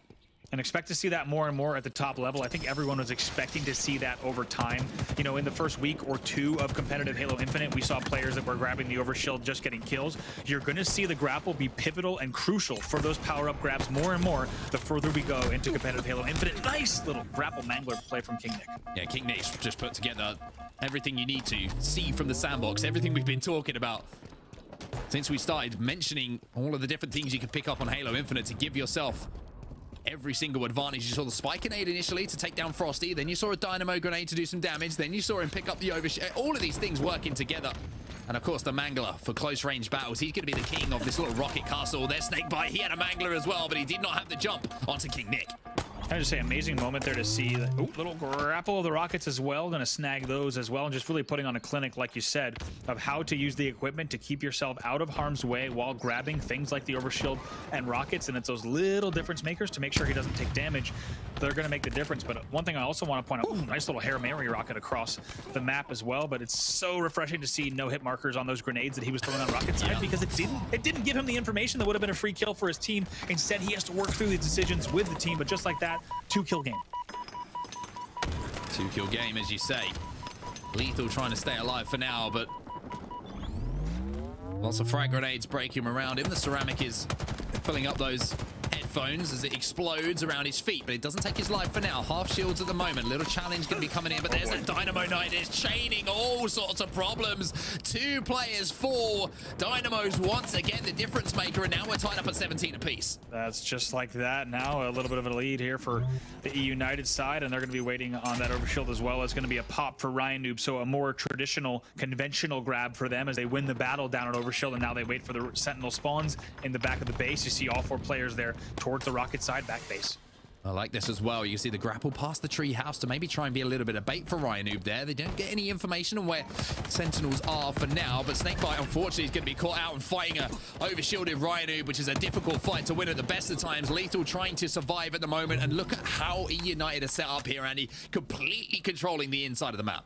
And making sure so clearly not to overextend. Look, when they get into tree, they just watch these angles. They did not push past tree. Same with bar. They went into bar, they got 1 kill, they leave. They're just holding this line. They're not interested in overextending or pushing the issue too much. Instead, they're just holding down the exact angles they know they need to hold. Ryanoob just trying to find some bodies at the moment to fire that BR on, and they're all going to be stacked up as Sentinels do take down Ryanoob. Maybe a little bit of impatience coming in from Ryanoob just for a few seconds. Dynamo grenades are going to be ticking once again here for King Nick, who's had a pretty good start to this game, 8-4, so very nice looking KD to start things off. However, there's some grenades being thrown at him. He caught that one in the face. 2 down on either side at the moment as Snakebite is involved in a battle around that overshield. Got to give credit to Sentinels there. They were patient, and as you said, surprising to see maybe a bit of impatience from the side of E United to make that rocket side push from Ryanoob. Usually a player that makes the right decision 9 out of 10 times. Unfortunately for him, on that one, happens to get caught off, but just like that, it will stay a 1-kill game. Oh, Rain's going to win that one, though, against Frosty. I think Frosty might be thinking, hey, I want that one back, and the opportunity to maybe fire instead of throw that grenade. Rain saw the opportunity in front of him and managed to pick the kill up. And now Rain has that Bulldog to play with as well. Little things like that not going your way can start to escalate if you're not careful. 24-24, make that 25-25 though, as both teams neck and neck halfway through this layout. Yeah, when you hear that halfway through and music and also halfway to victory, VO kick in. It's not always that the game is tied up neck and neck, but just like that, we have these two teams so close to one another as Rain's going to have to drop down to get away from that spike nade of his own, and it's just like that, still a one-kill game between these two sides. One-kill game, but Spartan picking up a double is going to open up the map here. Spartan picks up another. Lethal manages to trade it out. And with those kills coming in from Spartan, look who's managed to get hold of the rockets, and look who's managed to get hold of a grapple as well. Snakebite on the receiving end of both of those things combining, and this has been an exhibition in this game from King Nick about how to use the sandbox and how to pick up kills in all sorts of ways here on Bazaar. Oh, he's going to grapple right back in. Not afraid to challenge, and actually somehow comes out of this alive while still doing damage across the map.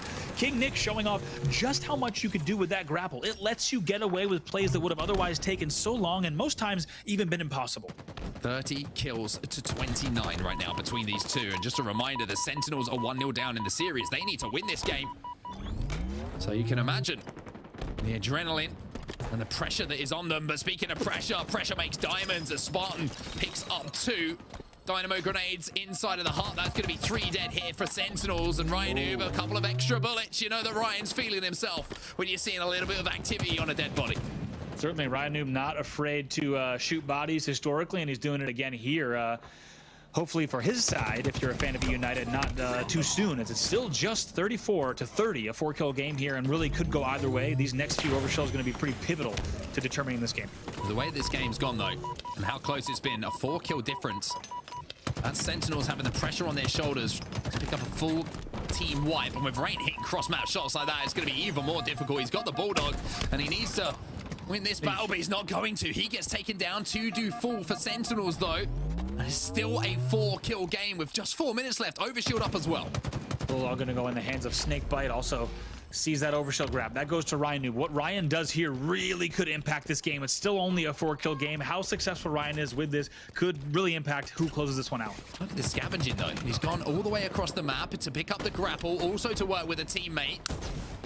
And now they're going to be flying down bottom middle to try and take hold of the kill that's escaping them, which is Snakebite, who does manage to scarper away for now. But with that overshield pickup, it's just opened up the map now for E United. Lethal picks up one onto Spartan, though. Ryan would trade it out, and now they cross that 40-kill mark. A 6-kill difference between these two teams. That's a big swing, and it's a great use of the overshield grapple. Like you said, Lethal and Sentinels able to get a few kills that maybe they shouldn't have been able to eke out if E United was playing perfect Halo, but still, E United playing that advantage so well right now. And like you said, establishing a pretty big gap. It's going to be difficult for Sentinels to come back. And those nades, though, are coming right back down to Ryan. Yeah, starting raining nades here for Ryan Noob, unfortunately. He was the one who caused the precipitation. Nick picks up 1. King Nick, that's a big kill. Rockets coming up as well. This could be the opportunity here to close things out for E United. If they can get their hands on them, then they might just have the option of knocking Sentinels down to that lower bracket a lot earlier than they would have wanted to. Rain has the boomsticks. He also has the kill in his sights. And I tell you what, Rain has the chance to close this out. They now just need 5. Yeah, this is a great run from them, and making it look, to be honest, way too easy with the control of that rocket launcher as well. And Rain gonna pop a few more shots in the back, but doing exactly what you'd want to see a player do with rockets. Looked like Sentinels was just a bit late there. You also have Ryan Noob here with the Bulldog. Seen some crazy comebacks in Halo Infinite. However, this is another one that we'll have to see. Snakebite somehow manages to survive and pick up the kill onto King Nick. So a big play from PJ. As the game is still somewhat on a knife edge, even with E United in the position they are. You know that Royal 2 is going to be hunting. Picks up 1. Frosty going to be taken down as well. Bulldog kill at the top from Ryan Noob. They're now within 3 kills of knocking Sentinels down. It's a big win up top. Rockets had that knock on that way. That could have been a very different end to this game. 48, only 2 more to go. Ryan Noob still recognizing the game situation. Rain is on that overshield as well. If he manages to pick that up, that would be the end of the dream for Sentinels, are staying in the winner's bracket, and it is E United. Take down their rivals in Sentinels, sending them down to the elimination bracket. It was a nervy win, Andy, but it was one that ends up in the history books as a 2-0. 2-0 is what the history books will reflect, and a 50-40 Slayer, which when you're talking about the top level of competitive Halo, really not as close as Sentinels would have wanted it. I think they put up a great fight. I think we saw a great game and series between these two, but this really tells you the story. CTF Aquarius, it was a late start from Sentinels, and really during Slayer Bazaar, it was really an EU United story once again. Sentinels were able to bring the game pretty close, still around that 25 mark. They were tied, 25-25, but once again, the tables turned a little bit. It was a second half all EU United story. Here's a look at the stats. Here are the stats indeed. Rain 10-6. He had a phenomenal series there against Sentinels. On the other side of things, Royal 2, a very uncharacteristic 5-11 for him in the Slayer. But you have to say, Andy, the thing that really was the difference maker in that Bazaar Slayer was just control of the overshield. We saw it so many times after that first pickup the Sentinels got, just falling into the hands of E United. It really was, and I think it was just the prioritization, the positions, everything we saw. Also, there were some key kills that you and I will both remember. Winning those battles, you think about Rain from back rockets over to truck. Battles like that ended up being pretty important because it really paved the way for his teammates to say push out into their tree, into their hut, things like that. And it once again gave the side of E United just a little bit more space. Let's take a look at highlights from the entire series. Well, it was the first cap that did go into E United as we start off this series on Aquarius capture the flag. And once again, something that E United will do and will do and do again is run that flag through the closets. And if they can get it across that bridge, Andy, it's so difficult to shut down. Oh, it really is. And in the end, like we said, it was United getting 3 caps on the board. And one thing I want to point out, in that specific battle, you have an example like Snakebite trying to win that battle with the shot, instead gets taken down by the melee. It's an interesting decision whether you shoot or you melee there, especially in Halo Infinite with how the trade system's going. But like we said earlier on set, I think Sentinels are going to look at this tape and just make sure that they do not let a team go up 3-0 on them again, because it just created much too big of a hill for them to climb.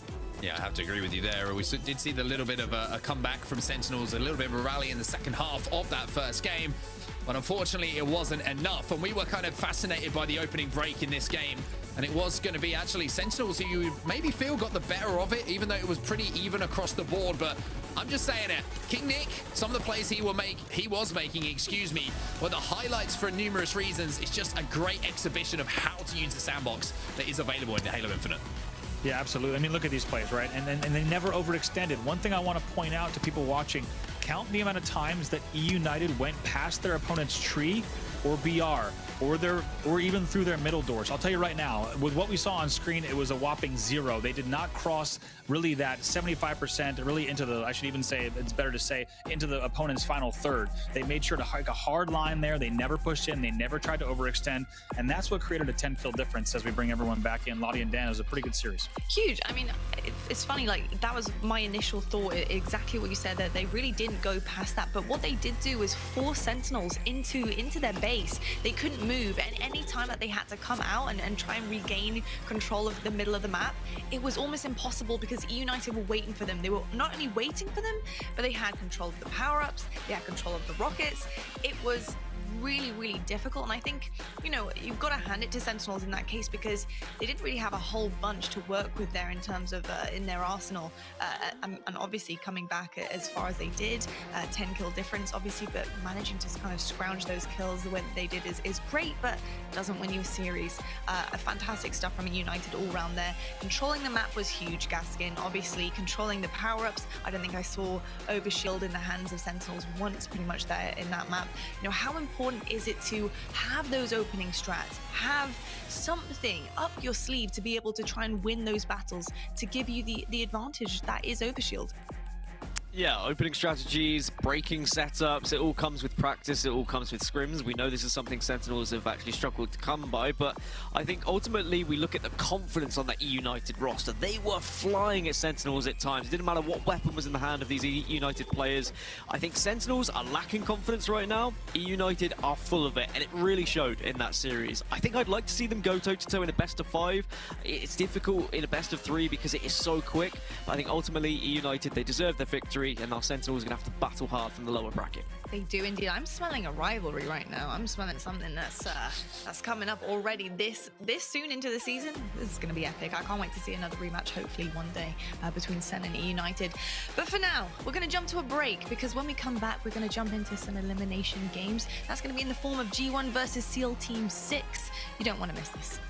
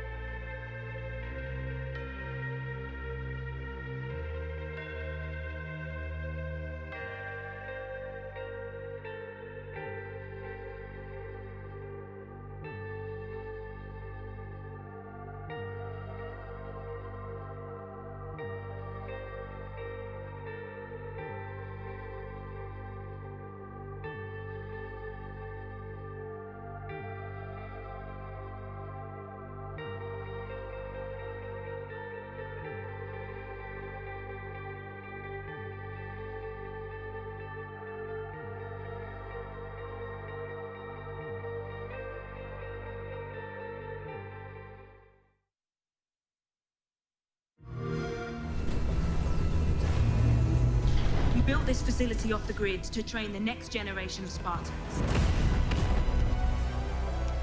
To be a Spartan, you must become the impossible. Greetings, Spartan. It would be my pleasure to serve at your side.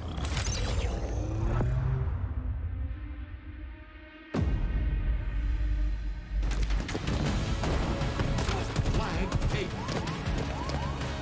An electric kill.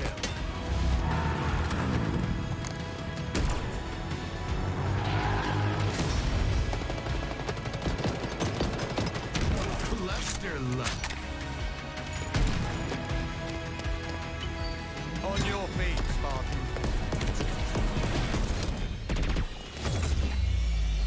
Ninja.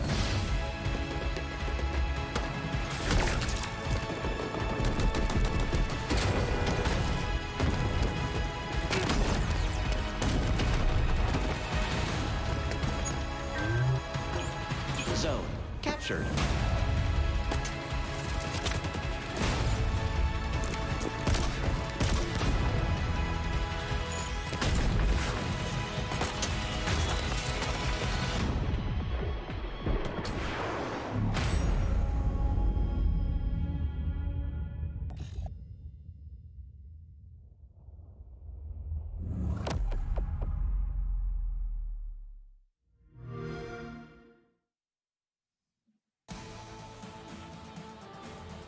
Hello and welcome back to the HCS Kickoff Qualifier. We're heavily into day one, and before the break we saw a legendary matchup of E United versus Sentinels. It was a rematch and it didn't go very differently.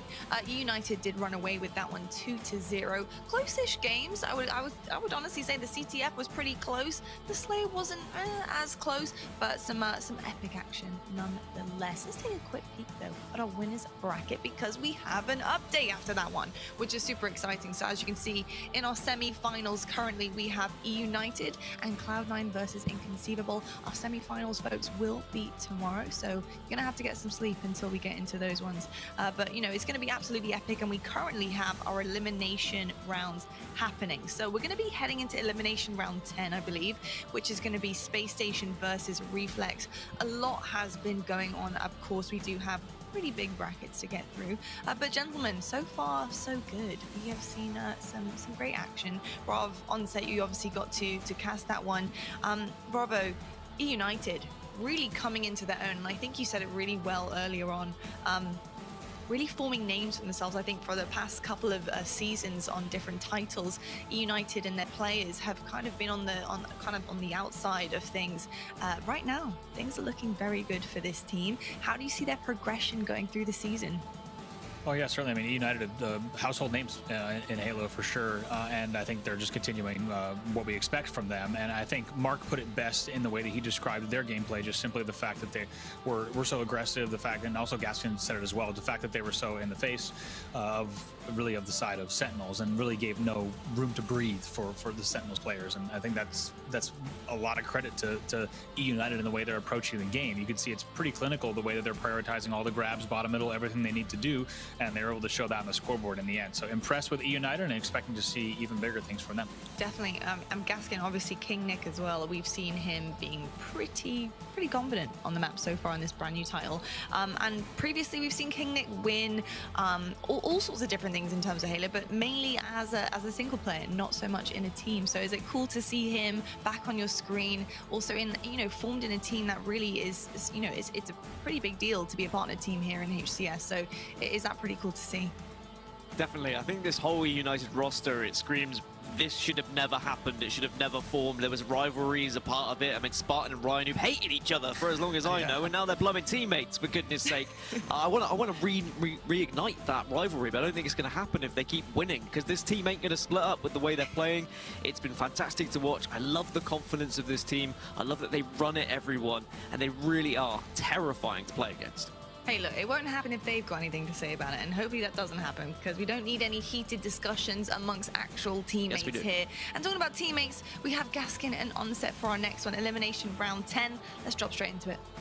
I forgot about that, Dan, to be honest with you. I completely forgot that Ryan Noob and Spartan nearly came to blows on a main stage once. But now, as you say, they're teammates and everything is rosy in the E-United garden, so to speak. But it's time for us to move into the lower bracket once again now. The elimination bracket is where we're going to find ourselves. And we've got SSG, Space Station Gaming, who we saw earlier, playing with a substitute, Elamite in for Formal, going up against Reflex. Some names that you might have heard of before, some names that you might not have heard of before. But this is a massive game here for Space Station. They need to perform and keep their hopes alive. Yeah, this is a difficult side of the bracket looking at it. So this game is for top 16. The winner of this plays either Business or Yacht Club for top 12. And the winner of that then plays Pioneers for top 8. So this has got extremely tricky for SSG, who are the favourite out of the teams that I've listed aside from Pioneers. So this is the first potential speed bump. Reflex did drop down to the lower bracket. They lost to Inconceivable, which was also what we saw a little bit earlier on when we saw SEAL Team 6 play a little bit earlier, when we saw G1 play as well recently. So I think that we need to see them bounce back against Space Station Gaming here. A Space Station who lost to Status Quo earlier, which is something they definitely wouldn't have been expecting. Well, just to give you an idea of the players who are on Reflex, if you're not aware of some of the players, you have Dark Matter, you have Eccentric, you have Firebird, and you have Six Story, and then you have, of course, JR2X, excuse me, as well on that roster. There's only 4 of them. I think one of them is probably the coach that's listed in front of me. So one thing that I need to talk about for Space Station, though, is a concern with the first game type, because this is the one that they lost earlier against Pioneers that was a little bit, you know, all over the place, to be honest with you. If Reflex can play that fast-paced, rotation game type and play style here, and then you never know, and especially with Bizarre Slayer, like I mentioned, coming up next, this could be a little bit of a banana skin potentially here for Space Station. Hopefully Reflex have done a little bit of research if they've had time between lower bracket matchups. Of course, in the elimination bracket, sometimes you don't have said time to do your preparation and your research, but if they watched how SQ played this first game type, they would have seen that it was like clockwork. They all rotated as a unit around the map in a clockwise direction, from A to then C to then B to then A to then C, just keeping Space Station constantly second-guessing themselves, not really knowing how to set up, not giving them a chance to have any structure. If Reflex can do something similar here, then maybe they can cause yet another upset in today's broadcast, and we would see Space Station Gaming hurtling out quite early on. But you'd expect Space Station to respond to their earlier elimination their earlier loss here down here into the elimination bracket. You would, but you never know. With Reflex watching those games, they might be thinking that maybe Space Station a little bit vulnerable here. Maybe they're showing their belly, so to speak. And that start is going to be perfect here, to be honest with you, for Reflex. That's 4 dead across the board. I mean, the one thing you don't want to happen, if you're feeling a little bit unconfident, if you've been knocked down to that elimination bracket, is to find yourself on the back of 4 dead to start with.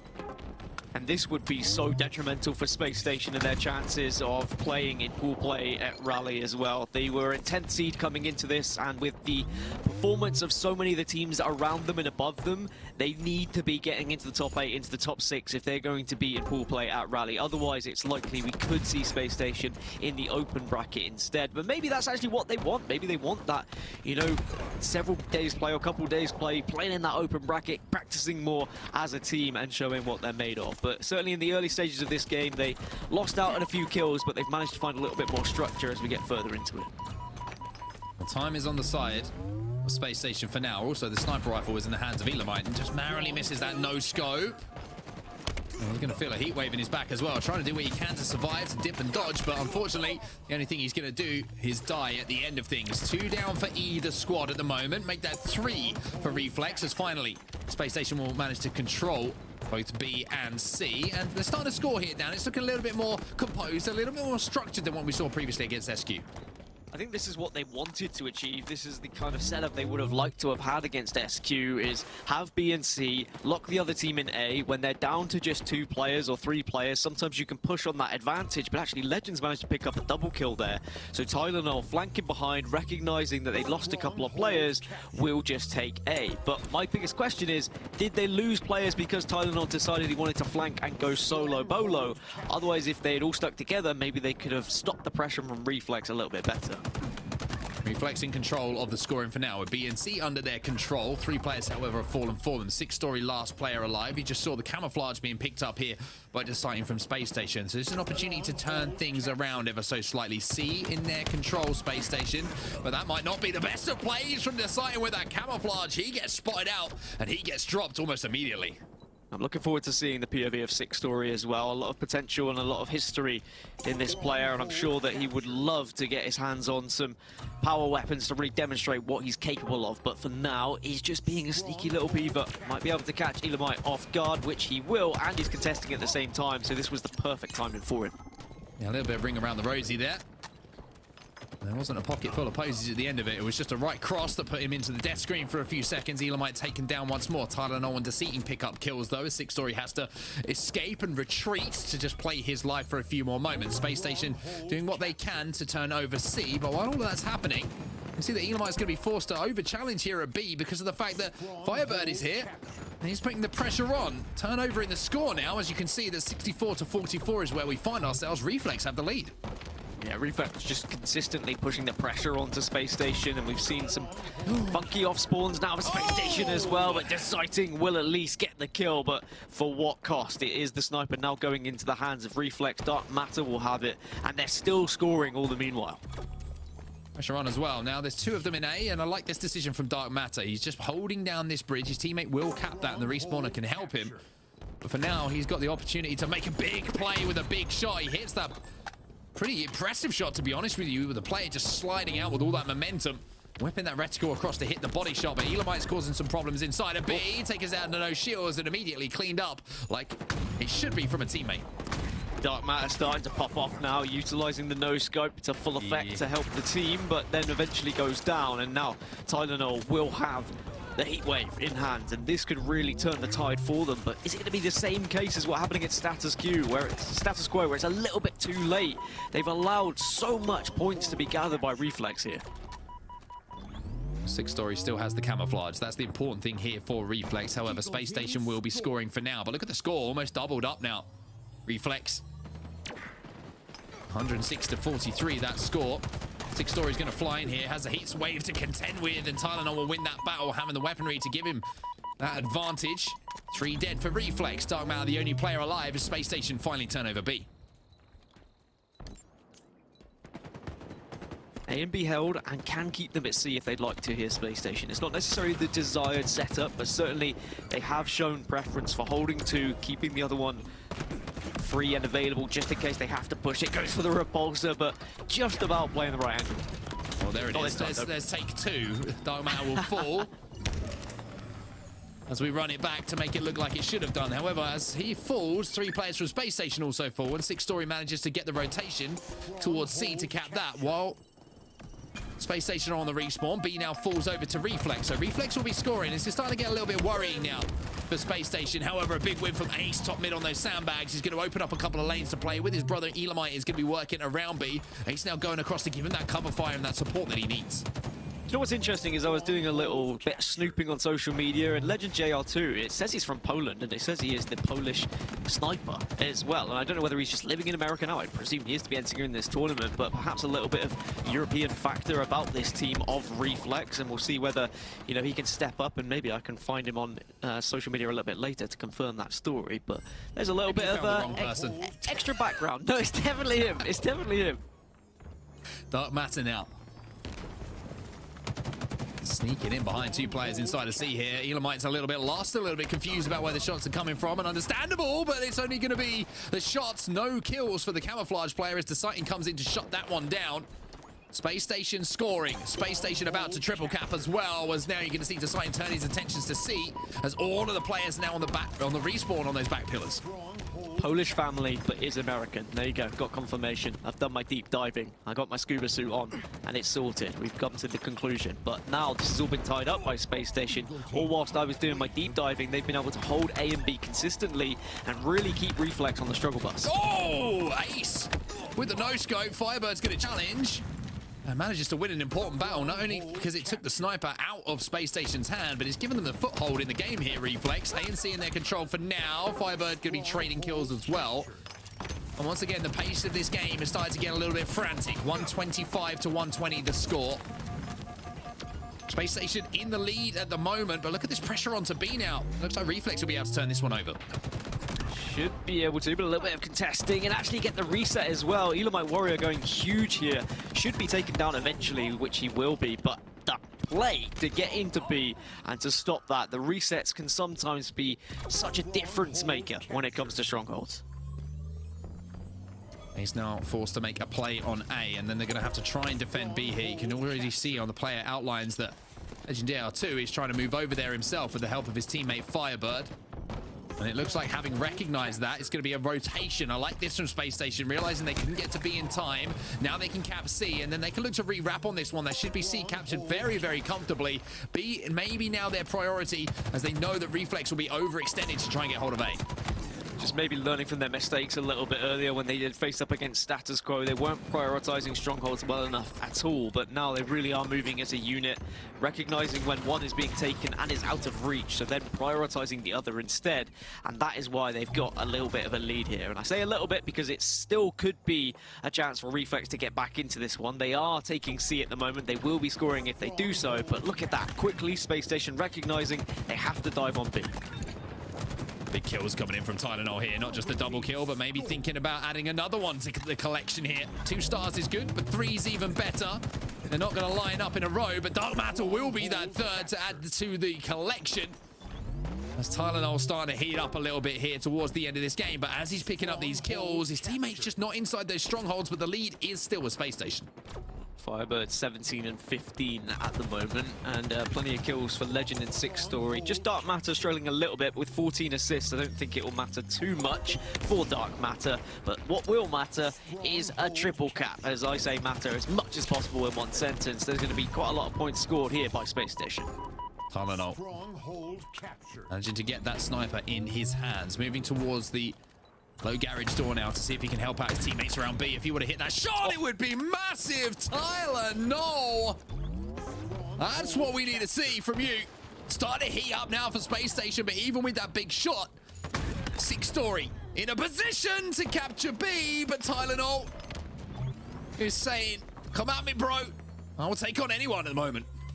Wants to take on the world with a sniper rifle, and it really does help when you've got someone hitting heavy with such a power weapon. Just the single shot to the head can be the difference maker, giving you that extra player advantage so that then you can take whichever stronghold you really feel confident to go for, because you're going to have that player advantage to work with. Even though Reflex are doing very well at making this game quite messy, making Space Station have to dance between A and C, they're not doing enough to put any more points on the board, and he just keeps going. I mean, Tylenol by name, and he's going to be giving out some Tylenol for the headaches that he's providing with that sniper rifle. He is ripping faces at the moment. B and C, though, still in the control of Reflex. Tylenol's doing everything he can at the moment. His teammates just need to get in the strongholds. If I'm Tylenol right now, I'm just saying, trust me, stand in the stronghold, I'll do the rest. Has run out of sniper ammo now, but at least he's got Commando for some heavy hitting up close and personal damage. Reflex are scoring, or were scoring, until Space Station again took over B, and now they're slowly but surely getting towards that 250 mark. And if you are Reflex, you've got to go for triple caps. You've got to be a little bit more aggressive to try and get back into this game. Ace with the AR. We'll pick up 1 kill, but trade it out almost immediately. So the camouflage again, just a 1-for-1, and Elamite will go down. That's a reset, a big reset coming in from 6 Story onto A. So A-B control now is under the spell of Reflex. And even though Tylenol just went on a crazy tear, the score in the game overall, Dan, does not reflect that. It doesn't, and again, does just show that even when someone is outslaying another team, you've got to prioritize those strongholds. You've got to be setting up correctly, but at least he's kept Reflex at bay. They've not been able to overcome the Space Station setup. They've not been able to get to a point to really have Space Station on the back foot. Instead, Space Station have always been holding control of this map, which is something they weren't able to do earlier in the winners bracket against status quo. 20 points to go here for Space Station to close the game out. The control turned over, though, to Reflex. It looks like an assault on A is going to be the play here as Tylenol picks up yet another kill. 27 and 8. Tylenol at the moment. With those kind of statistics, Dan, you feel this game should not be as close as it has been. The Space Station now have control of A and C. Which is enough to keep scoring. And Tylenol certainly now with Camo and Heatwave is going to be a big power player on this map and can basically pick and choose as to where he wants to go here and can change the game entirely. Yeah, this could be a 30 bomb here for Tylenol if he's plays this one nicely. He's going to be inside of the stronghold as well, so it's not just a case of he's playing away from his team and just picking up kills and playing for kills. He's also playing for those strongholds as well. Reflex now have BC, though. This is going to be a really big moment for a break here for Space Station. 178 and climbing, and even though they only need a few points, Space Station will know that they can't afford to let this go from their hold. Running riot for Tylenol, finally shut down 15 in a row without response. Just baiting out Elamite Warrior there, knowing that he was on that riot, knowing that he could guarantee that kill. But what's important is they got that reset, they're holding B and C, and they're only 9 points away from taking map 1 here. And every time Reflex transition to the other side of the map, Space Station are very quick, very hot on their heels to try and push to the other stronghold. They should manage to get A, and they're scoring once more. This is all going to be about the hold at B here. If they can hold off the push that comes in from Reflex and just delay it by a few seconds, then Space Station will go up by 1. JR2 manages to turn it over, though, so the story hasn't quite ended yet for Reflex. They have a foothold, but C is being converted, and JR2X is going to have to jump into this stronghold now just to delay the inevitable, or what seems like the inevitable, but as I say inevitable, I should know by now. Halo Infinite, nothing is inevitable. It's so difficult when it's only a couple of seconds, a couple of points needed for the opposition team. You have to consistently be traveling as twos from one stronghold to the other stronghold to try and stop them capping. Battle for B will be 1, and the reset comes in, and now the pressure on the triple cap coming in for Firebird as well. He'll take out the player who was inside. The battle for A will continue, and if you're seeing these fights go down, you'll notice the winners seem to always be Reflex, and now they've crossed that 200 point mark. The 215th comes up, and it is just rising quicker and quicker. Space Station starting to look a little bit nervy here, Dan. And they had the triple cap. They were putting some serious points on the board. Space Station had to stop the bleeding, so they committed to A, and now they're sending 1 towards C. But as soon as they do send that 1 towards C, look where Firebird is, taking A right back off them, continuing to score for Reflex, continuing to pile the misery onto Space Station in what would be a very disappointing turnaround for them, because they're in so much control. Yeah, I call it a choke down. We'll call it what it is. They were so far ahead. This has been a comeback that you cannot let happen if you want to be in consideration for winning tournaments. Tylenol with a big play, though, on A, and that might be enough for Space Station to just hold their nerve as they have control of A, they have control of C, and with that, they will close out their first game of the series. But I tell you what, that was a little bit closer than they would have wanted. I think Reflex will be kicking themselves. They didn't get some earlier points there because they were able to really turn the end of that game over against Space Station, who looked to be panicking. If I'm honest, like let's put it bluntly, Space Station panicked, thinking they were probably going to throw that one away. But thankfully, they could look back here and say, at least we got the job done here. And this was always going to be a close matchup when you've got 13th seed in Reflex versus 10th seed versus Space Station for top 16. This is not what you'd expect for a top 16 matchup. Both of these teams should have got further in the winners bracket, or at least SSG should have, and Reflex should have had a more comfortable game here in the lower bracket. But there's some statistics on the screen for you. Tylenol did get that 30 bomb on set, but considering the slaying power that we witnessed, I mean, it's crazy how close the game was. Yeah, I mean, one cool thing that we did get to see, yeah, Space Station wins, so it's all smiles, but we got to see, you know, Tylenol going on one hell of a run. 32 and 14, 4 assists to his name as well. Some of the highlights here will be from Tylenol as well. When he got that sniper in his hand, I tell you what, Dan, that was a lot of fun to watch. Someone finally, you know, getting the sniper and starting to rip some faces. Yeah, there was some exciting plays for sure, some confidence just oozing through some members of both teams, and that is only going to make for a more exciting Slayer game once we get there. But is this just going to really knock the wind out of Reflex to get so close on that comeback but not able to actually achieve a victory? Or is it going to be the opposite? Are they going to be able to now use this as a little bit of momentum? Now they've scared Space Station a little bit. That fear factor is suddenly within them. Space Station start to think back to what happened against Status Quo and the fact that they did get knocked down to the elimination bracket somewhere they probably shouldn't be, even though they've got the substitute.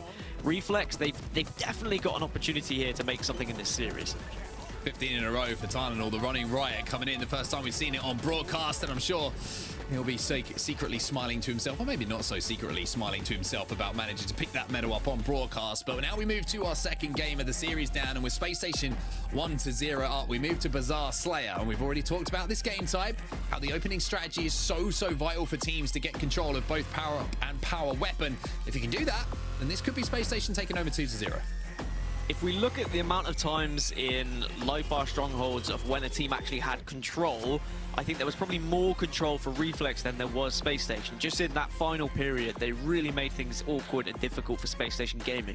If they can find a similar amount of control here on Bazaar, if they can get mid-map, if they can utilize the power-ups, they can utilize the rockets to a point where Space Station are consistently on a spawn cycle, then I see no reason why Reflex can't win this and take us to a game 3. But if we see Tylenol continue to do what he just did and go on an absolute tear, he could probably individually do enough to get the win here for SSG. Well, let's see if SSG can close out the series or if Reflex will bounce back and send us to a game 3. We're going to start off from the point of view here of Firebird, and he's going to get those rockets almost uncontested. As I say that, he's going to have to use both, as Tylenol will force him into that position where he has to use both of the barrels to get that kill. Overshield in the hands, though, of Space Station, deciding trying to chase down Legend JR2. A couple of nades going to be going in from him, and he now is going to have to play his life. But with that, the grenades are going to take that overshield off and kind of eliminate it from the game. 5-1, a good start, though, for Space Station. Well, you talk about starting strategies, you talk about getting control. Here is that mid-map control, especially if 6 Story is to go down here to sighting. But Dark Matter with the assist means that at least Reflex have a chance and a breather to push out with one member of SSG falling. But for SSG, they need to do exactly what E United did earlier against Sentinels. Assert dominance, emit confidence, and push on the opposition. As soon as you see them pushing out of the base, pushing towards Shotgun, pushing towards the Bulldog, you all jump on that player, take them down, and continue to dominate mid-map. Oh, Elamite. Maybe a few years ago he would have won that one a little bit more convincingly, but Dark Matter will be the player to come out on top of that battle. And 9-5 the score, and Dark Matter managing to escape with his life using that grapple. Now trying to re-engage and see if he can find a couple of teammates to help out across map, but top rocket control in the hands of Reflex for now, and this is a lot different of a game than we saw from Sentinels versus E United a few moments ago, Dan. This one seems to be a little bit more run and gun. I just want to point out, like, what an important matchup this is for Reflex, just to give you a bit of context. I mean, even though Space Station, you know, they've got the support, they've got an org, on the side of Reflex, they're still fighting to try and get some funding for Raleigh. There are still spots open, not even for pool play, but just if you're 9th and 10th, when you get all the seeding points accumulated from the 3, you can still get funding for Raleigh. Reflex are still within a chance of achieving that if they can perform and get maybe top 8 in this tournament. So I would say this is more of an important victory for them over Space Station, but of course Space Station won't want to bow out in top 24. That would be so disappointing. 14-9 the score. Space Station won't be thinking about that top 24 placing for now, as they do have a pretty considerable lead at this point in the game. Tylenol's going to be flying in though with the overshield, and now that's power-ups going over once again to Space Station. That's 2 overshields in a row now, Dan, and we saw earlier how vital the OS can be in Slayer. Just gives you that freedom to push in with confidence, and it feels like almost an extra player being on the map sometimes. If the other team doesn't target you when you have that overshield, you just have so much freedom to push in. But at the moment, Deciding doing what he can to be a real nuisance with the Bulldog. And if he gets away, that is criminal, and it is criminal indeed. Bulldog in the hands of Deciding actually changes his attention to help out his teammate here. Maybe going to think about re-engaging with that player on the double doors, but and now it's going to be a jump up to the balcony. Rockets still up, as you can see. He's trying to turn his attention to those rockets. Nice shots onto Legend JR2. We're going to make it a little bit easier for his teammates maybe to get across and get some eyes on those rockets. Firebird's going to be caught out, though, by Deciding. And Tylenol now finally makes the move onto those rockets. 21-16 the score. That's going to be 22, maybe even 23 as he manages to connect with this one as well. Tylenol once again stepping up and looking for the triple. Dark Matter taken down, but it's just the assist. It'll be the double plus the 1 assist. So not only did they get rockets, but now they continue to have mid-map control here. They can look towards spawns, and if Tylenol does push slightly ahead, it will give the freedom to the rest of the team for someone to step in and grab that overshield. A 7-kill advantage, certainly one that still could be come back from in terms of reflex. They shouldn't, you know, roll over and show their bellies just yet, but certainly Space Station, if they carry on with this mid-map control, this could get out of hand.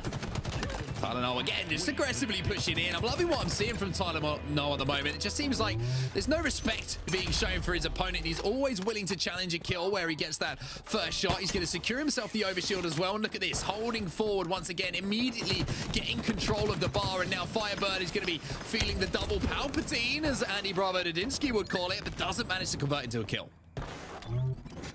Does do enough damage to get the assist as he dropped down to Bulldog, and a 9-kill lead now for Space Station as they look to try and march towards top 16 here. And I still think it's going to be crazy that one of these teams is eliminated in top 24, considering the seed they had coming into this tournament. And for Reflex, they really need to band up, stop pushing alone, start pushing as twos to ensure they can get some sort of control here against Space Station. I've seen far too many individual pushes, just trying to aimlessly grab overshield and things like that. Instead, push out together as a unit. Oh my word, Elamite! He's still got it as he manages to win that battle against the player just flying at him.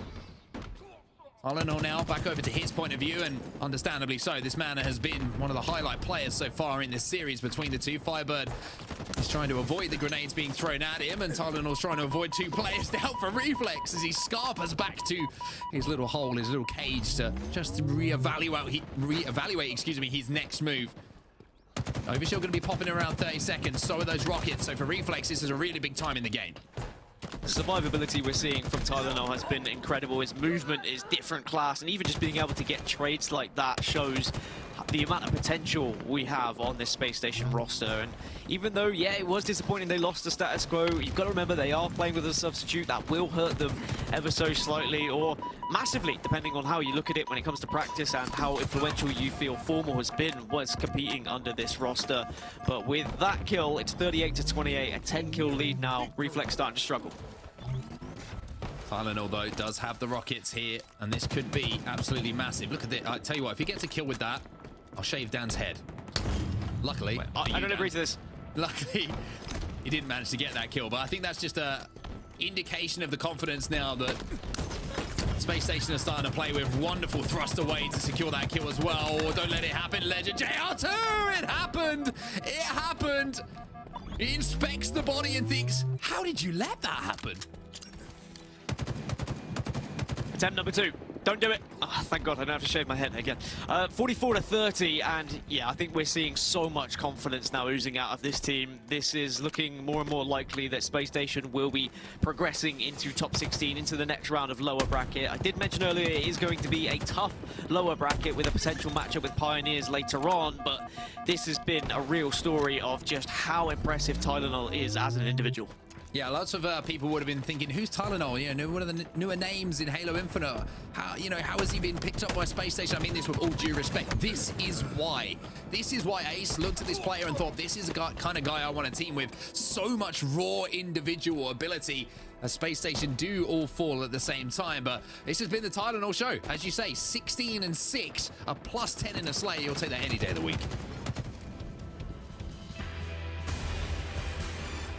And that's going to be it. 50-35, the final score. Space Station managed to close things out in a fairly convincing fashion as well on Bizarre Slayer. 2-0 in the series, 2-0 the overall score. And Dan, you have to say, Space Station are playing with the sub, but I've been impressed with the way that they have approached these games as well. 250-234, maybe a little bit shaky at times, but you've got a really good indication of the individual skill on the team in that second game. It's always going to take a little bit of time for a substitute to adjust to how they're playing, even though Elamite has done so much kind of coaching work and he's been working with the team so closely. It's always going to be very different to what Formal had to offer. Sometimes you have to adjust playstyles elsewhere in the team. It's not just the substitute that has to try and fit in. If Formal you see as a main slayer, for example, if Elamite can't fill that role successfully and plays more of an objective style, which we know he used to do historically, suddenly someone does need to step up for slays on this team. And I think the whole SSG roster has done that, and Tylenol in particular really has been one of the focus points for them. Very impressed with what he had to offer. It's a shame to see Reflex bow out in top 24. Considering the seed they had coming into this, they would have been expecting to at least get top 16 and push for top 12. But this is what happens when SSG did get upset in the winners bracket. You get one of these better teams down in the elimination bracket who can just change things for everyone else. Well, you can see the stats here, and as I mentioned in game, it was the Tylenol show. 16 and 6 for him. Deciding right behind him on kills, doubling the deaths though, unfortunately. Elamite just an 82, but you know, he put in a decent amount of assists as we have a look over to the damage dealt, and I've got the feeling this might be Tylenol winning this. No, actually, Desayan had more damage dealt, so damage taken may be the better stat to look at here, as Tylenol was avoiding all the bullets on the map. Well, he was just kind of sprinting away from everything, wasn't he? He was surviving well. He was maneuvering his way around the map so successfully with the grapple. He was terrifying. I don't think there was any point where Reflex could actually just chill out and think, we're okay now. We're not going to be hunted down by Tylenol, because he was just swinging through the map, constantly pressuring them, and they had no idea where he was. Yeah, this is map number 1, and this was some of the craziest plays that we did see. Desayan with the sniper rifle did some good work, but Tylenol went on somewhat of a tear towards the end of the game. But I think we need to put an asterisk by SSG, because SSG, like we mentioned, do have Elamite playing for them. Formal not with them today. And, you know, we can't expect them to put in the same kind of performances when you've got a substitute player coming in. And I know we're going to talk about this a lot, but it's so true. Like you mentioned, a different type of player in Elamite coming in. A player who hasn't been, you know, playing through the previous pro tournaments. And a player, yes, he's got a lot of, you know, history, a lot of championships under his belt, but it's a completely different story for them. I swear I saw something as well that said, like, if you do qualify for Raleigh in this tournament, you have to stick with the roster you qualified as. So, I mean, I'm just saying, if they manage to go that one step further, if they do push their way and qualify for Raleigh in that top 4, maybe we'll see Elamite Warrior carry on his return to pro days. But for now, they need to just focus on the elimination bracket that's at hand. They've got top 16. As I say, they will face the winners of Yacht Club, going up against another opposition that will give them the chance for top 12, and then potentially facing against Pioneers for top 8. So it is not an easy bracket whatsoever. I'm here for the Elamite Warrior return arc, by the way. I think it's one that I want to be involved with. You know, I can see that man picking up another trophy. You never know with Carl. He's a crafty guy, that Carl. This, though, by the way, from Tylenol, I mean, yeah, I mean, what do you say about that one? It's a little bit of a nasty way to finish off the highlight package, unless you're a Space Station and Tylenol fan. But Lottie, I mean, Space Station looking pretty good in that matchup, did what was required of them. Yeah, I mean, honestly, I think the fact that they right now, I wouldn't say a pickup team, but like you said, Elamite obviously kind of subbed in for Formal at this point in time, and not really knowing exactly where they're going in terms of their fourth at the moment. Is Formal to stay? Is he to go? Who knows? However, what I do know is Tylenol was popping off in that series. Yes, he started to kind of pave the way at the end of that stronghold, and then straight into that slate was just absolutely ridiculous. I mean, Space Station having again control the mid-map. We've just seen a Bizarre Slayer happen in front of our eyes, and United did that so well, controlling everything. And then I think what was a little bit different from Space Station was infiltrating into the bases there as well. I think they were applying the pressure, and Tylenol was really kind of aiding that as well with his team. I think a lot of the confidence that came through from Space Station was stemming from Tylenol himself. I mean, he was huge in all of these games. Brav, in your experience, what kind of momentum do you think a player like Tylenol gives to a team?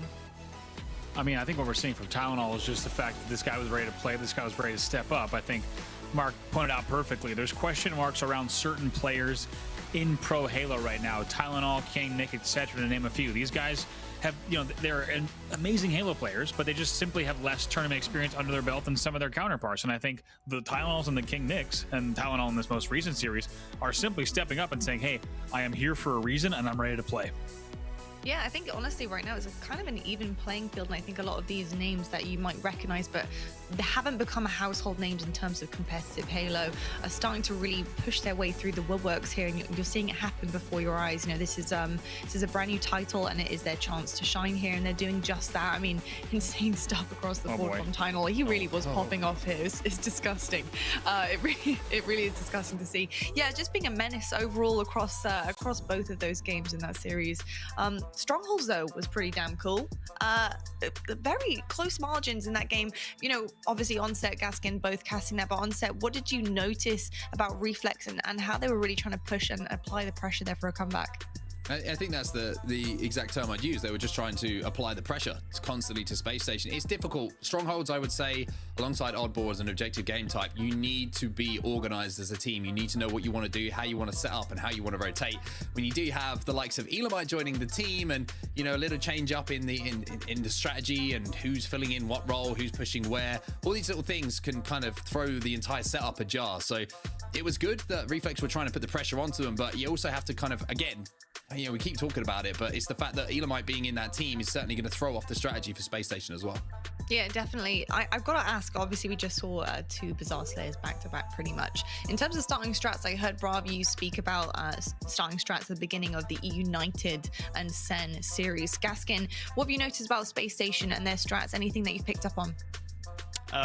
Get Tylenol on the map and let him kill things. And usually that is successful for Space Station. I think starting strategies go out the window a little bit when you're playing with a substitute, because as I say, it's difficult to fill the role of Formal, because Elamite might not necessarily be able to replicate the way that Formal plays. So someone else might have to do the starting strategy that Formal was doing, and then Elamite will do what they were doing, and it suddenly gets a little bit messy. So I think for the most part, you go for a more default strategy, which is maybe just push down through bottom middle, try and get some grenades off to the other double door and ensure that you can just get that opening over shield or rockets to give you a little bit of control. But Tylenol was just popping off and he was terrifying to go against, and I think that this Space Station squad, even though the likelihood is they're probably not going to get pool play with playing with a substitute in this tournament, I'd expect them to make a serious open bracket run, and I hope that when we see them actually come to full strength, they will be able to be in championship bracket as well.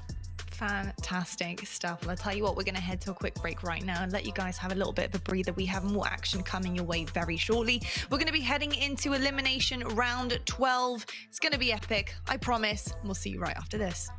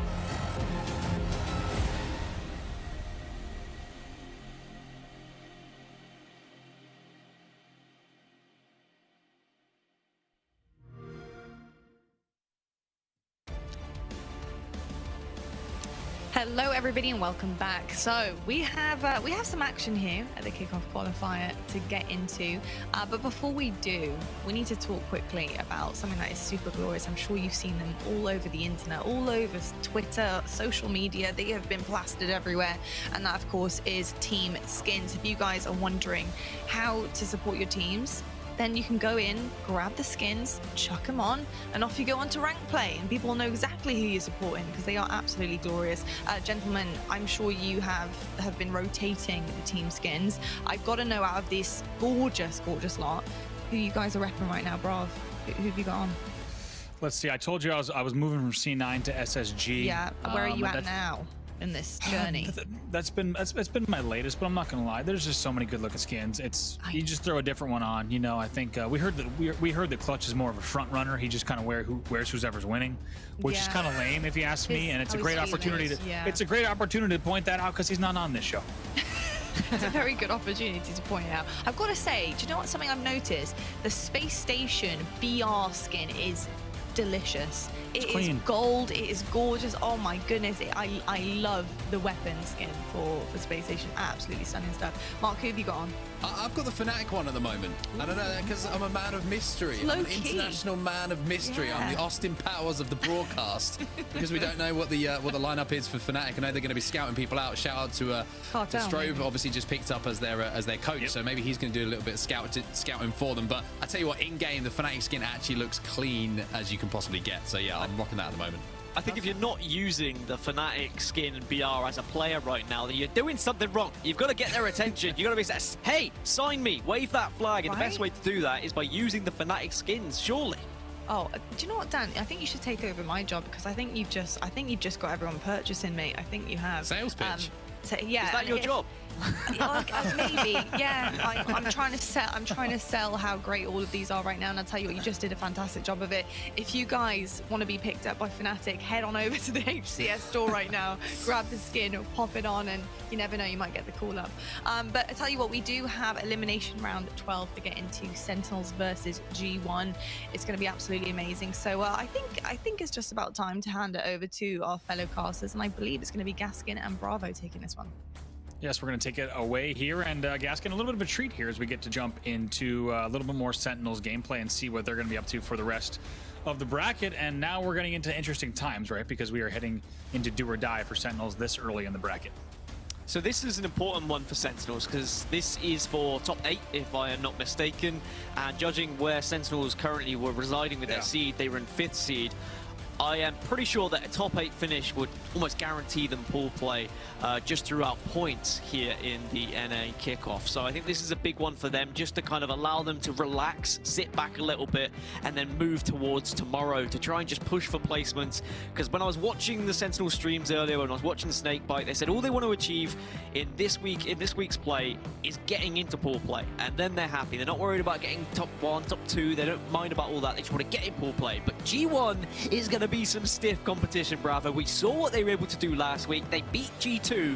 Can they take down another mammoth here in Sentinels? Yeah, that's the question. And some of you at home might be wondering, who is G1? This team that has a default HCS logo in front of their name, and it's some names that you're going to be pretty familiar with if you've been following competitive Halo. And one of them specifically dating way back to Halo 2, that's Gunshot. He's also alongside Pre-Devonator, Sargoth, and Squale, so players who have certainly made a name for themselves over the more recent years in those bottom 3. But Gunshot, of course, coming from the Halo 2 free-for-all days. I was lucky enough to coach Gunshot back right around the 2007 era, so it's great to see a mixture of newer talent here alongside some legends of the game. Of course, though, they're going up against Sentinels, players who are known not only as world champions, but some of the best to ever play the game. The pressure is certainly on Sentinels here, Gaskin.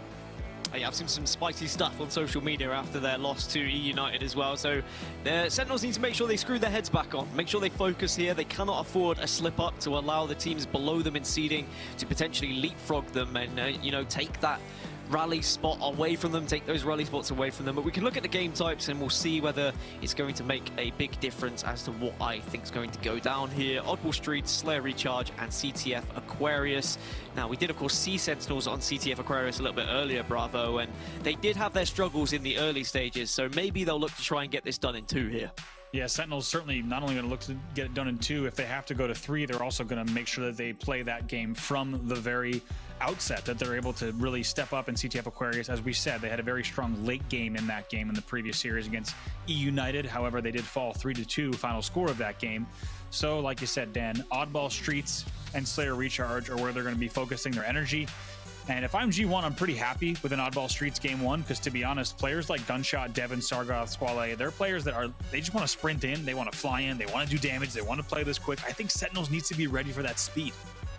Yeah, this game can very easily erupt into absolute carnage. If that ball ends up in station, sometimes the ball can end up in PD, and it just becomes a nade fest, a sprint fest, a melee fest, and it doesn't necessarily reward those players who might have the fantastic aim from distance. Instead, it's those who do enjoy the up-close and personal combat. So I think you're completely right. This could really play into the hands of G1. Sentinels have to be careful here, because if G1 can manage to take anything in this game 1, it will give them so much momentum going into the rest of the series. And you have to imagine that after a disappointing performance last weekend when Sentinels did drop out at this stage, they will be looking to try and one-up themselves, get a far better performance to at least give everyone that belief that Sentinels are still here. They're not a team that's fading away. Certainly, I think Sentinels need to take each moment of this game very seriously. I think they know exactly what's at stake. They know what's on the line. They also know just how talented these players are on the side of G1, and the fact that G1's going to come out with aggression. If you think about the likes of Devin, Gunshot, right, Squale, as well as Sargoth, I mean, these guys have nothing to lose. I think they're going to be flying in just ready to play here, and Sentinels is just going to need to take this one moment at a time off the opening strategy, off of the second respawn, and make sure that they're not letting this game get out of hand, because like you said, I think with these first 2 game types being the game types that they are, I mean, it's not crazy to think that G1, if they are able to get early leads, could come away with this as well. So Sentinels, I think, just need to play very disciplined Halo, and then we'll start to maybe see them come into their stride. And I don't know if you saw, and excuse me if I get this slightly incorrect, but I don't, their manager of G1, or certainly someone with involvement, Vaccaro, who used to play NFL, decided that he's not going to continue playing NFL, instead wants to actually focus on this Halo team and try and get them to win a Halo World Championship, which is nuts. I mean, I can't wait to see him potentially at Raleigh, and it's just so amazing to see someone from real sports, and a huge real sport in NFL, decide that Halo World Championship is going to be their focus. Hey, I mean, if you needed further proof that Halo is where it's at right now, I don't know if there is any other greater case, and we welcome all players, whether it's from the NFL, the NBA, or otherwise, to drop your careers elsewhere and make sure you focus on Pro Halo, because that's what we've done. It's been a blast for us. And that's what Onset did. He stopped wrestling, and now he's just casting Halo, so it works. Now he's just a 315-pound, very, very strong guy casting Halo, which is pretty incredible. But this series also set to be incredible. Once again, the Sentinels versus G1. If you're just joining us, you picked a great time to join. We're getting into the final matches of the night here. Sentinels, a fan favorite without a doubt, a team that has so much tournament history, world championship history under their belt in these 4 players, and also just the last decade of Halo has been oftentimes run by these 4 players, so certainly looking to not drop this early on in the tournament. And but I gotta say, like we said, game types looking like G1 is gonna have an opportunity to come out really swinging here. And I think if I have to pick a player to watch on that side, it's gonna be the likes of Devin, just because we've seen Devin pretty high up in terms of overall player rankings throughout different parts of Halo 5, and certainly a player to watch. And I think on the side of Sentinels, like, this is slightly uncharted territory for them in these opening weeks. Even in week 1, they finished 3rd, and we were like, oh, well, you know, they finished 3rd. It's not 1st or 2nd. We're used to seeing them in the grand finals, and even 3rd was surprising. But then for them to drop out in top 12 last week and to now be in the same position where they're fighting for top 8, I worry, because no one wants to see a team like that collapse. And I'm not saying that Sentinels are collapsing. Please don't take that as what I'm suggesting here. But you know full well that when results don't start to come in, bickering can happen, changes can happen as well, and I really hope the Sentinels can fight through this, and I hope it makes them stronger, and I'm sure it will. When they've said that their focus is getting to pool play, getting to LAN where they can get some practice, they have been restricted of practice, and I will say that over and over again. I don't know what's happened or why it's happened. Some teams weren't scrimming against Sentinels. I don't like it personally, but sometimes that does happen, and Sentinels need to just battle through this period of just a struggling time, move forward, get to LAN, and see what they can do there. certainly, definitely an interesting choice there by some teams to not scrim Sentinels, and you have to wonder how much that's impacted their performance or not. Certainly not for us to decide, and I think Sentinels is going to be the one who's making a great place here to make sure that they advance through this round. But like you said, it's a bit of uncharted territory for the Sentinels side, and I think if they just play to their game, I think they're absolutely capable of taking this series, and it's a series that they need to not take lightly as we look at Oddball Streets once again as game number 1. Slayer on Recharge game number 2, and CTF Aquarius as these players are going to be loading in. And I think if you ask me, Dan, I think just like you said, the way that they approach these next few games is going to be pretty key. And I think one thing to remember about Oddball, you have to think maybe the round base is going to go in the favor of a team that is able to just play the long game, right? If you go down early in round number 1, the game is not lost. Whereas you and I remember the days when you were playing Lockout Oddball, if you let a team get 2 minutes, 50 seconds early on, that could be the game. So maybe Oddball a bit forgiving here in Halo Infinite. Yeah, don't be fooled by my baby face. I've been playing since I was 13 years old, and that was a long time ago now, almost 17 years. But you are completely right. The setup can be so important here on Streets Oddball, and there are a various amount that you can actually go for. Some are stronger than others. I prefer to hold the ball towards tower, hold it back tower, make sure you lock that other team in station, because then they have to push up ground to you, and you can get such a height advantage over them. You can make it very difficult for them to actually take that high ground advantage off of you. Other people will say they like to hold it in tram, in station, but then it does get a little bit messy in there. Grenades can make a big play to change things around. But you do get the Stalker Rifle if you're holding in the station. And the Stalker Rifle we've seen can make a massive difference when it comes to either holding a setup or even breaking a setup, depending on which way you're trying to push across the map. And then you get just the kind of stinky setups towards like PD, where it just becomes an absolute nade fest. And I don't enjoy that whatsoever. Yeah. Some might enjoy watching it because it's absolute carnage, but I certainly don't like playing it. Yeah, I'm with you. I think when you look at the back of PD, when you look at the back of Tram, they do tend to be pretty back and forth.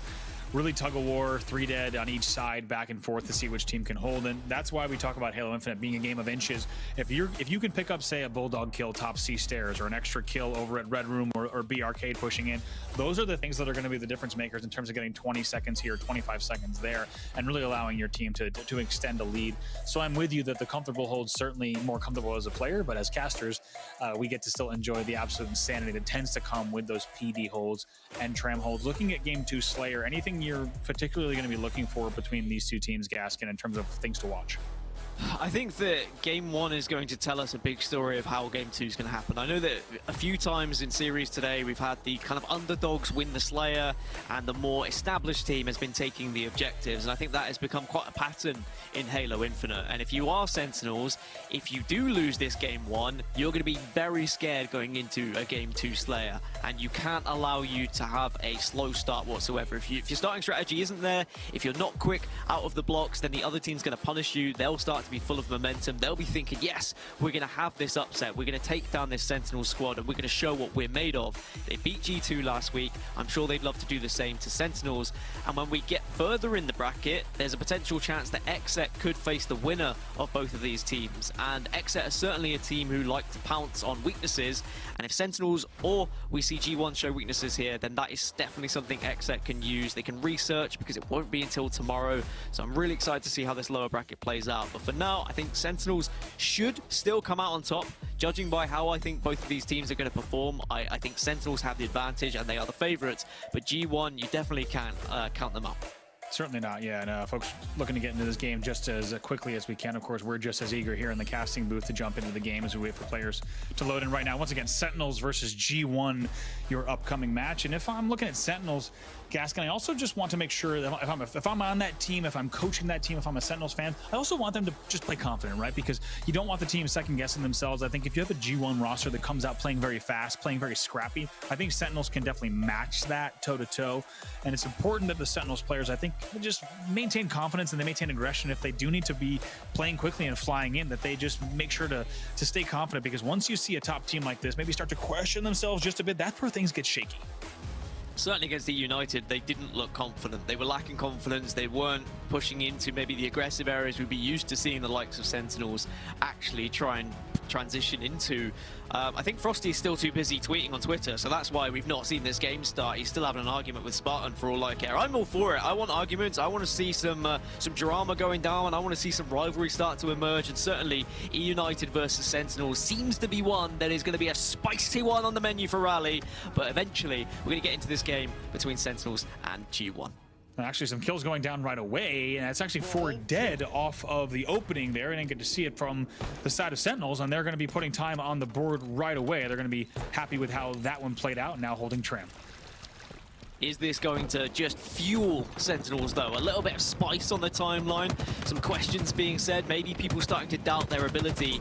For me, if I'm Sentinels, that would just drive me even more. That would make me want to practice harder. That would want to make me go further in these tournaments and also get to lands and show what I'm made of. But certainly to begin with here, Sentinels have started hot. They've been able to get some ball time. They've dropped the ball for now to continue slaying, but a 17-0 lead to start. Good shots from World 2 there on Gunshot. B-Stairs Gunshot will eventually clean it up. However, maybe that's a little bit of a sign of things to come. World 2 not afraid to jump out and take those shots, almost win that battle from the upset as Sargoth is able to bulldog his way through the back of the tram. That's going to allow them to maybe grab a ball. Looks like he dropped to try to pull that ball from C-Stairs. Doesn't get it right away, has to take damage on the way back in. Regardless, though, has enough support from the team to pull the ball back in, and they will start to put some points on the board. I think Sargoth will want to transition this ball to one of his teammates so that he can be, the powerhouse with the Bulldog. Of course, you could drop the ball and then whip the Bulldog out to be the real surprise factor. Maybe some wouldn't expect it, but teammates going down to his left and to his right. So you've got to be careful here. And Sentinels, are they aware of the Bulldog as they just dip in, grab the ball, chuck that ball back out before they push? Surprised to see that little ball bait kind of work and actually allow players in the back of C to still pick up those kills there. As World 2 does try to sneak that ball Neons. It doesn't pay off in the end, and we'll still be here essentially all tied up. That's going to be a ball grab as well for the G1 side for just a second, but the ball will go down. So a little bit of a battle for control here off of that ball reset, Gaskin. I think Skull was running towards the rockets there, and they'd already been picked up, and just maybe lack of awareness. Didn't see where they had been transitioned to. And Sentinels looks like they should be able to get a little bit of ball control here as Lethal just watches over and stands still, and for an unnecessary amount. Yeah, that's probably why. I was expecting that to happen when someone did stand still, brother. Yeah, certainly a little bit of a administration issue. You'll find out from League Ops exactly what might have happened in that game, but you will see the game ended prematurely, indicating that there was a game type issue of some sort. So what looked like we were finally into that first game. We'll have to get a game restart there, and we'll let the admins work on exactly what went down in terms of score to see where we start and all of the nuanced details there. But appreciate your patience there, as Dan and I, of course, want to see the gameplay just as bad as you guys do. But Dan, what we saw off of the opening there, I'm going to say not a terrible amount to take away in terms of one team having an advantage, neither on the scoreboard, neither in terms of play style. Yeah, I think Sentinels had a decent starting strategy. They were able to get that ball into a location to pick up some time, but it wasn't into a location where they could set up to make it a considerable amount of time. Instead, it was just kind of scrappy time there in Tram, and I think G1 were more than happy for that to happen because the setup for them was a little bit easier to break than it may have been at Tower. And I just think that what I've seen a lot of throughout these last 2 tournaments when it comes to setups on Oddball in particular is lack of strategy and maybe just lack of confidence and not knowing where the best setups actually reside and how to actually implement them in best ways for their team. And that's just going to come down to practice. I think as we develop, as we get further into Halo Infinite's life cycle, we will see setups be a lot stronger, but at the same time, you'll also see counter-strats come in, people who can break those setups a little bit better. They will become more familiar of how to do it. It's an ever-evolving meta, and I'm really looking forward to how that does shift and how that does change here in Halo Infinite. Maybe Frosty just wanted to send another tweet, so we had to wait a little bit longer for this game to happen. Maybe Spartan replied mid-game, so Frosty was like, end the game immediately. I need to reply. I'm just speculating, of course. I'm just speculating. Yeah, like you said, interesting to see a little bit of that beef starting to develop already on Twitter from the matches that we've seen today. But I have to say, based on these two teams, I think we didn't get to see a lot being taken away from that opening. But to build on to your earlier point that you made, I think we're starting to see teams slowly realize the opportunities that they have. As we'll jump back in, folks, and we'll get an update as well from League Ops in terms of what the score on the board might be in terms of aggregate scoring, if any points are carrying over from that map number 1. We'll get you those updates throughout this game. But as you were saying, Dan, we're finally seeing teams starting to see preferred holds when they can push, when they have to wait for one another. That's slowly getting established, but here in week 3 of Halo Infinite, it's still pretty early. It is still extremely early, and that's why even it's very easy to critique some teams for not playing maybe to their full potential. You can understand, because even though some of these players have been playing an insane amount of Halo Infinite, it is going to be very minimal compared to the hours they will get in total once we are months down the line here in Halo Infinite. But to start off, it's going to be a nice double, and it is going to be a big push here from G1. Rockets are going to be in the hands of them as well, but they do fall. That's how easy it can be to pick up those rockets and lose those rockets in an instant. Let's see what happens here if they go back for the rockets. Interestingly, when Squale died, I believe it was either Devin or it might have been Sargoth that popped up into Neons, and I don't know if either of them grabbed rockets just yet. Off of the death screen, it was very hard to tell. Sargoth might have gone back for them now. Yes, he did. He did get that, and that will lead to a double as well. That's a nice play from Sargoth. Good communication for them. Of course, it'll only mean trivial points on the board, but made sure to still make the use of those rockets.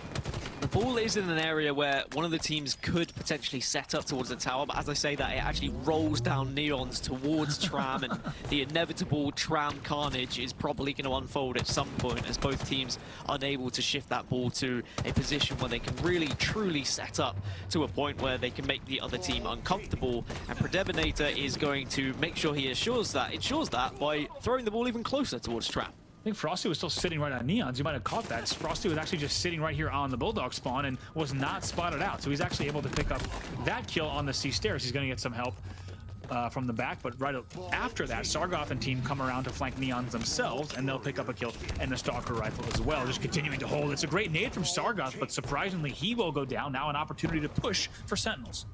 And I don't think today on Oddball Streets I've been able to see a team set up towards tower, hold arcade, and force the other team to be consistently spawning towards Tram, towards Neons. And yes, whilst you do leave yourself vulnerable to easy flanks at times, if you are watching the angle successfully, you can get so much time holding that ball over towards back tower. But it is going to be Tram as the desired location for now. Another rocket is found in the hands of G1, but no kills on this occasion. As we promised, getting an update here from League Operations, also letting us know that due to that player dropping out and the score of the game at the time, that will be a full restart. So we are playing a clean game here. You can trust that the scoreboard on the bottom for this round number 1 and the rest of the game will be the exact score of this game number 1 in the series. Already a little bit of an early lead for Sentinels. We'll see if they can keep it up here.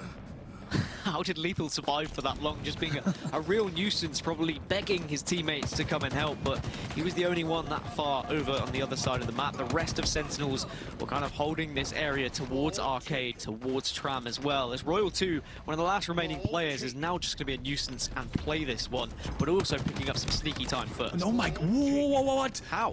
Actually goes off of C-Balk, and I think that Sargoth, Squale, simply thought that Royal 2 would be holding ball in C and waiting for the play. Instead, I love the decision from Royal 2. Instead of just playing the ball, he sits up top, leaves a little bit early, and actually gets the unsuspecting back whack, which actually leads to continued control from Sentinels. So if you are a Sentinels fan, you loving what you're seeing here in this round number 1. This is an unorthodox hold for sure. I know that Royal 2 wanted to move this towards tower side, but he recognized that Lethal and Snakebite were both struggling being pushed from PD, and Sargoth getting a big double here will stop that ball time finally from being picked up. But hallelujah, the ball is going to be moved over towards tower. We're not going to see the madness unfold in Tram for any longer. Things might be a little bit slower here as we do see a little bit of a back elbow hold here for just a moment, keeping an eye on Tires and B as the rest of this G1 squad now. Squale trying to figure out exactly how he might want to push in through here as well. Certainly you saw Lethal being the first player to try and flank around from Neons towards Bulldog and then get behind a tower, and you do leave yourself vulnerable to shots across, but once you have passed that window area of Elbend, you can just about sneak around towards Cafe and maybe do some damage, but that was some serious time put on the board for G1 there. Double kill there with Snakebite with the rockets. Might have been a triple based on what I saw in the feed there for him. He will eventually get a few more kills on the board. As we take a look across, Sentinels certainly outslaying, not only leading on the board by 20, but also outslaying as well. Frosty now at B, trying to make his way to B stairs. Bulldog is out. We'll find another one. Assist comes in. A Snakebite is there to also help out. Now keeping an eye on Neons. Needs to try to stay alive here if he can, though, all the way over at Tires. But look, even though he was low on shields, he still left himself somewhat exposed just to try and help his team. If he had been spotted out, he was dead, but he trusted that he would be able to help. His BR would do some damage, and that is the clear sign of a top player, someone who is happy to put their life on the line to help teammates. Very impressed with that. It's always a minor thing, but it definitely helps. Certainly, and knowing exactly which angles, just as you alluded to, which angles that you can challenge from when you are weak. You take those high percentage plays that you might be able to still help out a teammate and not go down. That's exactly what he did. Helps from Tires, even though he was exposed to Cafe and bottom mid. Really nice plays there to continue their streak. And just like that, off that last hold Gaskin, they essentially have double their opponent's score, only about 21 points away to close this out. Ball is going to be reset, which is probably going to be good news for Sentinels because it means that they don't have to break that setup from G1, who were holding over towards PD and Tower. Instead, they're able to grab that ball off the spot. They can move it over towards Tram, and they don't need much points here. It has to be a push here and now from G1. Sargon trying to do whatever he can. He's going to drop shield, which is just going to give him the opportunity to bleed through with that BR, and he gets the help from Neons as well. They need to win these battles, but it's too late. That will be round one, going to Sentinels as they close it out pretty quick. And maybe G1 dropping the ball both literally and figuratively there because they didn't allow themselves to pick that one up, and Sentinels, as soon as it reset, they just rushed onto it straight away, brought it back to Tram. They know they only need a little bit of time, and if that wasn't reset, this would have been so much more difficult for Sentinels to achieve. So I think they were rubbing their hands together as soon as they saw the ball did get reset. And is this the boost? Is this the momentum that Sentinels needed here to close out the day strong? It's a great round one on Oddball Streets, and they're opening up round two pretty strong, but just as quickly as we say that, that's two dead. Snakebite holding in the back of the elbow and needs to be careful. Maybe he's going to rotate just a little bit. Just throws that ball out into an area where it can be seen a little bit better, and it can be naded as well off spawn by his teammates, as now he'll hold with the Bulldog, but was called out. But just by milking there, he made two players from G1 turn to look at him, and that allows Sentinels off spawn to get a couple of frags of their own. It's a great point. Staying alive as long as he did force two players to come all the way back to that A tower. And now it's G1 on the push again here through A courtyard. And another example, Gaskin, of the unconventional Neons hold, and it seems to be putting points on the board for Sentinels. I think just holding around like Cafe and Neons, if you're working together as a unit, you can pick up some scrappy time. It's probably not going to be, 100 seconds completed. You're going to have to move to either Tram or Tower after you've managed to slay, but certainly you can put some serious time to make it really awkward for your opponent, force them to have to push into an awkward area to actually try and take you out. So far this series, it's really been an indication from Sentinels that they're looking to silence the critics. We had a lot of time in the beginning to wonder, what is this Sentinels team capable of right now in Halo Infinite? And Royal 2 with some nice kills around here on Tires and B Stairs, also watching B Pillars. And already at the 50-point mark, it's 54-0, by the way, and they have started to really answer that. Maybe silence the critics and say, this is our series, this is our round, and we are looking far beyond this elimination bracket round 12. I don't think that Sentinels could afford or can afford in this series to slip up and be taken down by the likes of G1. I think if they want to still be feared by the rest of the community, still manages to do something there lethal. If they want to be feared by the rest of the community, they have to put results on the board. They have to make sure that everyone still does not want to play them. E United have got their number a little bit, and every time they play against Sentinels now, they'll be feeling confident, but Sentinels won't want the rest of the community to be feeling the same. One more rocket left for Frosty. It's a very strong grab for Sentinels. Maybe he'll even grab multiple here on Neons as he's ready to wreak some havoc. Picks up one. Yes, indeed. It's a 2-for-1 double kill rocket from Frosty, extending their lead to 71-4. Saw a triple kill rocket in EU earlier today, and I'm waiting for NA to top it. I'm waiting for someone to get an overkill with one rocket. It's going to happen at some point. I'm telling you, on broadcast, at some point during the roadmap of HCS, we're going to see a single rocket overkill. You heard it here first. But for Sentinels, they're at 85 points up to 4. They are closing in here and winning map number 1. And now they've also rotated as well. Just like you said, 10 minutes to go for them. They will fall in Tires and B Stairs, but if that ball continues to rotate through Tram and maybe even go in front door, this one could be over before that kill even comes in. They'll be stopped at the 99 mark, but you got to think just a matter of time here. Another kill for Frosty up top. If he had any more ammo, he would have gotten that kill. Has to switch to the Bulldog. Lethal's going to end it, though. That will be it. 2-0. Game number 1. Sentinels with a convincing victory. And that just sums up Sentinels in that final play, right? They needed 1 second left. You had Frosty alive, you had Lethal alive. Frosty, there was not even a thought process of him grabbing that ball. He said, I'm going to slay these last 2 remaining players, knowing and trusting that Lethal would very much do the dirty work, jump onto that ball, and get that final point. That's something that Lethal has always done so impressively throughout Halo history, getting the job done, doing everything he needs for his team, and now moving into Slayer Recharge, they do have that lead, and it was a commanding victory. It definitely was an impressive one from Sentinels, brother. It certainly was 2-0, and we didn't actually see G1 get many points on the board, period, especially in that second round. And Sentinels, like we said earlier, using maybe less conventional holds, but as you pointed out, Gaskin, the way they were able to do that was simply running the scoreboard in terms of slays. Technically, we talk about ball holds and different setups on this map a lot. However, you can really run the map however you want if you're leading in the kills category as heavily as they were. Yeah, if you're working as a team and if you're playing correctly, then you can hold that ball pretty much anywhere if you outslay your opponents. It was not a pretty game for Gunshot, 9-20, but on the other side, 25-11 for Royal 2. I mean, Royal 2 and Frosty, the 2 big slayers, you'd be expecting them to be performing well, and you can see the damage there as well, just representing that. How about Frosty at 6,000 damage, almost 6,500, and no one on the other side has even broken 4,200. That's quite a gap there in the damage, and I think our final scoreboard also tells that story as well. 200 to 45. We'll take a look at some highlights in a moment from that one, but if you're a Sentinels fan, you're very happy with that result here on Game 1, Oddball on Streets. I think if you're a Sentinels fan, you are relieved, if I'm honest, because after them dropping to the lower bracket at a much earlier point than you'd expect again here in today's tournament, then you'd start to ask some questions. You know, are they the same Sentinels that I've been supporting for the last X amount of years? Are they going to be able to compete with the biggest teams? And even though G1 aren't necessarily the cream of the crop, they're not your Optics and Cloud9s, they certainly could have been a very big hurdle here for Sentinels if they hadn't have played that first game correctly. But the series isn't over. We do move to a Slayer next, and historically Slayers have favored some of the kind of lower seeded teams throughout not just today's tournament, but throughout the past couple of weeks here in Halo Infinite. So Sentinels need to make sure they don't slip up on this banana skin. Yeah, here was that last push there. Like you said, Frosty not afraid to push in, even though he ran out of BR ammo, does pull out the Bulldog, thrust straight down in the bottom tram, and just continues to do damage, and it really paved the way for them to just pick up that ball in the end.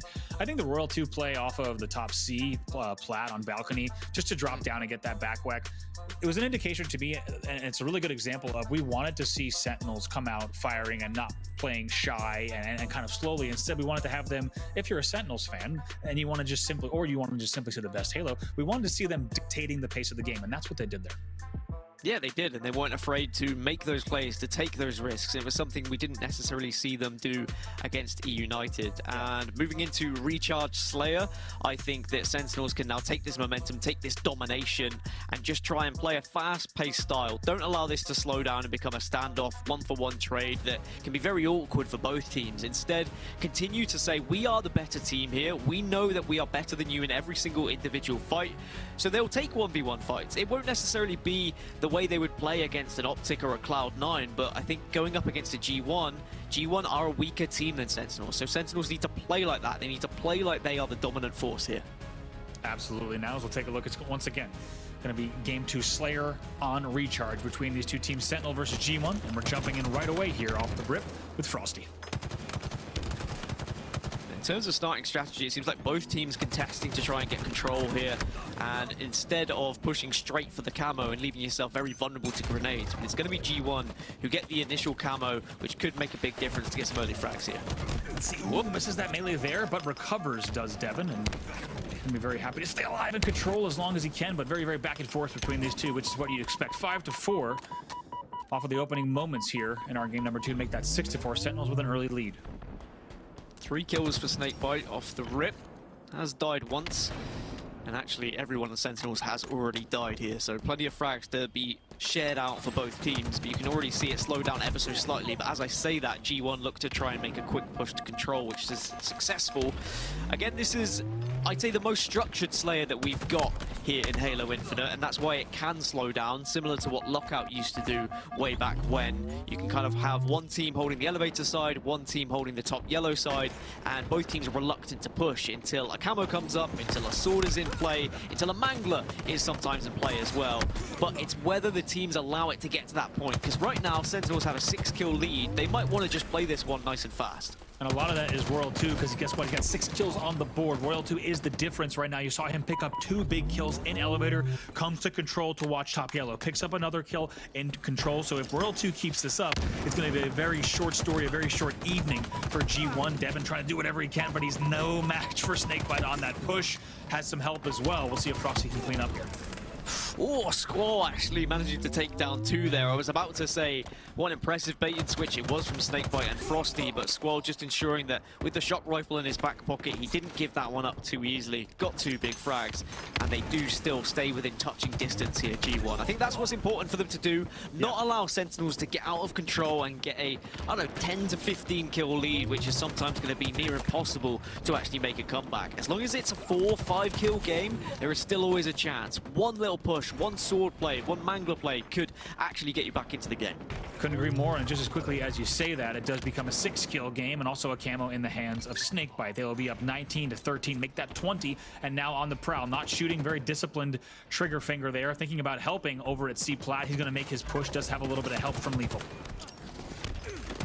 There's one thing that Sentinels I always gave them credit for was their ability to push as a 2 and to always have help, have someone who's there to support. As the movement from Snakebite's insane, it only rewards him with an assist, but just the surprise factor there. I'm sure that Gunshot was just taken aback by a flying Snakebite, very much battering him in the face. That's the last thing you want to see, is a player like Snakebite flying into the back of your base with a mangler nonetheless, and that just tells you a little bit about the routes that are possible within this game. We've actually seen it ending team slayers like that. You can now fly into an opponent's base in ways that you never could before to pick up those kills. You have to be ready for those swings at any time. As we say that, Sentinels will extend their lead to 8, 25-17. Well, would we have seen Snakebite do that against E United? I don't think we would have. I don't think that Snakebite or the rest of the Sentinel squad were playing with that confidence. But this is why games like this are good for Sentinels, to give them that belief again, to give them that confidence once more. Because I want to see them doing that against E United. I want to see Sentinels trying to assert their dominance and showing why they were, you know, an absolute powerhouse in Halo's history and still are a powerhouse in Halo history.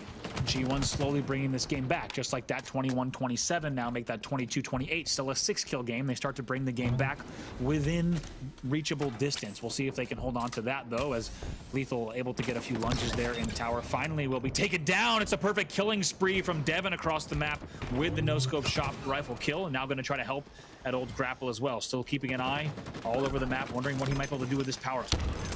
I spoke earlier saying it was a really important game for Sentinels to try and secure their place in the top 8 teams to get that pool play position at Raleigh. Well, the same could be said for G1. Their 11th seed coming into this, a victory and a top 8 would really give them the opportunity to try and break into those pool play positions, if not at least the funding for the 2 open spots that's available for NA for the 9th and 10th position.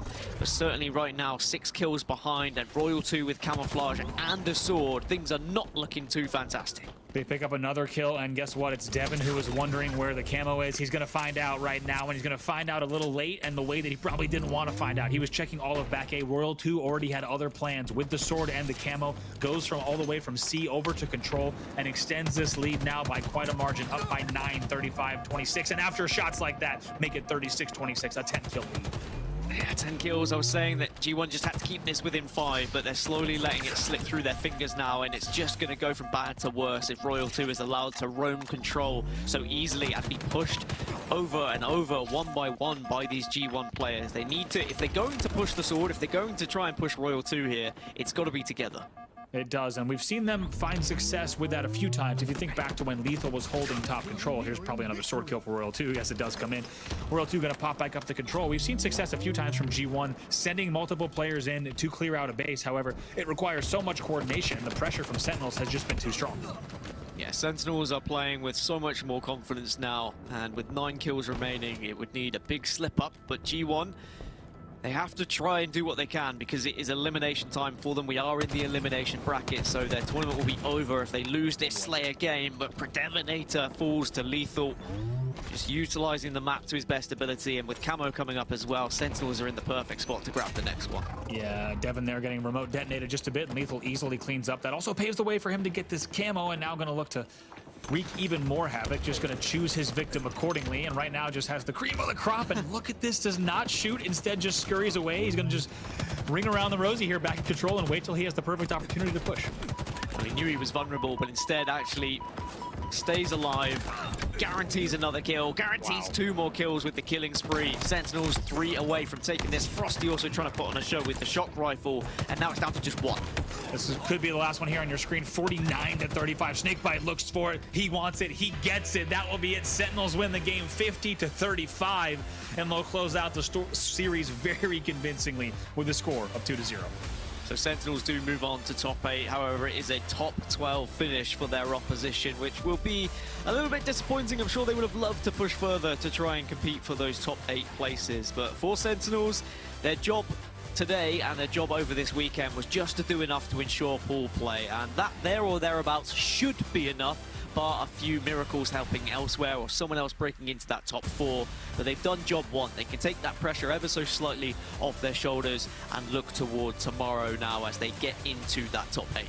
How about Royal 2 18-9 in that game? A huge margin from him. The rest of the players also looking very strong. Frosty negative by just a few, but 12 assists, tripling all of his teammates' assists. I will take someone who goes 6, 8, and 12 every day of the week. Frosty can be proud of those numbers, even though we're used to seeing him with even more in the kills category. Look at that team shot. I'm actually going to go try to find that VOD from Frosty's POV. We'll take a look at some more stats just because that is an incredible support play from him. Also, as we said, Royal 2 with huge numbers in the game as well, nearly tapping 5k damage as well. Yeah, really impressed with how they've answered back after dropping into the elimination bracket, losing to E United a little bit earlier. And you know, the benefit of getting into tomorrow is we start to see best of 5s happen the further you get into this tournament. And I think the quicker that Sentinels can get into best of 5s, the better. Whilst I'm not going to give any team an excuse, I know that best of 3s can be difficult and sometimes you can lose a series because you might not be able to get into it quick enough. Maybe you would actually benefit from an elongated series, and I do think for all teams they will benefit once we get into a best of 5 and start seeing really how they achieve things going toe-to-toe in more maps than just 3. But as we look back at all the replays from every single one of these maps, the 2 maps that we've just played between the 2, it certainly was a strong performance from Sentinels, bravo. But G1, they did put up a fight in times, and I'm sure they'll be, you know, a little bit disappointed with top 12 in the end, but at the same time, considering the competition that's around them, top 12 isn't that bad. Not that bad, and to lose to a team like Sentinels really is nothing to be too upset about. These are world-class players, many of which have been known, as we said earlier, as some of the best in the world, if not the best in the world at many times over the course of the last decade. It was really all Sentinels, though, in game number 1, and that trend continued in game number 2. Here's the heck of a grapple coming in from Snakebite, and like you said, they're playing a little bit overzealous and playing as Sentinels fans wanted them to play, right? They're playing confident, they're playing their game of Halo. Royal 2 also just doing so well with that camo and gave them the lead, Gaskin, that you talked about. Once they got that 5-10 kill lead, they never looked back. Yeah, as soon as they got just away from that touching distance, they were playing with even more confidence, if I'm honest. And G1, they didn't really have a chance to get back in the game once it was such a huge lead from Sentinels. And, you know, just seeing like grapple plays and stuff like that gets me so excited for the future of these tournaments and what could happen when we get like 49-49, Lottie, and suddenly someone grabs a grapple and zips away with the sword. Oh, I'm excited. It's going to be fun. Mate, don't start me now. My gosh. Oh, I will. I was just settling down, and now I've got goosebumps everywhere. Thanks, Gaskin. No, it was it was epic. You know, it's a really nice turnaround to see Sentinels obviously looking super confident. You know, if I had to really explain what we just saw, I think it was just more they were fully in control in that series. I think with the E United series, it just felt like they were on the back foot the entire time. I think right from the get-go, E United just had their number. You know, just the start that they had in the CTF was something that Sentinels had to then deal with and try and adjust to. But obviously that was a completely different series. Onset, watching that one, I want to talk about Oddball, because Streets Oddball Sentinels really did seem to have it down. I think Oddball in the past really hasn't been their strongest game type. I wouldn't go as far as saying weakest, but hasn't been their strongest. What do you think Oddball in terms of the rounds has done for a team like Sentinels, who I think feed off that momentum, feed off the chance to come back potentially in a series?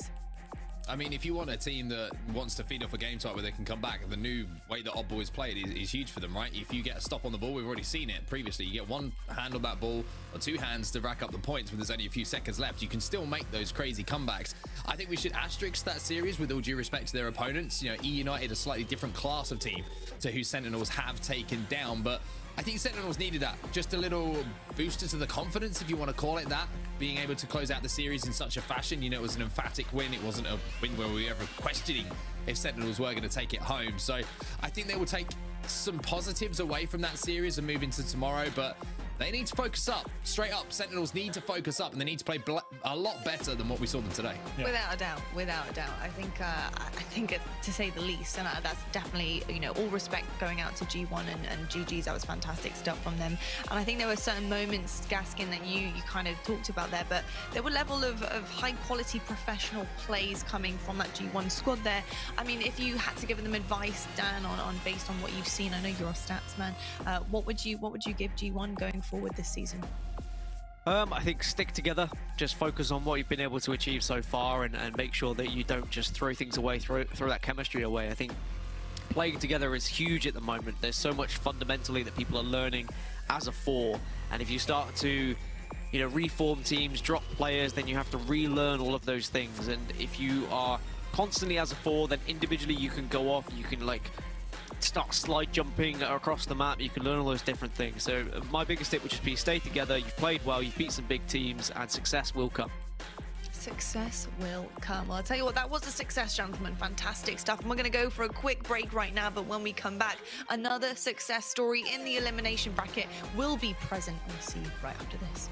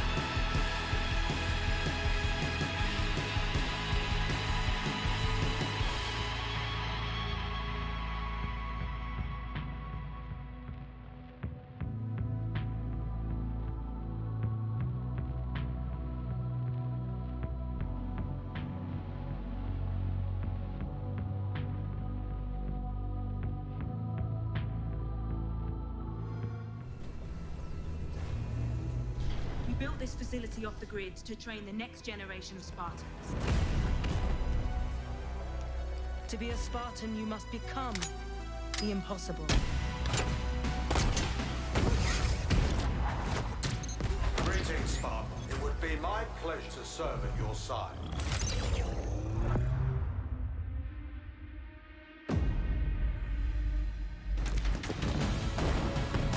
Flag taken. An electric kill.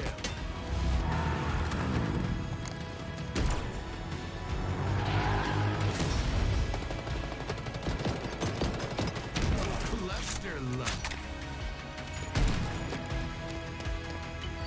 On your feet, Spartan.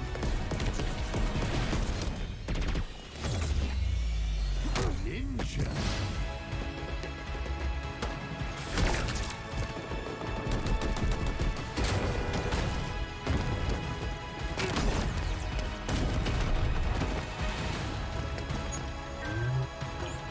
Zone captured.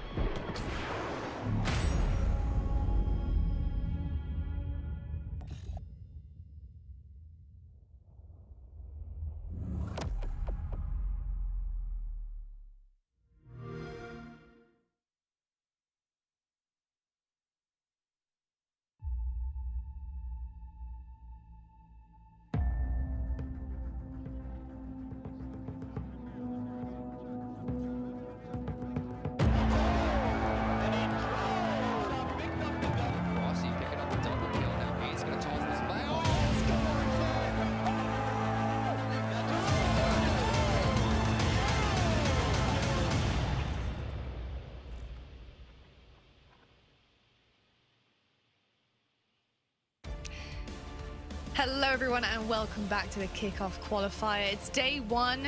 We are into the night. We're heavily into the action, and if you've just joined us, then welcome. I'm not mad at you, I promise, but you are going to catch a final match of the night, which I'm a little mad, just a touch. But it's all right. You can catch up on it. You can catch up. Look, we've got elimination round 12 coming up very shortly, gentlemen, and you know we need to talk about Space Station Gaming, Pioneers. They're getting into things. I've just had word from my wonderful producer that we're getting straight to this match, and I couldn't be more excited. So on set, bravo. Let's take it away. Thank you, Lottie. No more messing about here. We're straight into gameplay, Andy, for what is going to be one of our final games of the night. And this is an interesting one because you look on both sides of this matchup we're about to call, and you would have to say somewhat of a surprise if either of these teams fall out of the tournament at this stage. This is a game for top 8, which obviously has a lot of repercussions itself, but Pioneers versus Space Station, you would have to say you don't expect to see both of these teams in this kind of matchup. You really don't. It's going to be painful to see one of them go home this early for sure, but hey, that's what we're here for. We're deep in the elimination bracket, and you've picked a heck of a match to tune in for. This will be the last match of the evening on Pioneers. Once again, Talik, Druk, Soul Snipe, and Manny. And on that Space Station side, Ace, Tylenol, Deceiving, and Elamite playing today. So this is going to be an interesting one. Space Station have gotten this far, but only one team can advance.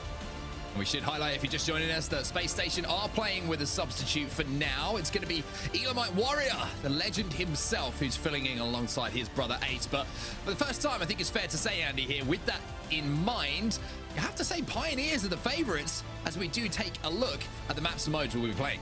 Yeah, Oddball Street's going to be game 1, then Slayer Recharge, CTF Aquarius. So you'll remember it's the same rounds as the last series that we saw, same game types, because we are in that same round. So a lot of those same principles are going to apply on set in terms of the speed of these first 2 game types. One thing I love to say as well is eliminations round 12. That's how many teams we have in our brackets at the moment. It really is a battle to get through into those positions that you want to be kind of putting in the Twitter bio afterwards you finish this tournament. But let's start off with talking about Street's Oddball here, Andy. Pioneers, we've already seen them put up quite a dominating performance here earlier on this game type. For Space Station, I think this is a worrying look of these maps and modes. I think it's a lot of the same that we talked about, just because when you look at the players on Pioneers, Talik, Druk, Soul Snipe, Manny, these are players that are capable of playing the game so darn fast. Now, at the same time, Tylenol deceiving Ace Elamite. They can play at that speed, but when we've looked at SSG, whether with Elamite or with Formal, when we've looked at the way they play, they tend to play a more structured approach to the game, especially if you look at Formal's POV. The guy can anchor down areas of the map without using crazy slide movement into areas and playing the game at a rapid pace. He's simply that good, and his shot is that good. So I'm curious how Space Station comes out. Do they match the speed that Pioneers plays? Because I know Pioneers is going to want to play this game type very fast. Yeah, they certainly are. One player I want to keep a beady eye on is Manny, because that man, I think, is going to be a name we're going to be talking about for quite some time, Andy. What I've seen from his point of view, individually, teamwork based as well, it's done nothing but impress me from every single time I've watched him. Yeah, you've seen him in some clips as well, just winning some BR battles, and certainly a player that has done well here, and I think he kind of is maybe a representative of that whole Pioneers roster. We've given them a lot of credit today because a lot of the scene has not given them enough credit, us included, over the course of the first 2 broadcasts, right? They're in 3rd place in North America for a reason. That's a huge statement. They are there over a lot of big teams. Space Station, one of them, they are heavily seated above them right now in terms of points, and you'll have to see what they could do here. Once again, only one of these 2 teams can move forward. The other one will go home tonight on day number 1. Really looking forward to when we head towards Raleigh as well, and we get to see this Pioneers team play on LAN. Are they going to be able to match their online performance? Are they going to be able to exceed that performance as well and keep that momentum going to make us kind of say every single time we see them, we expect them to win those big games? But on the other side, I think Space Station, kind of a tough task for them here, Andy. You know, it's difficult to motivate yourself, I find, as a team sometimes when you do have a sub coming in for one tournament, because there's kind of that expectation that you're not going to be able to hit the heights that you normally are with a new player on the lineup. Yeah, that really is the tough thing, without a doubt, for this roster, and we'll have to see how they take whatever their performance might be here and how they take that, and really for how both teams take this into Raleigh. And it's been a very fast 3 weeks of Halo Infinite, or rather 2 weeks and some change of Halo Infinite, and there hasn't been a lot of time for teams to regroup. And between now and Raleigh, there's roughly 10 days or so, maybe just shy of 2 weeks. It'll be interesting to see what these teams do from this event as they get ready for that event. Maybe a moment to breathe, maybe a moment to practice things like slide jumps, certain drop slides and curb slides that they can use for opening strategies and things like that, and really overall just revisit the strategy as well. Yeah, it's going to be interesting to watch this series for sure, but I kind of keep working myself towards Pioneers every time that we're starting a conversation at the moment, because I think it's a really good indication of where we're going to be placing them when we come to talking about things like predictions ahead of Raleigh. You know, they've put in some good performances. We talked about how they're the 3rd seed at the moment overall, coming into today.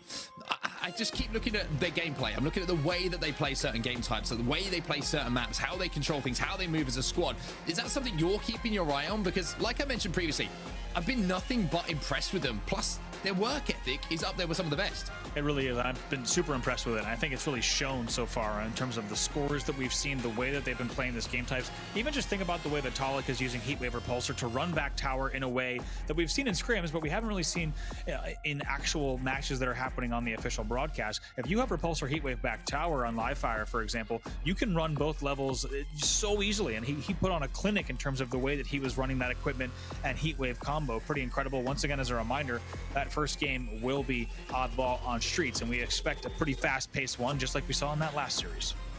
Well, I'm looking forward to seeing some more Streets Oddball, one of my favorite game types to play when I'm jumping into the playlist. And Andy, we've been in the playlist quite often recently, and to be honest with you, some quite terrifying times of the day for me personally. Not so much for you, but what do you think about this game type? Because we've had a lot of fun playing it. I think it's a really fun game type to play, just because of the fact that when you're spawning, it's always in quite close proximity to a setup. It's not like you've got to travel halfway across a map and it takes you 25 seconds to get there. You always feel like you're in the action. All right, this is not like something like a Pit Slayer where you can spawn Mauler and most of the action's happening on the other runway. This is, you're spawning in and you're really only a moment away from being able to be into the action, which is interesting because of how the layout of this map works on set. You have a lot of decisions to make. For example, if you're spawning PD or you're spawning Cafe on a tram hold, you can go bottom middle, you can fly through tires or mid, or you can go neons or B street. So there's all these different options and routes that are always available at your fingertips. And the beauty of this game type is it's a series of those decisions. What decisions you're making and how you make those in conjunction with your teammates, that's what determines whether pushes succeed or fail.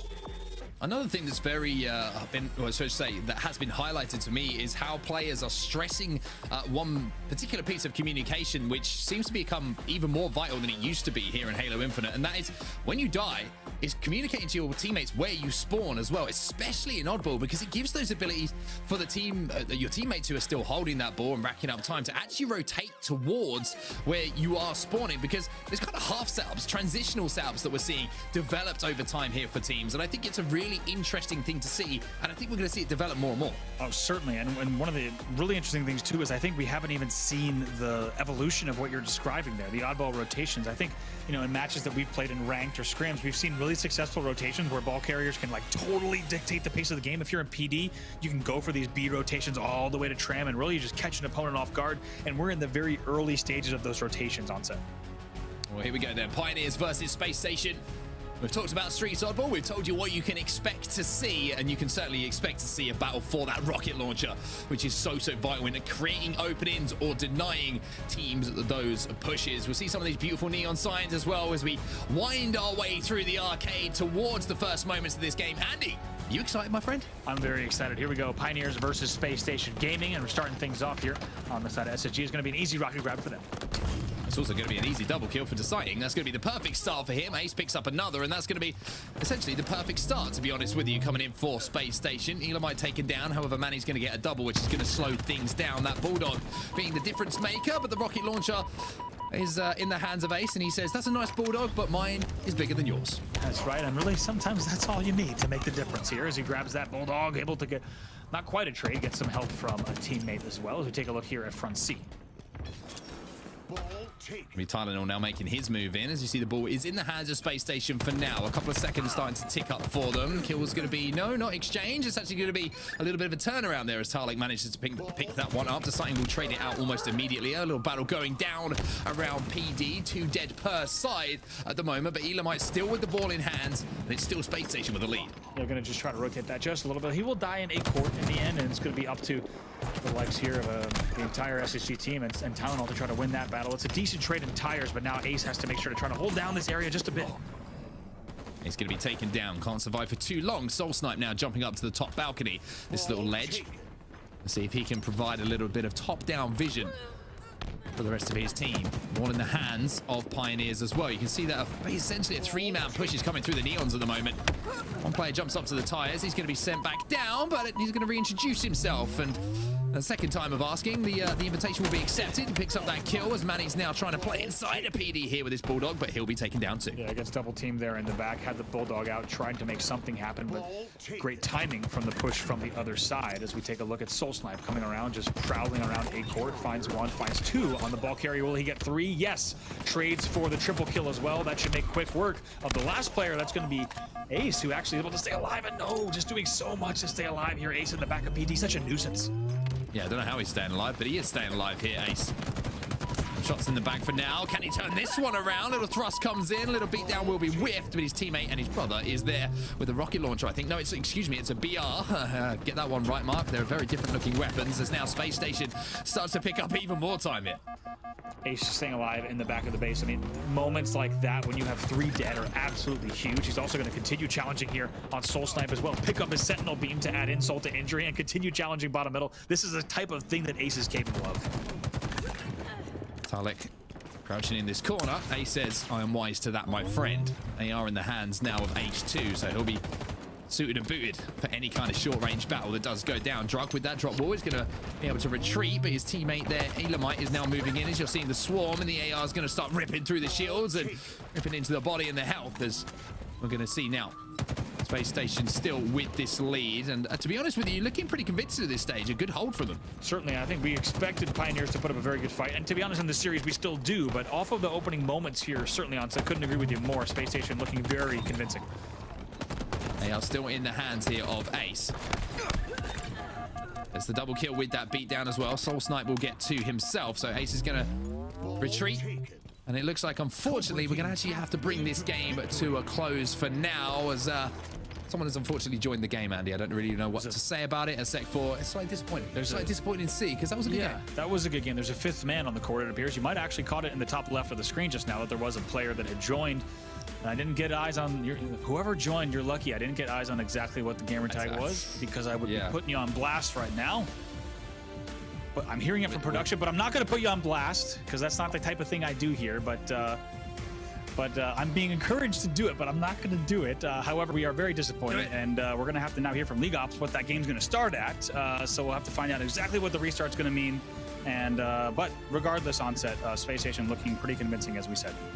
They certainly were, and I think it's lucky for that particular player that you're here instead of Dan, because Dan would be writing it down on a massive board right now and holding it up to the screen, tweeting it out, putting it out on social, putting the man on blast. Like, without doubt, it would have been known. But yeah, unfortunately, that is the circumstance we find ourselves in at the moment. Hopefully, we'll get the game back underway as soon as possible. But let's talk a little bit more about Raleigh as the game does start to get put back together, so to speak, and hopefully with a closed party this time. Come on, I mean, we've been doing this for a while, guys. Like, close the party, you know what I mean? But I mean, to talk me through some of your early thoughts about Raleigh and who we're going to see moving towards that grand final. Who have you got your eyes on as far as teams to watch are concerned? You bring up a good question, Onset. Is it the fault of the player who joined the party or the fault of the lobby leader?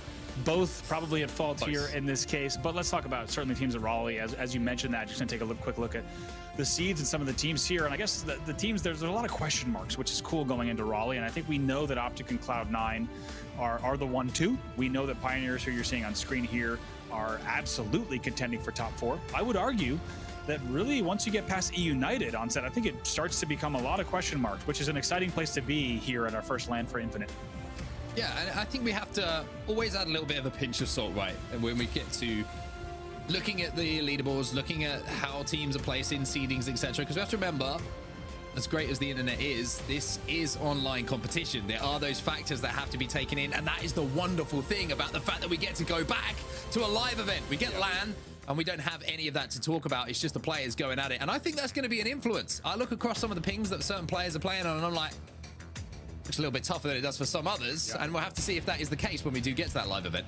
You bring up a great point. We've seen players talking on Twitter, right? Some players who are playing on 60 and 80 ping, they want to know what it's like on 20 and 15 ping. So LAN will be the great equalizer that we can't wait to see. And certain teams that might have been stepping up online, we may see a different performance from them at LAN. We just got an update as well in our ears that we're hearing the League Ops is getting ready to start this game. And we'll also hear exactly what the scoring might be in terms of that restart. We'll let all them take care of that. But couldn't agree more. I think LAN will be the interesting thing that will determine, right? How does Europe look? How does ANZ look? And even maybe more interestingly, the small nuanced details of these NA teams, who's able to beat one another on LAN. That's all going to come. And now that it's December 1st, Onset, all just not too many days away. So yeah, it's crazy. I mean, it's like I mentioned previously, it feels like we waited for so long for this game. We waited for everything for so long, and trust me, I mean, you said it best to me when you sent me a text the other day. You were like, 2020 is the longest 2 years of my life. Yeah, and I think that sums it up for everybody, in the fact that all of a sudden we're getting all of this at once. It's almost hard to comprehend. It's still like a very strange moment. It is.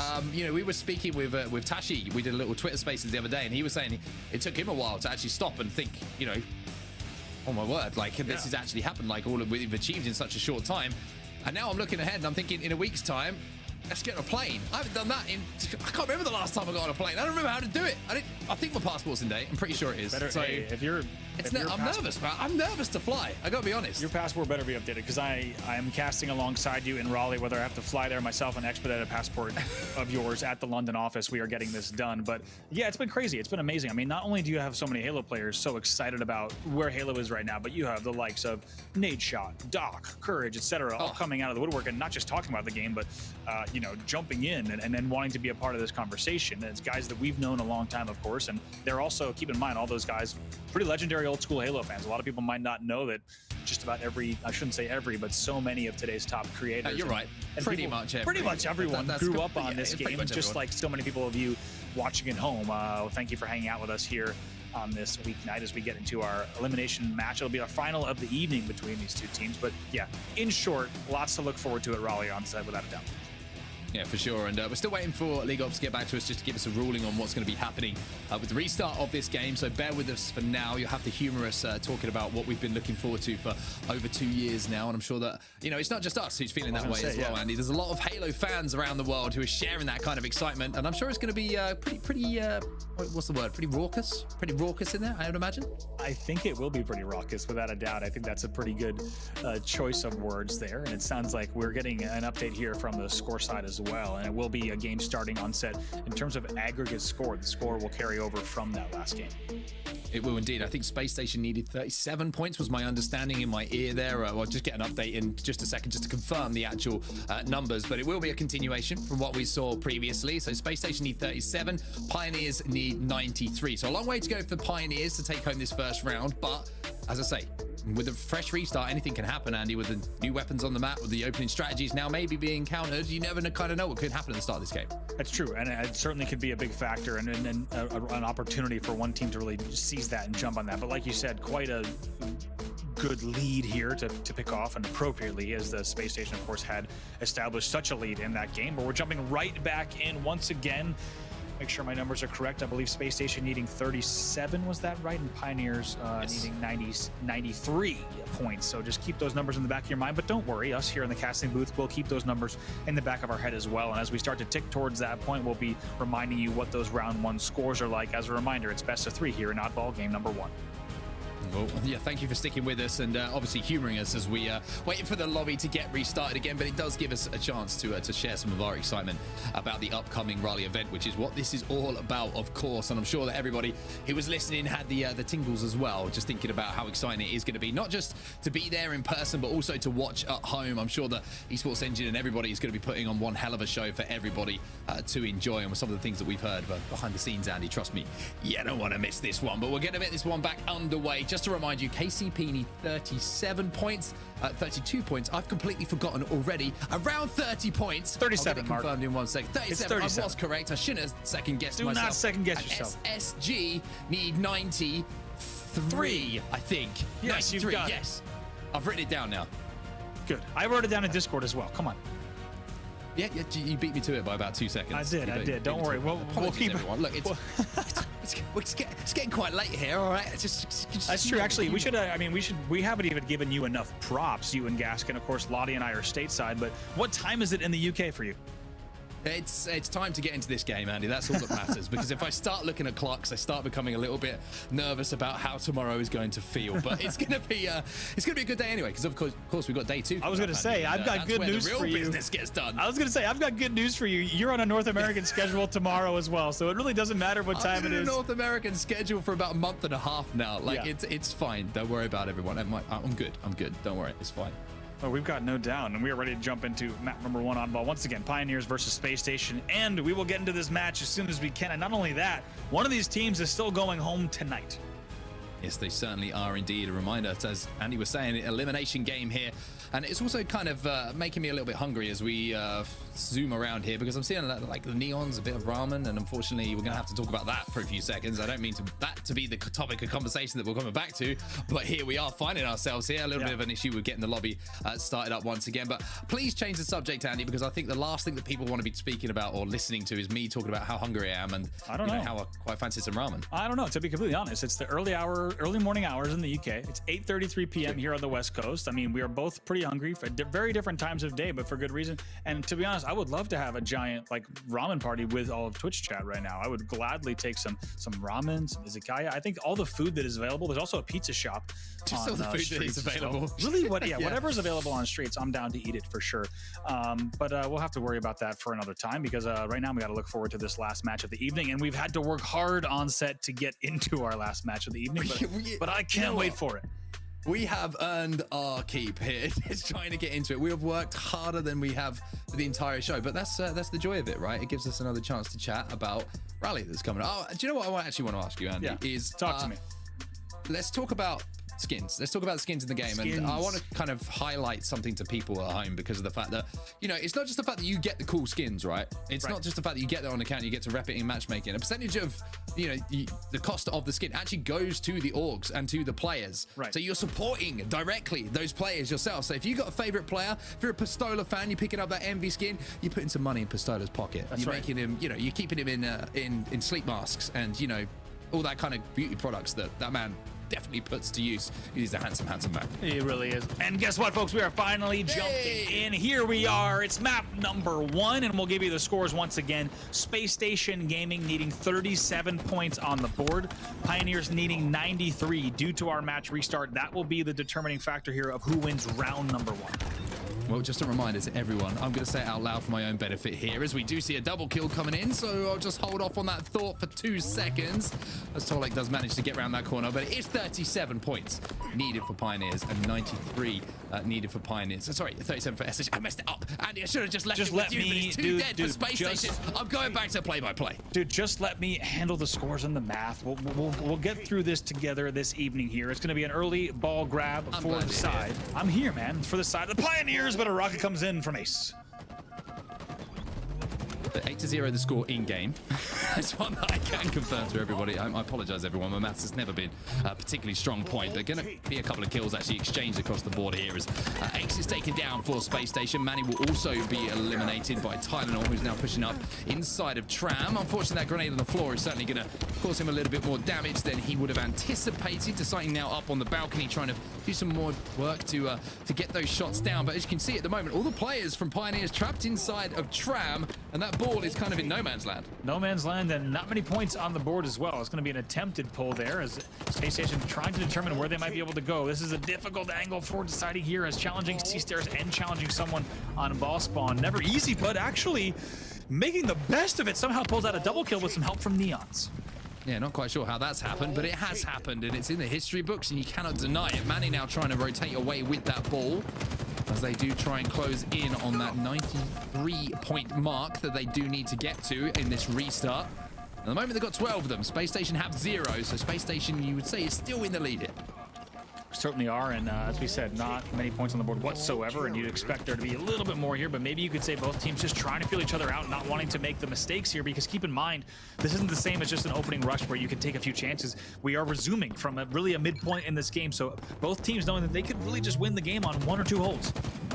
You certainly could, and you're starting to see that. It's going to be Ace actually picking up a double kill here, as Manny also has a little battle on the balcony, and it's Elamite trying to do the damage to him. The Bulldog now being picked up. A couple of shots being put into his back, though, so Elamite's got to be extremely careful here. Actually jumps up confidently for the re-challenge. And I think he's kind of jigged that player out, to be honest with you. I think he was expecting him to run towards his teammates, but a little double back there from Elamite means that he can re-engage now and pick up the kill. Absolutely, pick up the kill, and also looks like pick up the ball as well. Try to get that Neons and avoids the tires damage, and gonna try to maybe rotate this right in, or just maybe continue to play ring around the Rosie here at the ball spawn with the Bulldog in hand. It's gonna be able to do that, and right now Elamite's just been running this area of the map. He'll finally go down though.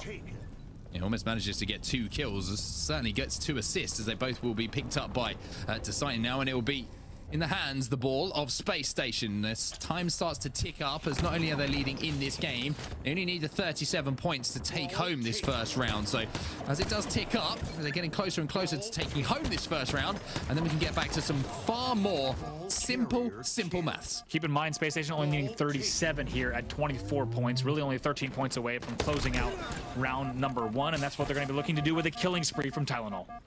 Tylenol once again picking up where he left off in the previous series, really is finding his feet and finding some confidence in every single one of the plays that he is making. Got that Stalker rifle in hand as well. Elamite going to pick up one, Deciding going to pick up another, which means that Tylenol can add the 3-peat to that and pick up the ball. He needs to stay alive. He manages to dive over that balcony. Just a few seconds left here, and Space Station will take home that first round. They get that win on the board. There is the 37 points that they needed, and it will be 1-0 here to Space Station. They're going to take that one, as you said, 1-0. That will be the end of the first round, and pretty convincingly they take that one on set. Going to be very happy to take that first round, and we can now finally look into our second round of Oddball Streets. But really, it was all Space Station all the way. Yeah, I mean, one thing I'm happy about is that round's over, to be honest with you, because the lack of mathematical ability that I have as a human was exposed to everyone, to be honest with you. It was on display. That's why, you know, I'm always glad to have you or Dan alongside me whenever I'm in the commentary booth, because, you know your numbers. Dan knows his stats and his numbers, and it's the one thing that I've just never been good at. You know, we're all not good at something. Maths is my thing, everybody. I hope you can forgive me for that. I'm here for you. And terrible news, my math is also horrible, but I'm going to do as absolutely the best I can. But I'm with you. We got through the round one of the Oddball Streets somehow, some way, against all odds, against random players joining the lobby. We are here now. SSG has won the first round. And I guess the question is, do you think Pioneers has anything in the tank to bring this Oddball game back after what has been a pretty clunky, and I mean, not just exhausting for us waiting for this match to restart. I think for the players, this is pretty taxing as well. Yeah, you got to remember these players have been playing all day as well. This is the last thing they want to be happening. They don't want these kind of hiccups happening where they have to restart games, they have to get the calculators out, the abacus, whatever it might be. If they've got an abacus at this point in their life, I'd be slightly concerned because it's probably more expensive than a calculator is. But I mean, it's certainly what they don't want to have happen, as you say quite rightly. But as I say, hopefully we can get this sorted. Hopefully we can get straight into the game and we can get, you know, a little bit of a flow back to this thing, Andy. Because the only thing we want to do is bring you guys and girls at home is some gameplay and some high-level stuff. That's it. We want to get you back into flow, put the calculators away, get the BRs out, the Bulldogs, the Rocks, and get back into this game. You know, as neutral fans of competitive Halo, we'd love to see Pioneers bounce back here, maybe send us to a round number 3 here on Streets Oddball. And then the question is if they can do that. I think pre-restart, we saw Pioneers with a little bit of points on the board, a little bit of momentum, but if I'm completely honest, we didn't really see a ton of signs of promise from them. So here we go. This is going to be round number 2 officially on paper. Map number 1, Oddball. Once again, Pioneers versus Space Station. Space Station leads 1-0. I feel like we've been here a few times. How many times? Yeah, you know what I mean? Just to bring you up to date, everybody, Space Station are 1 round up. If they do win this next round, then it will be 1-0 up in the series overall. This is still the first game between these two. And we should highlight as well, if you're just joining us, it's an elimination game. So even though it's been a bit stop-start, there is still huge stakes on the line for both these teams. There certainly is. And these teams, neither of them want to go home this evening. And keep in mind, Space Station might have 1 round on the board, but this is quite a long series here. We have a best of 3 games and a best of 3 rounds here in our game number 1. For those of you returning Halo fans that might remember Oddball from classic games, a little bit of exchanged kills there coming in from deciding, but might remember Oddball used to just be simply to 250 or 5 minutes or things like that. Now it is a round-based game type, 3 rounds. It is a best of 3, and each round will go to 100 points. Best of 3 within a best of 3-ception, essentially, in this. Tylenol challenging inside of Market there as Tarlak has to back up. Maybe he's going to grab that ball and actually escape, and I kind of like this, to be honest with you, from both players. One, Tylenol recognizing that he had a little bit of space on the map to actually hold that Oddball and milk a little bit of time, which is now clocking up to 17 seconds. But I also like this play from Torlek as well, realizing that he can take some different angles, and now picking up those kills is going to re-engage with Tylenol. This has kind of been a tale of 2 different players making really good decisions on both sides. Yeah, finally some ball time, coming in for the team of Pioneers, as they'll get some points on the board, and they'll also hold this back tram hold as well. We'll see how long they can hold this. As we know, really it's going to be a lot of responsibility on the hands of the ball carrier to be ready to drop and shoot and help out the team as that push comes. Bulldog in the hands of Manny. They're going to be spotted here. Ace is going to be helped out by Tylenol, who actually comes up onto the balcony, and Tylenol's going to get second. Ace and Tylenol working so well together. But as we say that, look at the kill feed. All of a sudden, it lights up in blue as 3 yellow players fall from Space Station. Last player alive, Tylenol. But look at this. Still milking that ball time. 23-14 to score. Finally, the ball transfers over to the hands of Pioneers. Tylenol, as the last player alive, just as you pointed out, gets about 8 seconds of ball time sitting top tram. And that's one thing that's important to note as a rocket grab comes in there for Elamite, but it's actually going to go in the hands of Manny instead. Tries to stay alive, gets off both rockets though, so even though he did not get a last kill with that final rocket, going to be very happy to leave those empty on the floor. He's now up on the balcony overlooking tram station. Raleigh in such a good position to fire from, especially on that cross towards Pink. You have such a good head glitch to play from, only exposing the head of your player model with free reign to shoot down on your opponents. Manny now picking up the kill mid-map on Elamite. Here's a flank coming in from Ace. However, it's not going to be the best of flanks as he only gets the trade across his efforts, I should say. And now Pioneers with that kill being picked up. That was actually pretty much every single player down. Elamite was first down and first to respawn, so this should be a strong hold here for Pioneers. And that's a risky flank. You pointed it out just now on set. The tires flank from Ace to go back. If that flank pays off, that's huge. He can get a back whack and then probably do damage to at least 2 more players who might be pushing Neons or bottom mid. However, when that goes wrong, it blows your setup wide open. It's pretty catastrophic, which is what we just saw with all the points going on the board for the likes of Pioneers. So that's a risky play from Ace. I think it's an interesting one, but a low percentage one that's pretty risky.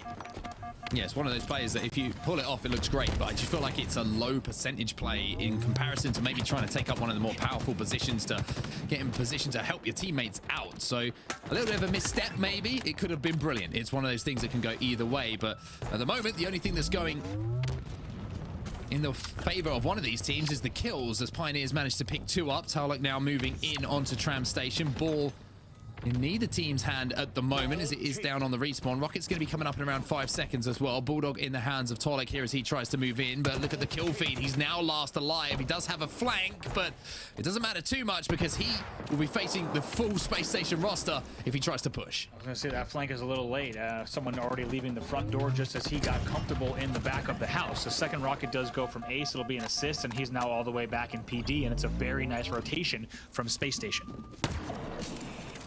The Space Station now have this rotation. You can see that all the other players will be funneled into Arcade here, and this is a tough break coming in for Pioneers. How do you want to see them play this one, Andy? Right now, I think Pioneers just need to collect themselves. Like, get players around B stairs, get a flank going, maybe send one long around A.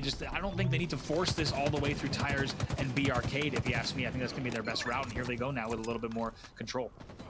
However, this is a great hold coming in from Space Station. They get that first kill, and that just slows everything down. If you are holding a setup, you get that first kill. Essentially, you have a 3v3 instead of a 4v3 as far as guns up is concerned, because obviously you have one player who is holding that oddball. So that first pick is absolutely everything. Now they have the numbers. They picked off 2 more. Drock is going to be extremely weak on the back of it, and now Space Station find themselves around 10 seconds or so from just closing this out and taking game number 1, 2-0. Yeah, Pioneers going to try to get some more points on the board, but they're not going to just need these points on the board. They're going to need several moments of control here. They're just going to make sure that they don't lose this battle back A, because the game could be here as we take a look. Only about 5 points remaining. Soulsnipe trying to just jiggle peek around this corner. Unfortunately, the bin doesn't give him the cover that he would particularly ask for. Space Station now pick that ball up, even with 2 dead. They're only a few moments away. Make that 5 seconds. As Ace is going to throw that one out from PD. Torlik should be able to collect that if he can pick up the kill on Tylenol. Tylenol will fall. So this is an opportunity for Pioneers to get back into this. They have the opportunity to hold around PD and that tower, and we've just seen how strong that could be for Space Station. That was 2 dead, and then actually another one dead. So really it's 3 fresh spawners here, about to be 4 fresh spawners. So they need absolutely perfect Halo here. If they hold off this next rush, they could absolutely win the game, but they got to play it perfect. Keep an eye on the feed. It's all about that first kill again here for Pioneers and Space Station as well. You cannot afford to be that first kill. It does go down to Space Station. They get 1 for 1 on the break. Decyton has fallen as well. Soulsnipe will be taken down, and Torlik is trying his best just to survive for now. The ball does, I'm not sure if that was naded or thrown down from the tower. Rocketed. It ends up mid-map, and that's all that really matters. Yeah, ball gets rocketed from A. That changes everything, to be honest. Now it's going to be bottom mid, and really it might be an opportunity for Space Station to grab, but no, the Slays keep going in for Pioneers. Ace manages to trade one out. The ball is going to be grabbed here by Decyton. 1 second away, Space Station, from closing out round number 2. Elamate, last player alive for Space Station. That's not good news, because Pioneers still have 3 on the map, and they've got the ball to back A. Space Station, they went all in on that pull. They tried to get the last few seconds. It was a wise decision, but it doesn't pan out. Once again, Pioneers might still steal this out. 90 points has been crossed. 93 points. Space Station desperately trying to push forward. Elamite's going to be the first player to try and engage, but the rotation too strong as Pioneers tied this up. I tell you what, everybody, I love this new oddball. Oh my God, that's 100-99 due to how the UI shows the scores there. We did not get to see the flashing final score, but that's 100-99 win. Space Station choking on the finish. And what a series of events. You know that Tylenol came in with the rockets. They didn't necessarily mean to rocket the ball to bottom mid as well, and Pioneers could upset here as Space Station unable to close it out. All dead for Space Station off the break. Pioneers pick that oddball up, and we've just seen how strong their hold is at back A. It's almost as if this is deja vu now. A Soulsnipe will be the eyes and the ears on anyone trying to push that pink street. Decides to rotate smartly towards his teammates at the moment, because if he gets picked off, then That is not good news with 2 players falling down for Space Station. They have the option to rotate actually towards the B Street here as Elamite is going to be doubling back, but only finds the Sentinel beam to chip away at his haircut and make it a little bit shorter than maybe we was asking for. Yeah, that microwave comes out and does a whole bunch of damage there to finish off Elamite, but watching the A angle actually is Manny, and even zooming in a bit there to get a closer look there with that microwave, and now just watching bottom mid continually. And what a start here from the side of Pioneers as they have really stepped it up here, already 41-0.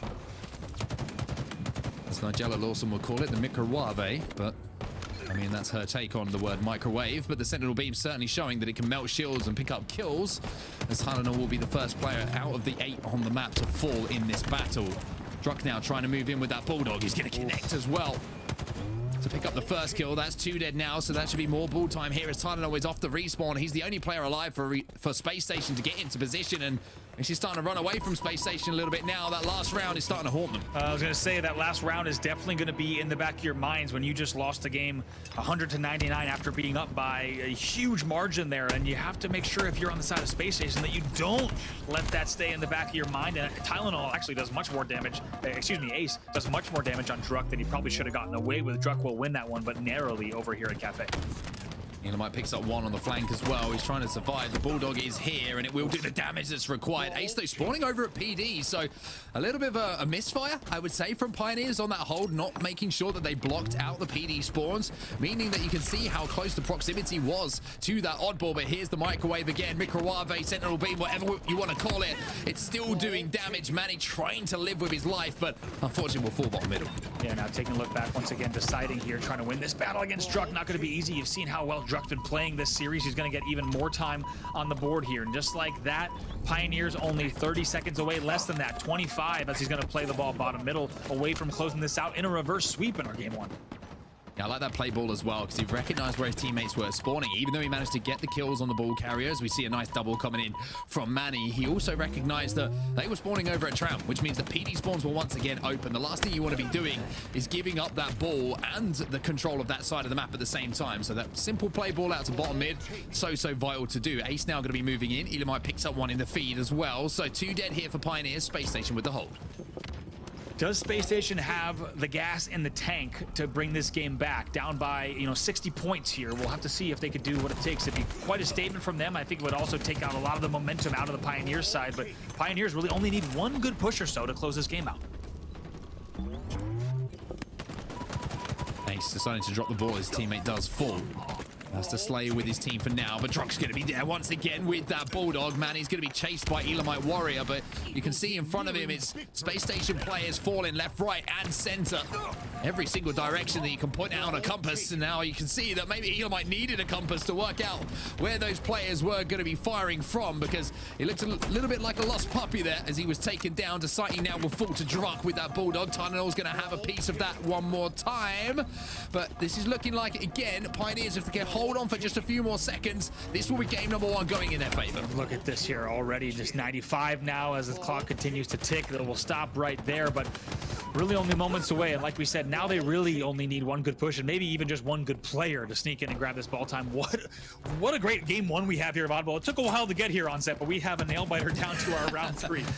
I mean, I believe the saying is worth the wait, and we're certainly finding that right now as both teams are going hammer and tong to try and take this game 1.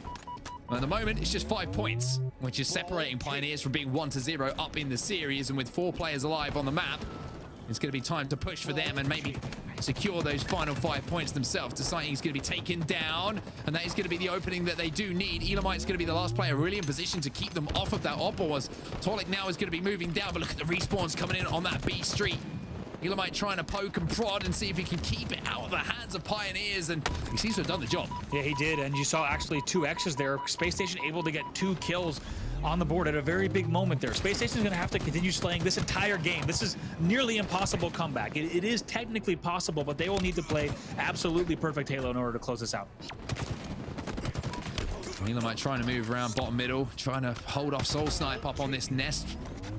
jump towards Tyres, and now it's going to be deciding who has managed to steal in and get that odd ball away, moving it towards Tylenol, his teammate. So it's looking like a tram setup here for Space Station, and if they can hold this down, then you never know what could happen. We've already seen a couple of crazy comebacks, especially in that last round, and you couldn't put it past them doing it again here. I mean, this was possible. This is one of the best oddball games we've seen in tournament play so far. I'm going to go ahead and say it right now. Like we said, it's a little bit clunky getting here, but my God, has this ever been amazing in terms of the actual back and forth of these two teams. I don't know, Matt, now with that Stalker rifle in his hands too. Trying to see what he can do to close this game out. Can't find anyone at the moment though. The ball time is starting to stack up here for Space Station, and it's starting to get a little bit closer. Rockets going to be popping. Maybe Pioneers are thinking about playing for those and then going for that break. They do manage to get them in the hands of Soul Snipe here. He's going to be pushing towards the back base. So this was the play call coming in from Pioneers. Oh boy. This is the play call being executed by them as well. And this is going to be the game going to Pioneers. Space Station not able to hold towards the end, and Pioneers turning that game on its head. Oh my God, Pioneers with the reverse sweep in game number 1, and I gotta be honest, on set, we have not seen a lot of those in oddball. Very rarely does a team come back and win the next 2 rounds, but Pioneers, they do it here in game number 1.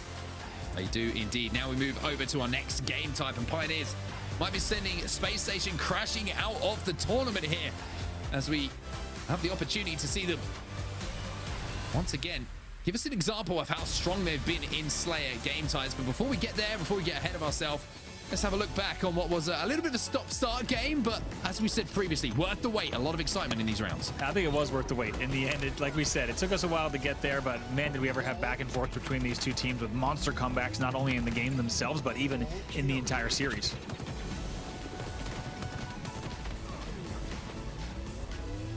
I think the takeaway for me for Space Station here is I've got to give them some credit, Andy. You know, as we say, playing with the sub at the moment, Elamite's doing what he can.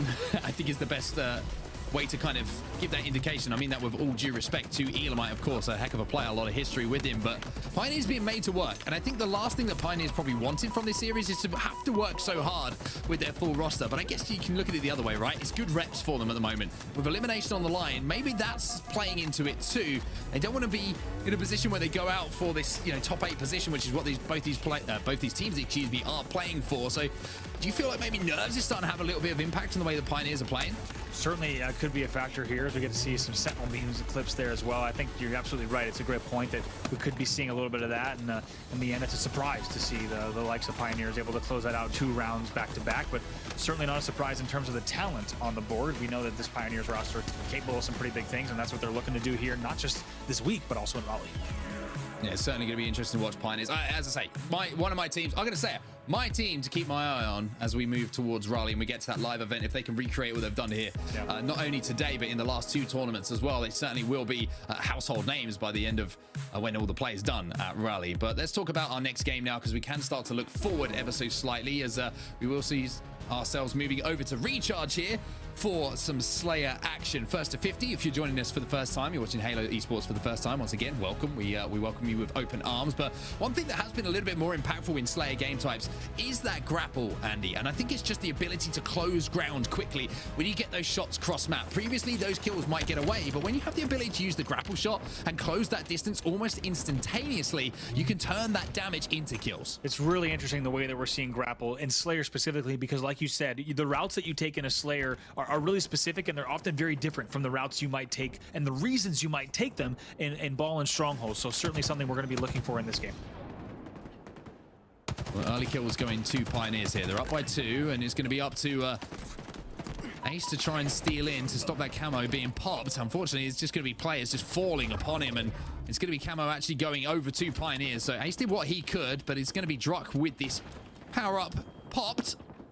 And also a Mangler in his hands to try and do some damage up at close rounds. So Soul Snipe's going to go around the corner though, and he's going to pick up a kill. There is that one-shot beatdown that the Mangler gives you the opportunity to do. And already at 7-4, this is looking like control early in the hands of Pioneers. And look at the timing there. Just make sure to avoid that grenade from Ace, and control perfectly times it as well. Also maintains a safe distance from that sword, maintains the camo. Druck doing some nice work here over at C.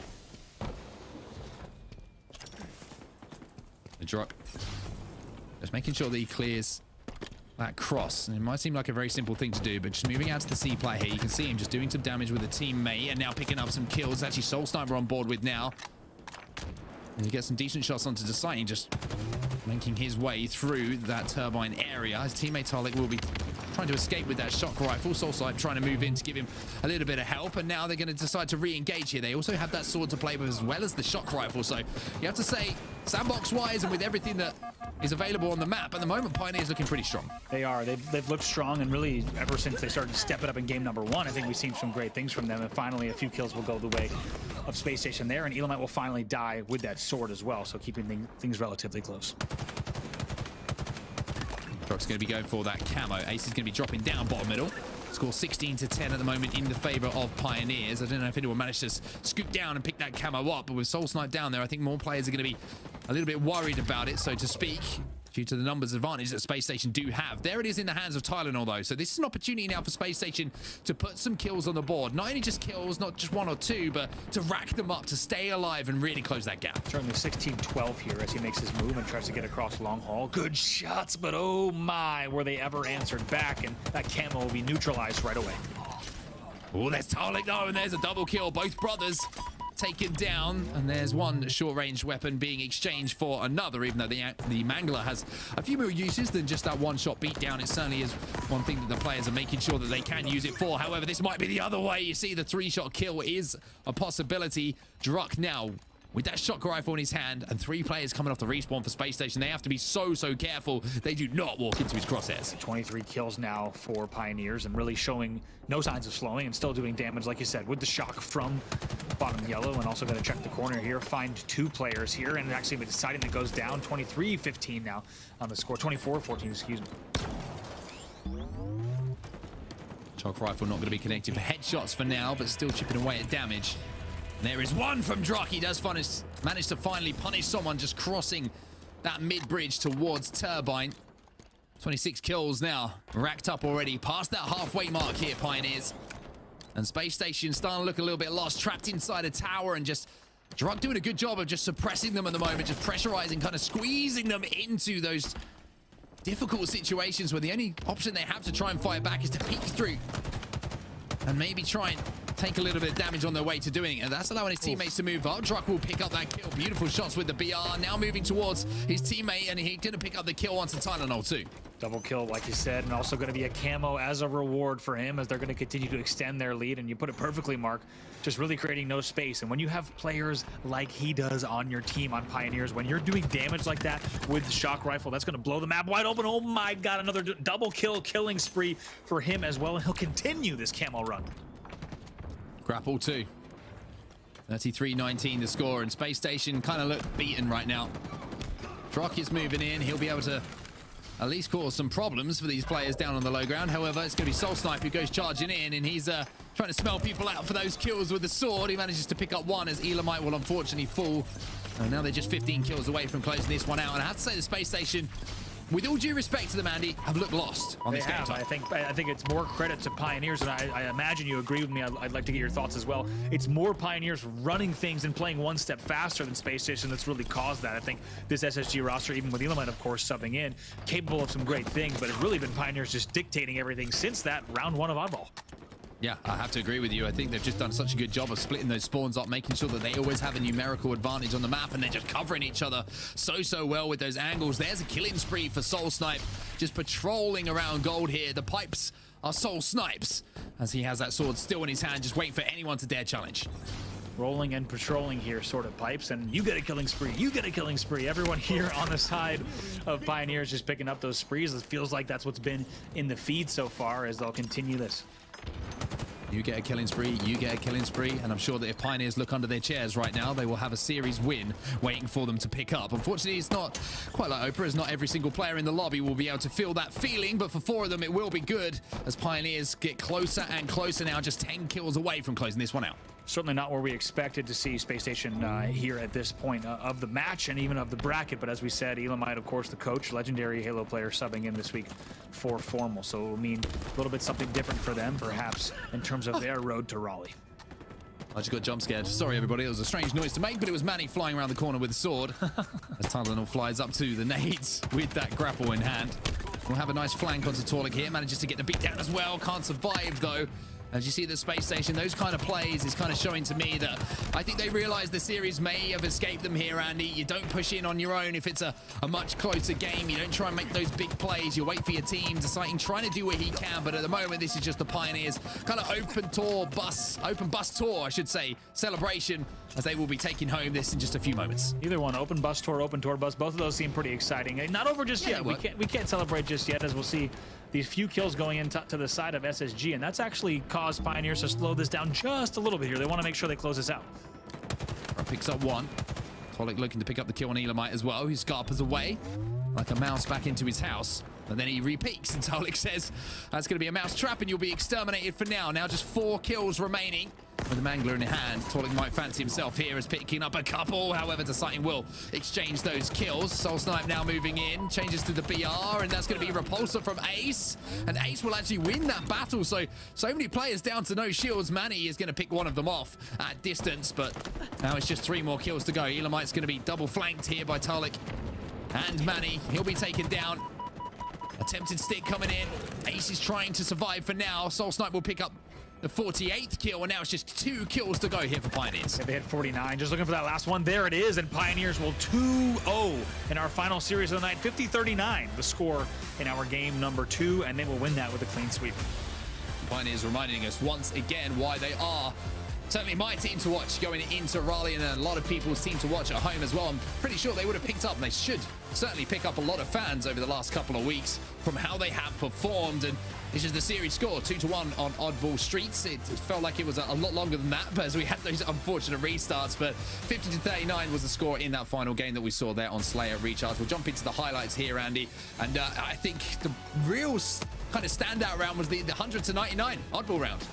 It has got to be. I mean, that was one of the closest, and you don't get closer. I mean, that's one of the closest probably on paper the match we've shown on the broadcast there of Oddball, and the fact that it went to a reverse sweeping ball was pretty fantastic as well. And looking at these game 2 highlights, once again, it was just early control from Pioneers, and they kept that going. And for those of you who might just be checking out Halo Esports for the first time, or maybe didn't catch our first 2 weeks, this Pioneers roster, even though they might be lesser known names in terms of the players that you've been following historically over the course of the last 2 decades of Halo, Pioneers is coming in with the 3rd seed in North America right now. This team is not to be taken lightly, and they're continuing to make that statement here late in our elimination bracket.